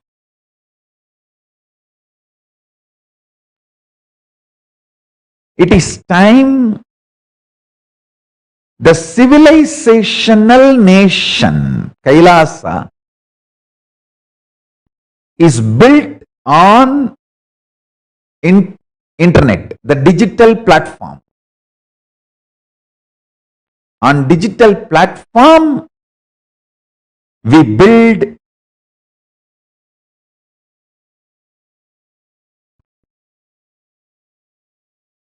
Kailasa.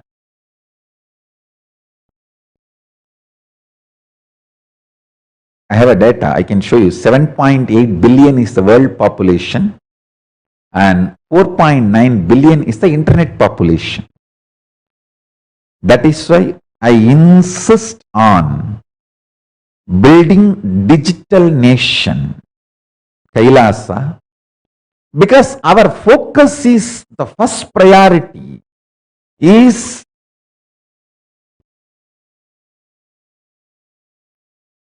reviving enlightened civilizational nation.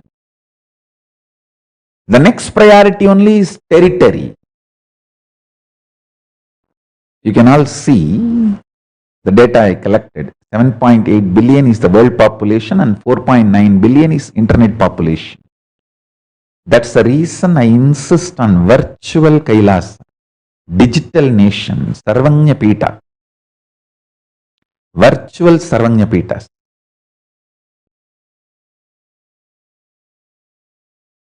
So let me give you the presentation. I brought it for all of you today from step by step. Listen carefully. I will upload these slides in the Facebook also. Just upload it and flash it. Let it be uploaded and flashed. I'll upload it. Now,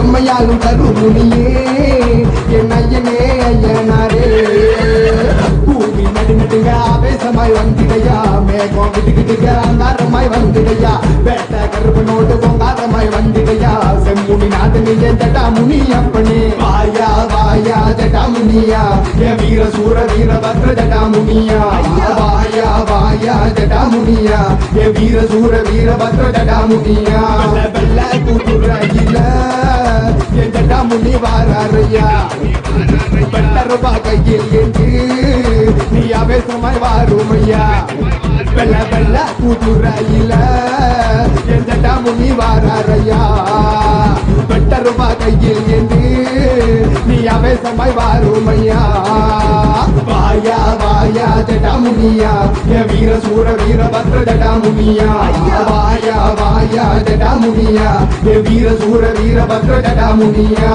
வாயா வாயா ஜட்டா முனியா என் வீர சூர வீரபத்ர ஜட்டா முனியா வாயா வாயா ஜட்டா முனியா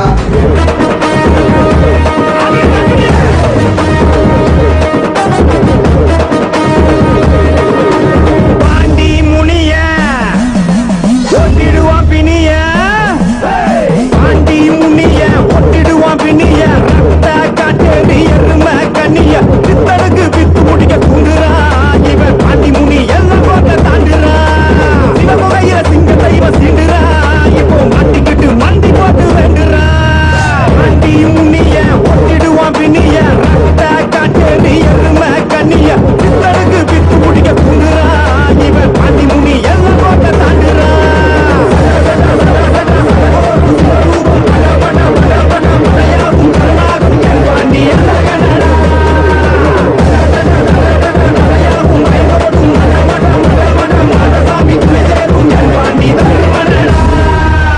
பாண்டி முனிய ஒட்டிடுவான் பிணிய ரத்த காட்டேரி எருமை கண்ணிய சித்தனுக்கு வித்து முடிக்க குண்டுறா இவன் பாண்டி முனி எல்லாம் போட்ட தாண்டுறா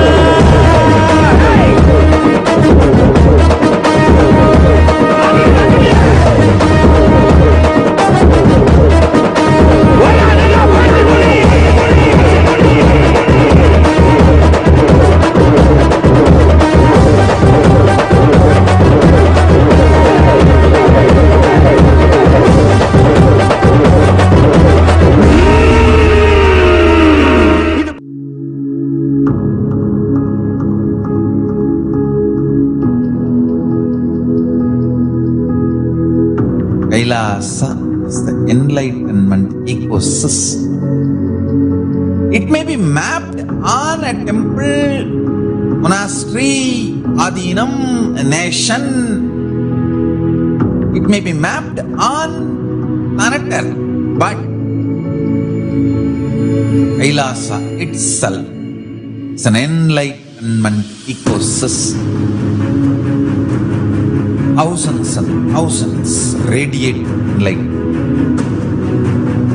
Millions and millions manifesting power, living together all over the world, happily, blissfully, peacefully, powerfully.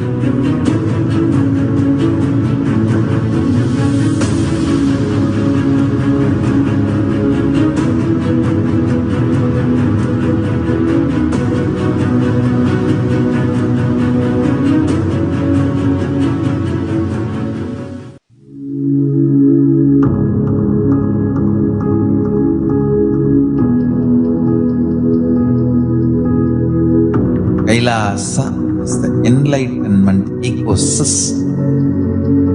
It may be mapped on a temple, monastery, adinam, a nation. It may be mapped on planet Earth, but Kailasa itself is an enlightenment ecosystem. Thousands and thousands radiate light. Millions and millions manifesting power, living together all over the world, happily, blissfully, peacefully, powerfully.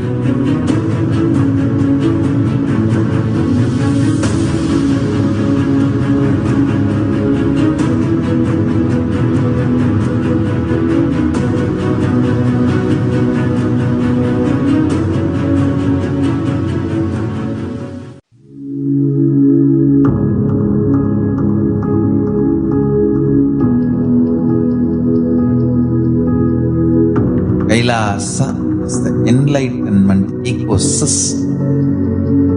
It may be mapped on a temple, monastery, adinam, a nation. It may be mapped on planet Earth, but Kailasa itself is an enlightenment ecosystem. Thousands and thousands radiating light. Millions and millions manifesting power, living together all over the world, happily, blissfully, peacefully, powerfully.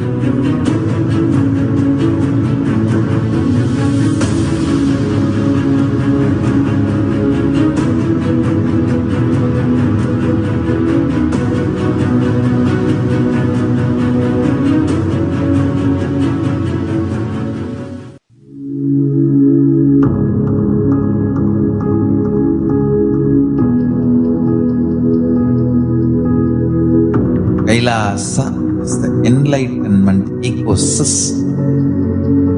It may be mapped on a temple, monastery, adinam, a nation.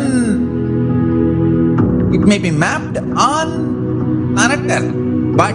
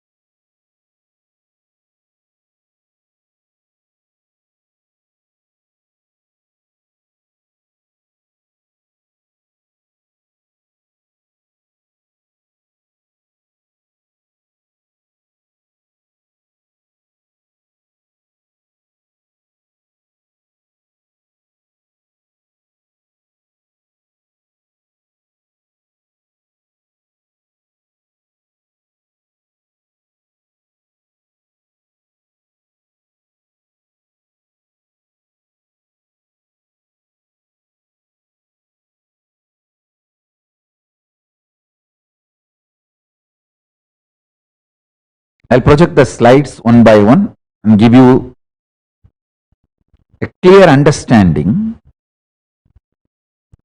First, as I described, we Kailasians need to focus on building enlightened civilizational nation Kailasa on digital platform, because we are reviving, we are a more enlightened civilizational nation, not just territorial nation. Territorial nation follows. Territorial nation is what is Kailasa. Digital, the enlightened civilizational nation is why Kailasa.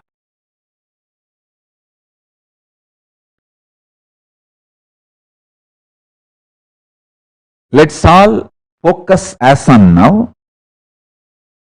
to build the civilizational nation Kailasa. Enlightened Hindu civilizational nation Kailasa.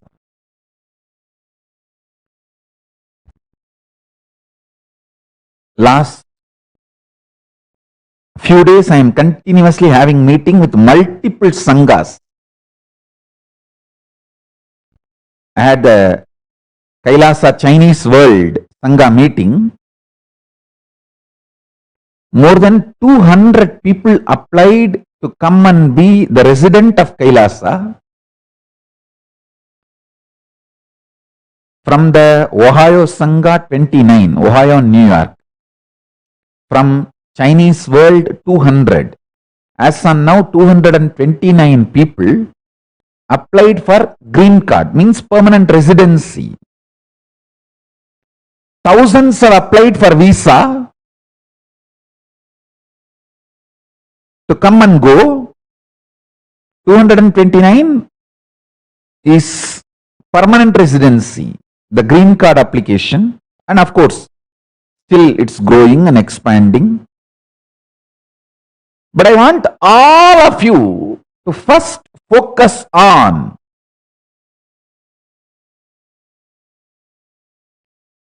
enlightened civilizational nation.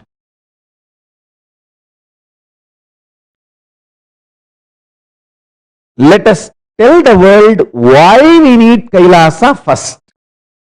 Experientially, not just verbally, philosophically, theoretically. Let us offer what Kailasa should offer to the world. Let's make people enjoy. Let people get benefited by Kailasa. We can start doing that by building digital nation. So the world's greatest Hindu nations, e-governance, e-Sarvanya Pitam, is what I am presenting it to all of you now. The e-Sarvanya Pitams are like people who reside in various parts of the world, spreading, reviving the ancient civilizational nation Kailasa in their region. E-embassies will be working for Mahakailasa, means the territorial nation Kailasa directly, but located in various countries, various nations. So this is the difference between E-Sarvanya Pitam and E-Embassy. E-Sarvanya Pitam will be located in your own nations, wherever it starts. It is started. For example, we may have a temple in Canada, in USA, in Malaysia, in Singapore. All that will be ESJPs, means it will revive Hindu civilizational, enlightened civilizational nation in your localities, within the legal frame of the country you are based. You are grounded, you are rooted. Within the constitution of those countries, that is E-Sarvanyapita. E-Embassy will be working directly for Mahakailasa, the territorial Hindu nation Kailasa. It will act as an embassy for those countries where the embassy is, with those governments, building diplomatic relationships, working with those nation decision makers, people, everyone. So the E-Sarvanyapitam and E-Embassy, these two are completely different, created for different purposes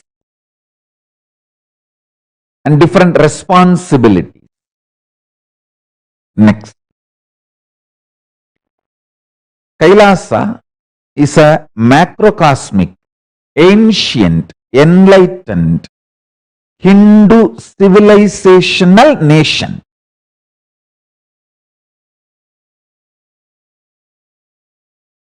Which does not put importance on territory alone. Kailasa is a macrocosmic, ancient, Hindu, enlightened civilizational nation, which does not put importance on territory alone. Kailasa is revived by the 1008th living incarnation of Paramashiva, the Supreme Pontiff of Hinduism, Jagatguru Mahasannidhanam, His Divine Holiness, Bhagavan Nithyananda Paramashivam. These are the basic introduction.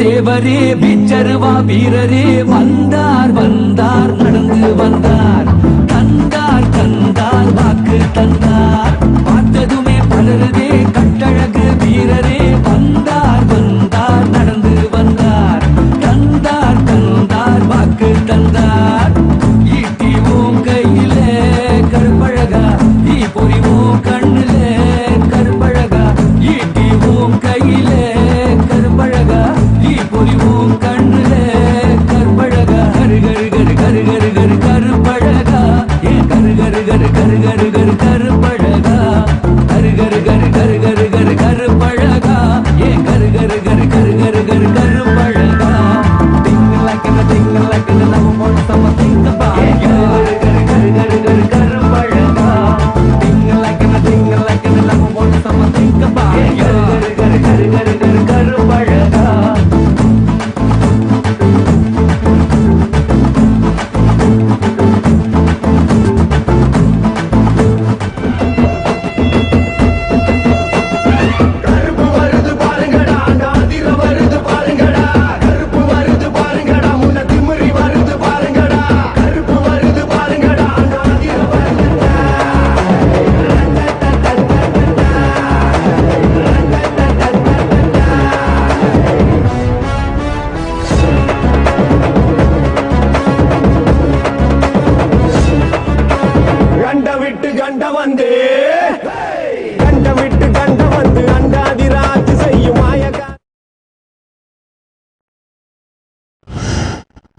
Yes, if you are able to see me, hear me, please wave your hands. Sorry for the technical glitch. We'll start now.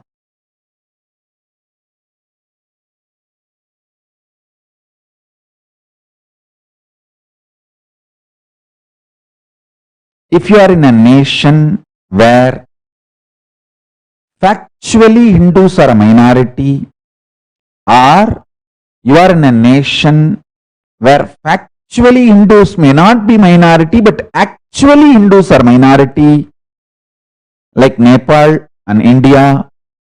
In both cases, you are a minority Hindu. This is a call for you. You need to wake up to the reality. You are minority. Here I am giving again the slide of Hindu population.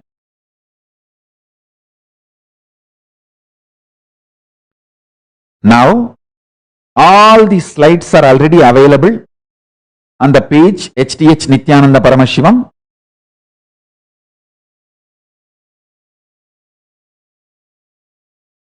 As a album and pinned.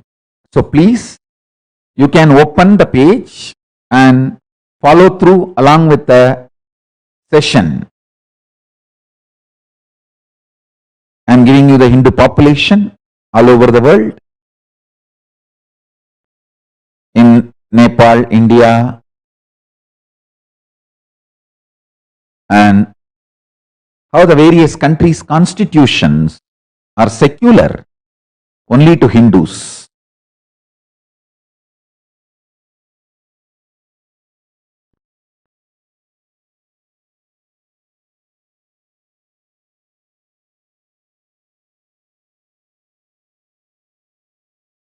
I am also describing the lawfare on Hindu gurus, Hindu temples, the whole Hindu identity, how we are getting boxed in by media, administration, legislature and judiciary, how the Hindus, all the Hindu identity, whether it's a place of worship or lifestyle or Hindu gurus, how we are getting boxed in by all four: media, administration, legislature and judiciary. In every country, not just in India, in every country.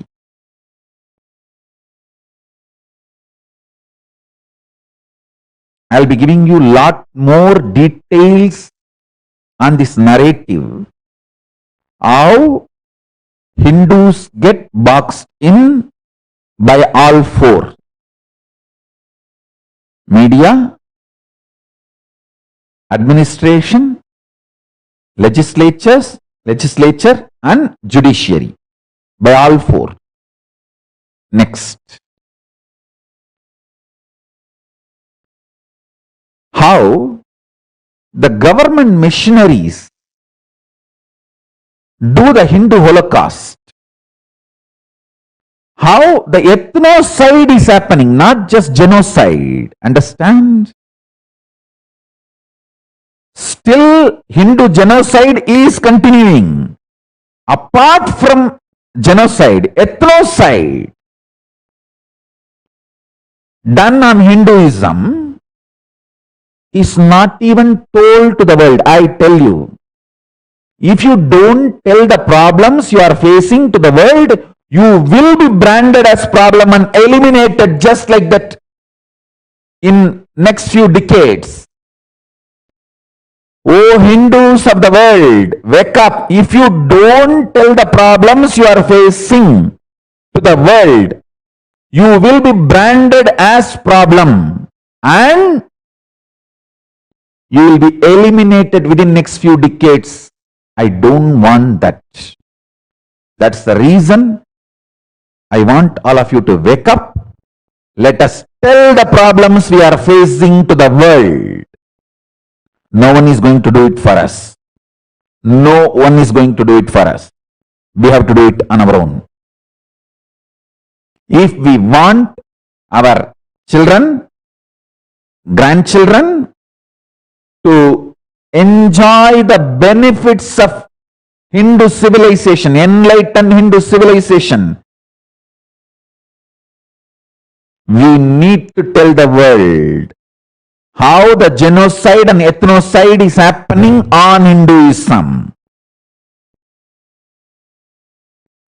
It was so powerful. It is so powerful now. Even the Hindus are convinced they are worthy of getting eliminated in the name of Reformation. Reformation is the mask used for ethnocide of Hinduism. Even the modern day educated Hindus are convinced that they need to be reformed. An ethnocide of the Hinduism is okay. Wow. That is the worst thing done to Hindus. The apologetic Hindus are the byproduct of the intense poisoning and ethnocide. See, attack on the Supreme Pontiff of KAILASA and KAILASA is not just a persecution, it's an ethnocide and civilizational conflict. It is persecution, ethnocide and civilizational conflict. All three.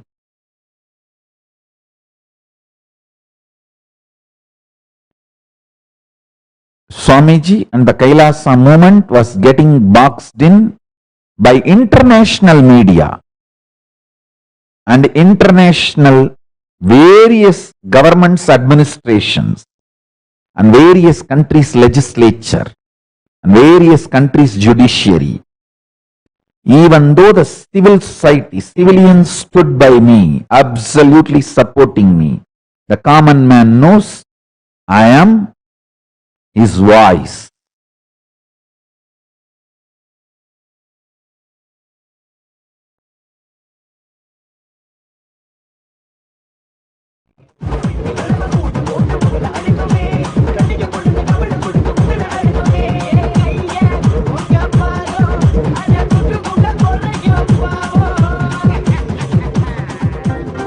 Indran Pradi presents Amigos Gus Ayya Samarpanam. We call it Muni Darisanam. Triple I with a swing at the down. Come on, I guess who holding soul in the hand. Come on, I guess who holding devil hating man. Come on, I guess who was the lovable guardian. Mudiya, what a mudiya, better muni than muni na muni, better muni, get the muni, bala, better egg up at the muni. Wanna place of my daddy, wanna metal, they have a body. Swing, come on, swing, a wall, lose the thunder of a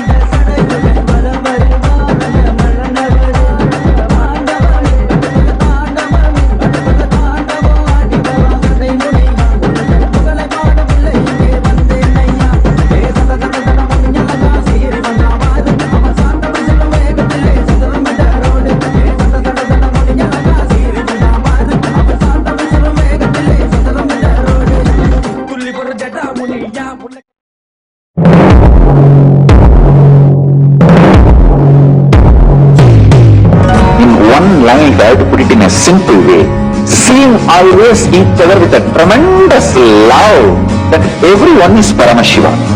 There starts Kailasa.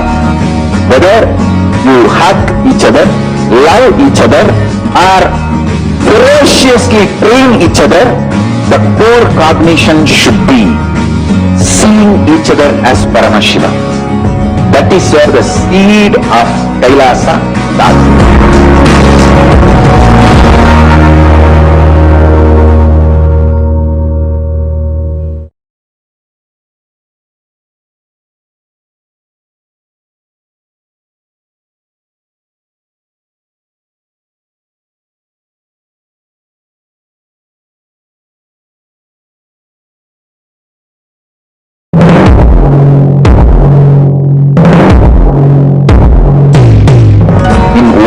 like that, to put it in a simple way, seeing always each other with a tremendous love that everyone is Paramashiva. There starts Kailasa. Whether you hug each other, love each other, or ferociously train each other, the core cognition should be seeing each other as Paramashiva. That is where the seed of Kailasa starts.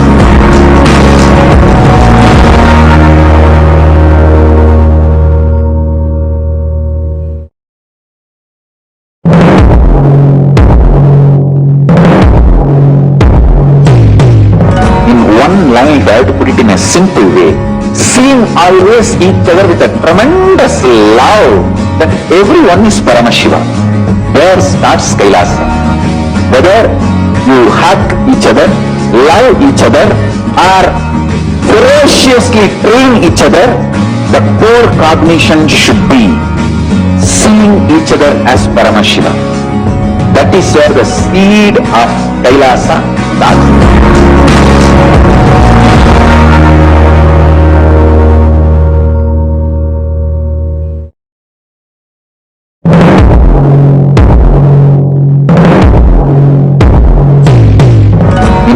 Line there, to put it in a simple way, seeing always each other with a tremendous love that everyone is Paramashiva. There starts Kailasa. Whether you hug each other, love each other, or ferociously train each other, the core cognition should be seeing each other as Paramashiva. That is where the seed of Kailasa starts.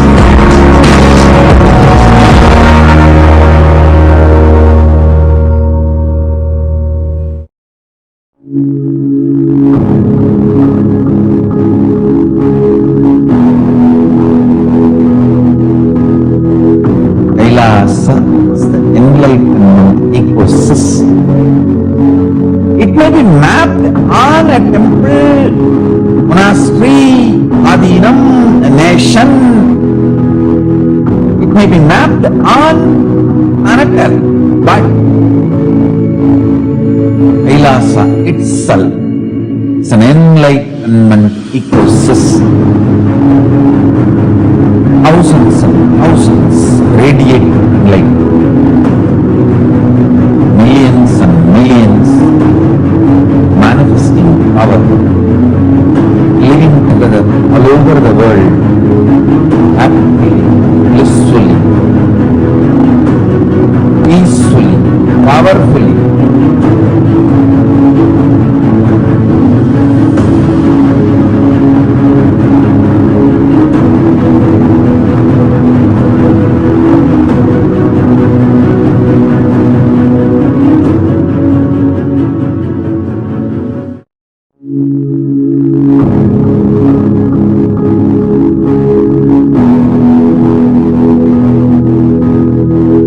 Kailasa is the enlightenment ecosystem. It may be mapped. Yes, listen.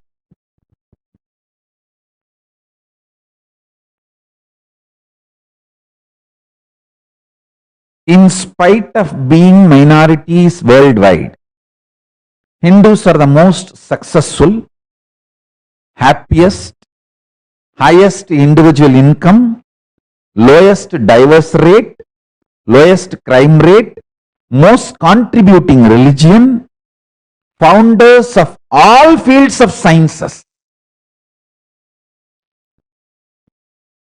This is the 2000 years of economic history in one chart. You can study it. Hindus were producing 40% of the world GDP. And all minority Hindus to Google top 100 contributing CEOs of the world and top 100 terrorists of the world. Then you will understand how Hinduism is only contributing. Not a single terrorist from Hinduism. You will understand Hinduism by its very ecosystem is intensely contributing. Here I have given the list of top CEOs.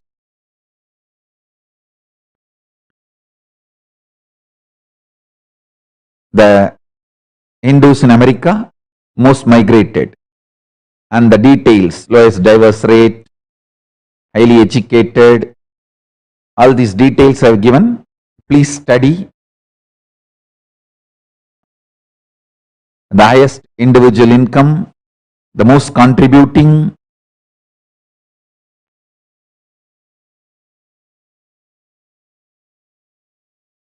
Now,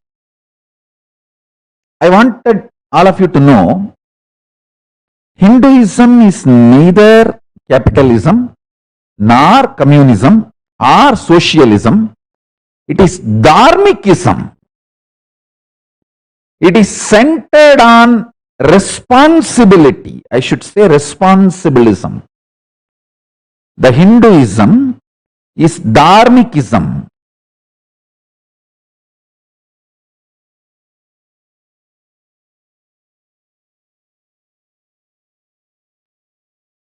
We are responsible. We are responsible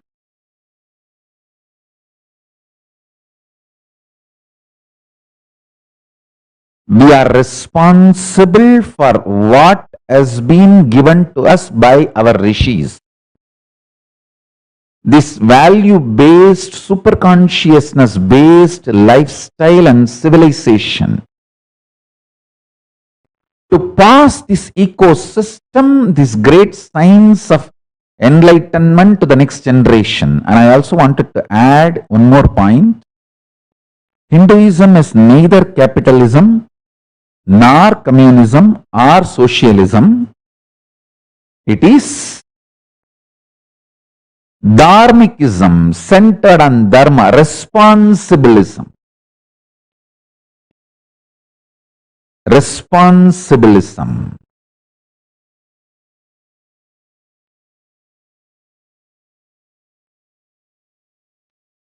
And we are responsible for transmitting this values, superconsciousness-based lifestyle and civilization to the world, to the universe, to the globe. Anything we get from our ancestors as heritage, we don't have right to destroy it. We are bound to keep it alive and pass it to the next generation.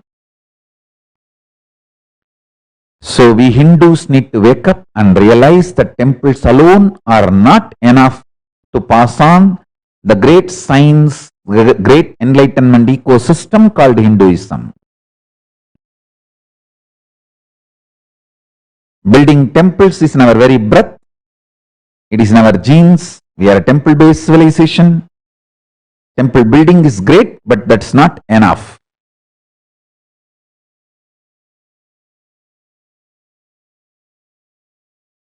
This is the statistics about how the Hindus do not participate.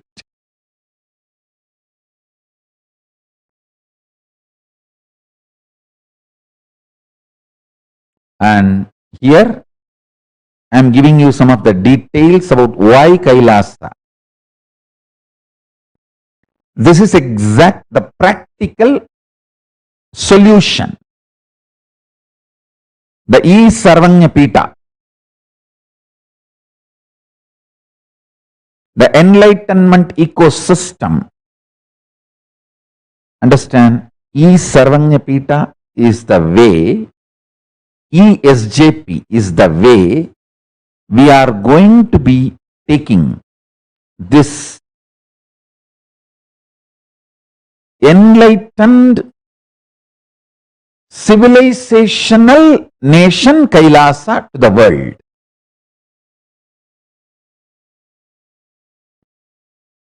As I said, 7.8 billion is world population, 4.9 billion is internet population. So the right way is to build the virtual Sarvanya Pita is the best way to take the enlightened civilizational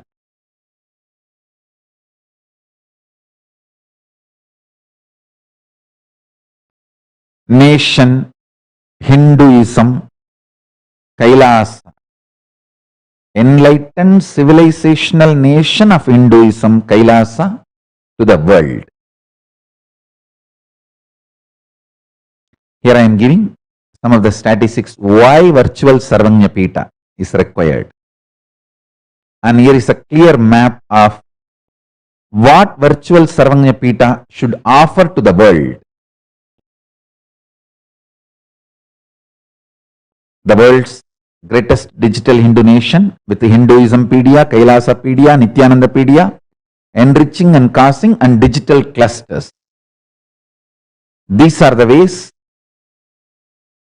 and this is the work we already did. Over 1 billion lives we enriched through 17,000 digital IDs and 135 e-Sarvanyapitas worldwide and 85 in over 85 countries in across 100 languages.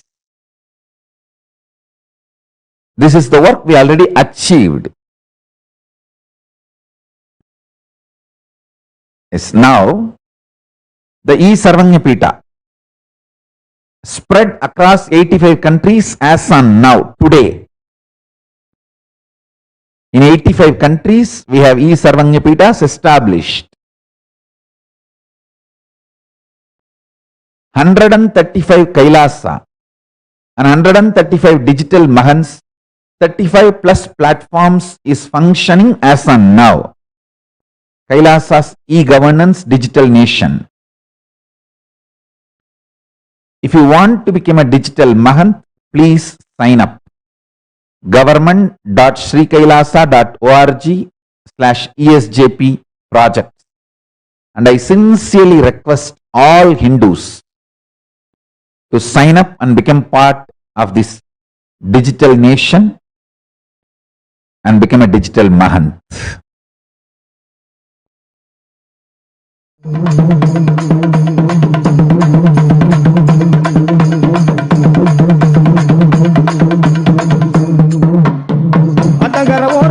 கோயில் கொண்ட ஐயனே மருத்துவ சித்தனே பாம்பாட்டி அப்பனே அத்தங்கர ஓரமாய் கோயில் கொண்ட ஐயனே மருத்துவ சித்தனே பாம்பாட்டி அப்பனே உடுக்கை ஒலி கேட்டு ஓடி வந்ததேனையா ஏழை சான்றோர்க்கு வாக்கு சொல்ல தானையா உடுக்கை ஒலி கேட்டு ஓடி வந்ததேனையா ஏழை சான்றோர்க்கு வாக்கு சொல்ல தானையா நிசக்கார முனியா ஐயா ரோசக்கார முனியா நீ குலத்தோட்டு காட்சி தரும் எங்க குல முனியா நிசக்கார முனியா ஐயா ரோசக்கார முனியா நீ குலத்தோட்டு காட்சி தரும் எங்க குல முனியா கோட்டக்கார முனியா நீ வருகிற நேரம் எங்க ஊருக்குள்ள வதவதச்ச பயிரெல்லாம் விளையும் கோட்டக்கார முனியா நீ வருகிற நேரம் எங்க ஊருக்குள்ள வதவதச்ச பயிரெல்லாம் விளையும் கண்ணு ரெண்டு உருட்டியே வருகிற முனியனே வலெடுத்து வீசி வரும் பஞ்சபூதநாதனே கண்ணு ரெண்டு உருட்டியே வருகிற முனியனே வலெடுத்து வீசி வரும் பஞ்சபூதநாதனே வறுமையா மயஜல முனியனையா இரு கரங்கள் தூக்கி வாழ்த்துகின்ற தெய்வமையா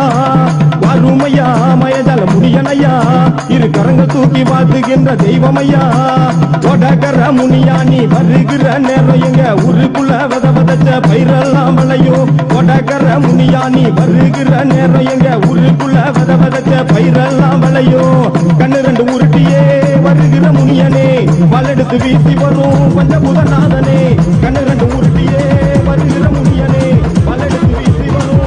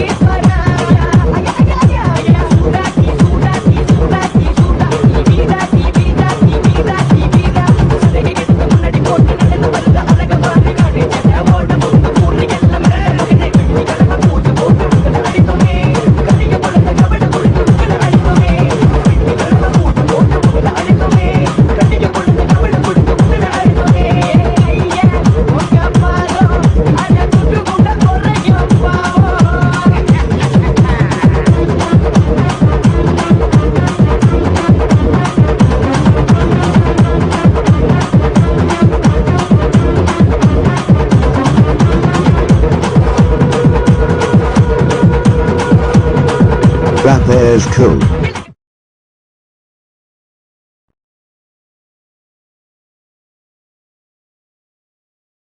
Listen.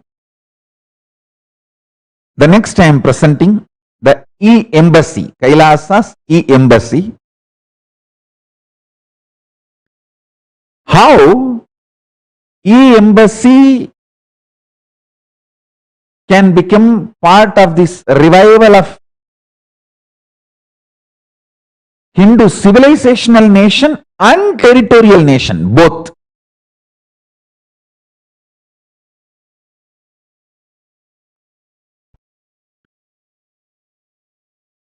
Understand? Living intensely, workaholic lifestyle is basically Hindu lifestyle. Laziness is not part of Hinduism. Active workaholic lifestyle is part of our very culture. That is why these huge stone temples. Contributing culture.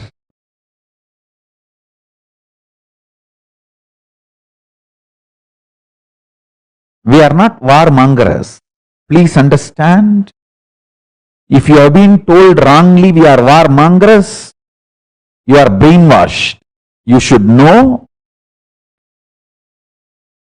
In Rajendra Cholan's period, 1000 years before, 1 million naval army Rajendra Cholan had. Hundreds of years before the Columbus. If he wanted, he could have conquered the whole known world and eliminated all the indigenous people and made Hindu civilization. How the British claims sun never set in British Empire for some time. We would have had that word in our history. But Rajendra Cholan was not warmonger. Wherever he conquered also, he put the whole resource on building the nation, raising the quality and lifestyle of the indigenous people. It was a civilizational nations getting built, not territorial nations. Otherwise, Rajendra Cholan, see, at that time the known world's total population itself is only 30 million. 1 million he had as his army. It is army 1 million. People means so focused, trained, very powerful. He could have conquered the whole known world. Indigenous population of the world should thank Rajendra Cholan for not conquering. He could have done 10 times bigger job by conquering. How the European civilization went and conquered all the countries and eliminated the indigenous population. Rajendra Cholan never did it. Because we were focused on civilizational nation, not on territory nations.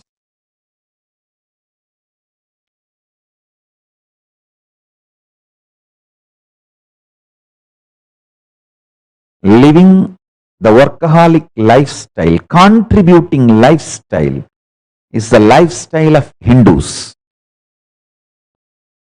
So let us revive that lifestyle of contributing by building Kailasa digitally with intensity, integrity and enthusiasm as described by Paramashiva on the world's most populated nation, the internet, will ensure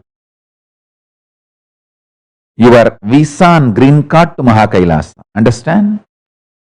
Anyone who is workaholic, active, contributing through ESJP or E-Embassy will get your Kailasa visa and Kailasa green card. Usually SJP will be for the people who want to stay in their own country and become the part of the civilizational nation. E-embassy is for the people who want to come to territorial nation and settle down in territorial nation. This is the way we are going to be working now. Understand this important truth. I wanted to tell you all. See, Hindu kings focused on building huge stone temples. Sometimes their whole life they built. And 3-4 generations they will build the same temple. But they went on building because we were contributing civilization. See, we know we are going to have multiple births. We are like in the timeless space. So we know always we are going to come back. So let us build. I myself will come back as my 4th generation, 5th generation and enjoy this temple. So build. That's a timeless mentality, lifestyle, the enlightened civilizational principle. But the religions which teaches you have only one birth, you naturally become restless and start grabbing everything available. There are only 2 civilizations on the planet Earth. Timeless civilization, less time civilization. If you are taught multiple births is the truth, the greatest science of the world, greatest science of birth and death, you enjoy the timeless civilization. If you are taught there is only one birth, you are going to be suffering the less time civilization. All the less time civilization always try to grab what others built.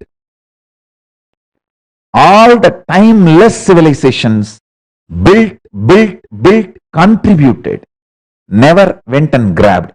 Show me a single Hindu temple built on grabbed infrastructure. Some other religious structure was grabbed and converted into Hindu temple. Show me a single infrastructure. Single temple, you can't show. Because by Agama bans grabbing any property and converting it into a temple. It has to be from the scratch, built. Contributing religion. I can show you millions of other religious worship places all over the world by built on demolishing the Hindu temples, Hindu infrastructures. Even now, standing. You need to know we are timeless civilization, so we go on contributing.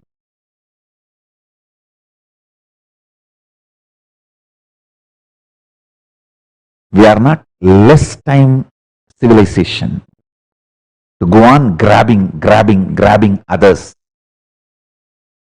what others have created.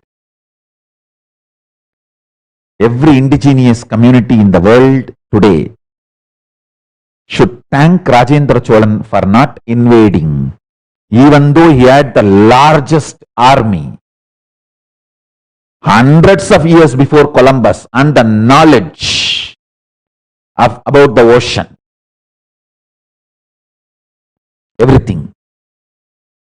Because he went to many countries and built a Hindu civilization. With that knowledge, he could have just traveled and conquered the whole known world, which he did not do, because we are contributing type, not warmongers.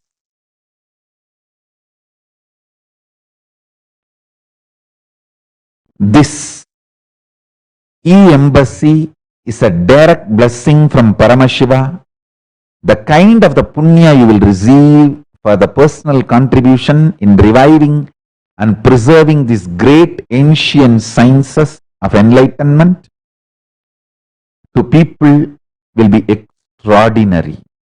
It's a one-stop spiritual repository for the whole humanity, all the enlightenment sciences. So here are the flagship projects: Nithyanandapedia, Kailasapedia, Autobiography of the Avatar, Truth, Kailasa's NHU, in different languages: Tamil Nithyanandapedia, Telugu Nithyanandapedia, Chinese Nithyanandapedia, and all the projects here available. Flagship project, the archives, the autobiography project. My tapas is not an inspiration for you to do tapas. It is initiation. I have not done it for myself. I have done it for you. When you just listen to my tapas, it is not inspiration. It is an initiation. It is equivalent to you doing tapas.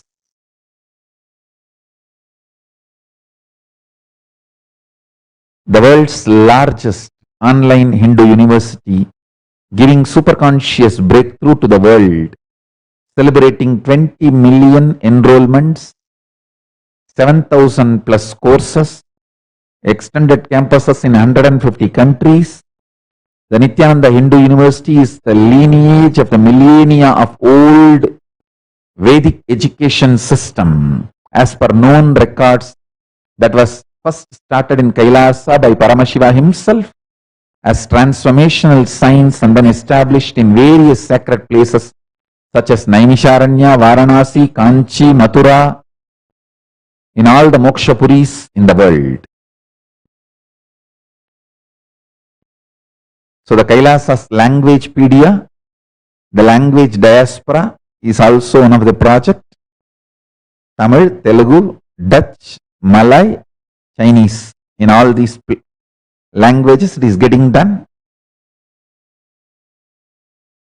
You can become part of the software testing and automation. And the e-embassies of Kailasa, as on now, total number of Kailasians 140, total number of Kailasian hours 1,120 per day. The e-embassies are functioning all over the world, started functioning. The e-embassies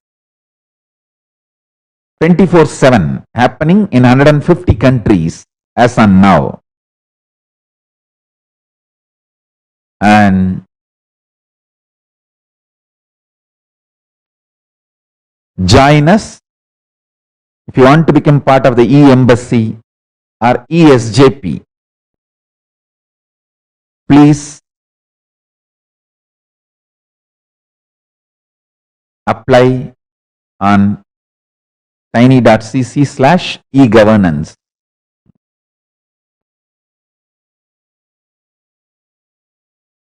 I am giving you a few minutes for applying.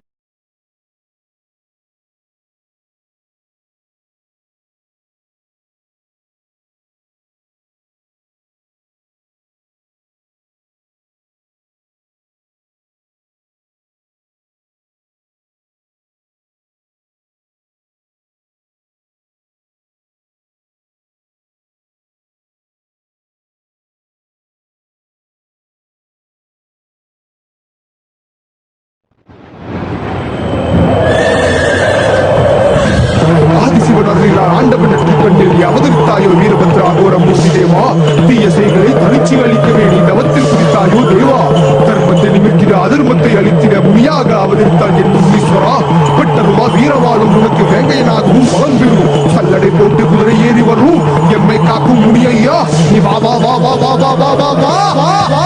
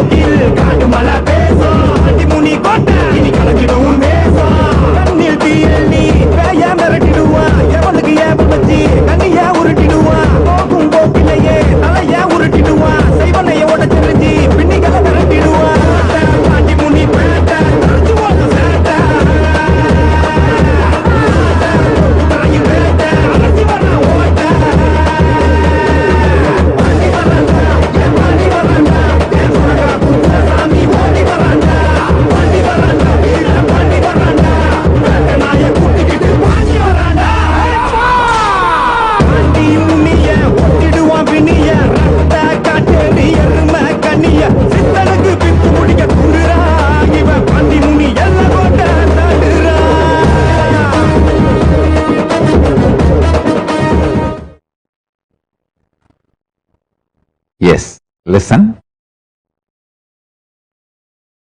Almost I have presented whatever I wanted to present it to all of you. I just have only few updates to give you. The Annalaya project, the food bank of Kailasa, Annalaya, is serving all over the world. See, giving food is a lifestyle of Hindus. Before every meal, we ensure everyone around us had their food. It is just such a lifestyle of us. The world's greatest Hindu nations, charitable and humanitarian services, food bank project, Annalaya. It's not just Annadan, Annalaya project. So here I am giving you some of the updates of the Annalaya project.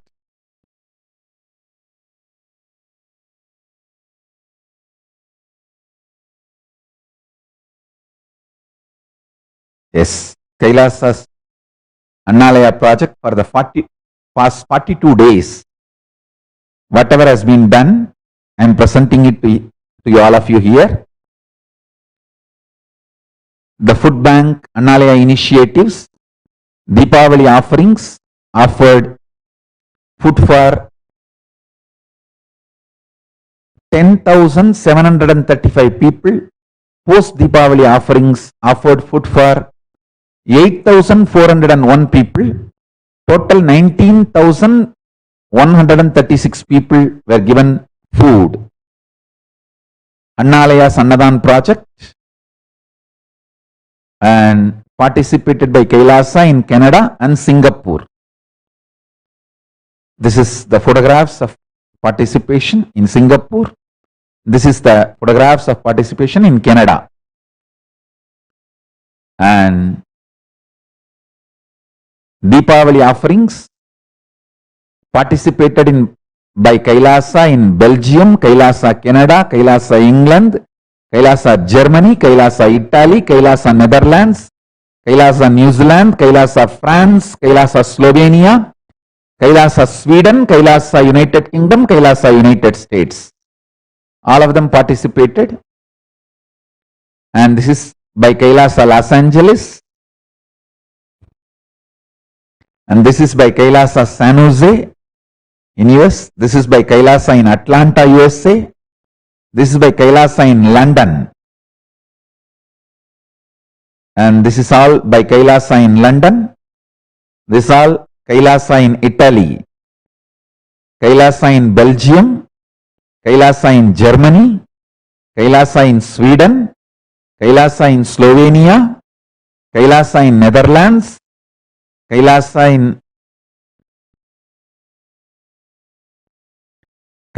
in Netherlands, and these are the photographs of various Kailasas participating in Annalaya projects. So, with this,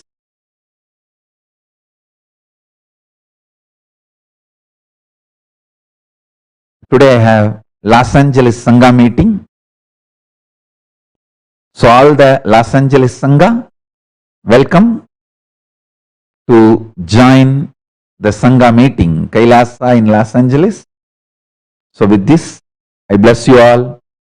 Let's all radiate with integrity, authenticity, responsibility, enriching, causing, living Shuddhatvaita Saivam, the state, space, powers, being, superconsciousness, and Kailasa of Paramashiva. Paramashivoham. Om Nithyananda Paramashivoham. The eternal bliss, Nithyananda. Thank you. Be blissful.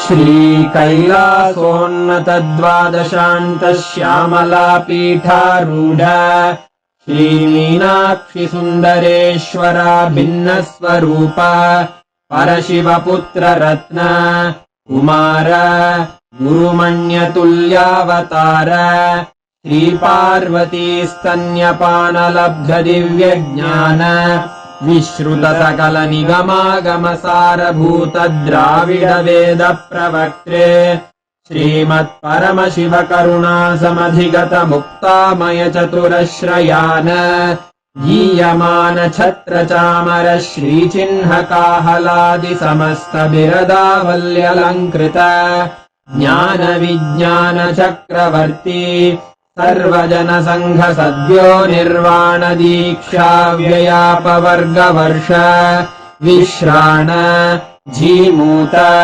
परमत कलभ Kesari शैव सिद्धान्त स्थापनाचार्य श्रीराजाधिराज पाण्ड्य महाराज गुरु क्षपण शाक्यादि महान्धकार निवारण ज्ञान भानु वीक्षणानर्हार्ह ध्वजोच्छेदन पूर्वक श्रीमद्वृषभध्वज स्थापक शैव समय कर्त्रे सर्वज्ञ पीठारूढ श्री जगद्गुरु श्री ज्ञान संबंध देशिक स्वामी वागीश सुंदर माणिक्य वाचक स्वामिनाम् अवतार भूत श्री ज्ञान संबंध स्वामी पुनरुद्धृत श्यामला पीठ सर्वज्ञ पीठ 93 गुरु महासन्निधान अरुणगिरि योगीश्वर परंपरागत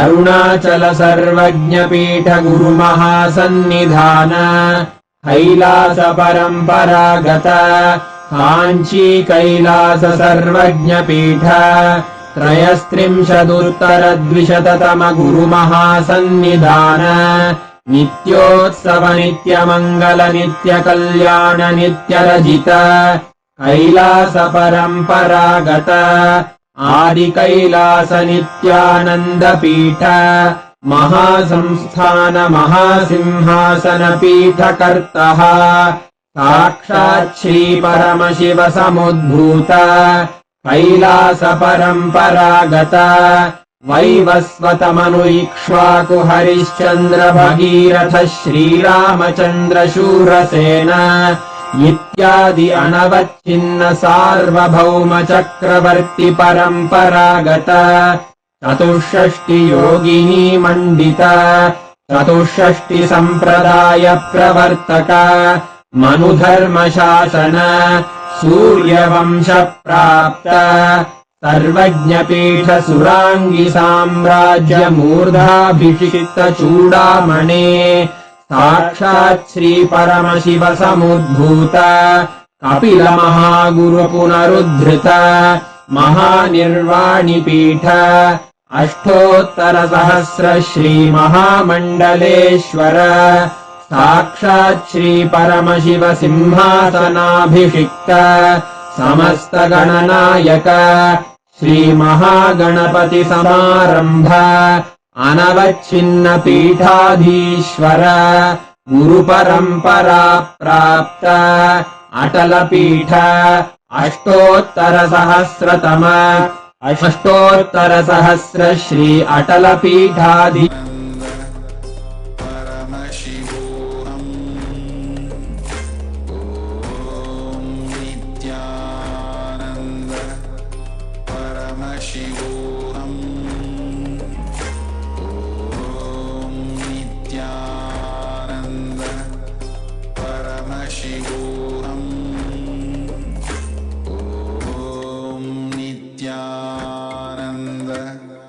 Paramashivoham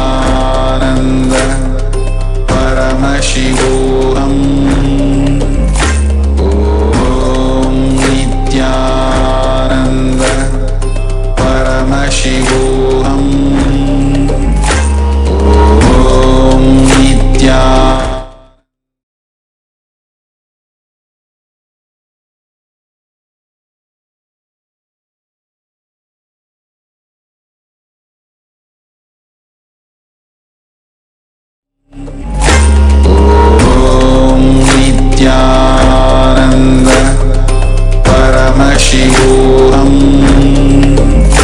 Om Nitya.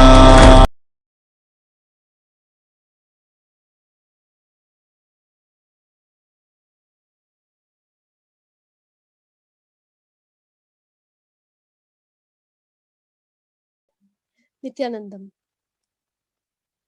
As we heard from Swamiji today, Swamiji is creating, reviving an enlightened civilization. It is not just a place of territory, but a place where an enlightened civilization, an ancient enlightened civilization is being revived. Every aspect of our life is blessed from the enlightened consciousness, whether it be food, whether it be our education, whether it be our rights. A consciousness-based nation. Here, Hindus have the voice to choose what is best for them. Please visit our website kailasa.org/Hindu votes and cast your votes on various aspects. Should our temples be run by Hindus or by the government? Should Hindus choose a vegetarian lifestyle or non-vegetarian? Does secularism give equal rights to Hindus? And many more questions. Requesting everyone to please visit our website kailasa.org/Hindu votes and cast your vote. Hindu votes are sacred and Hindu voices matter. Thank you. Nithyananda. Om Purnamada Purnamidam Purnat Purnamudachyate Purnasya Purnamadaya Purnameva Vashishyate. Om Shanti Shanti Shanti. Harihi Om Tatsat. Sarvam Bhagavat Shri Nithyananda Paramashiva Padukarpanamastu. Om Nithyanandam. Thank you, Nithyanandam.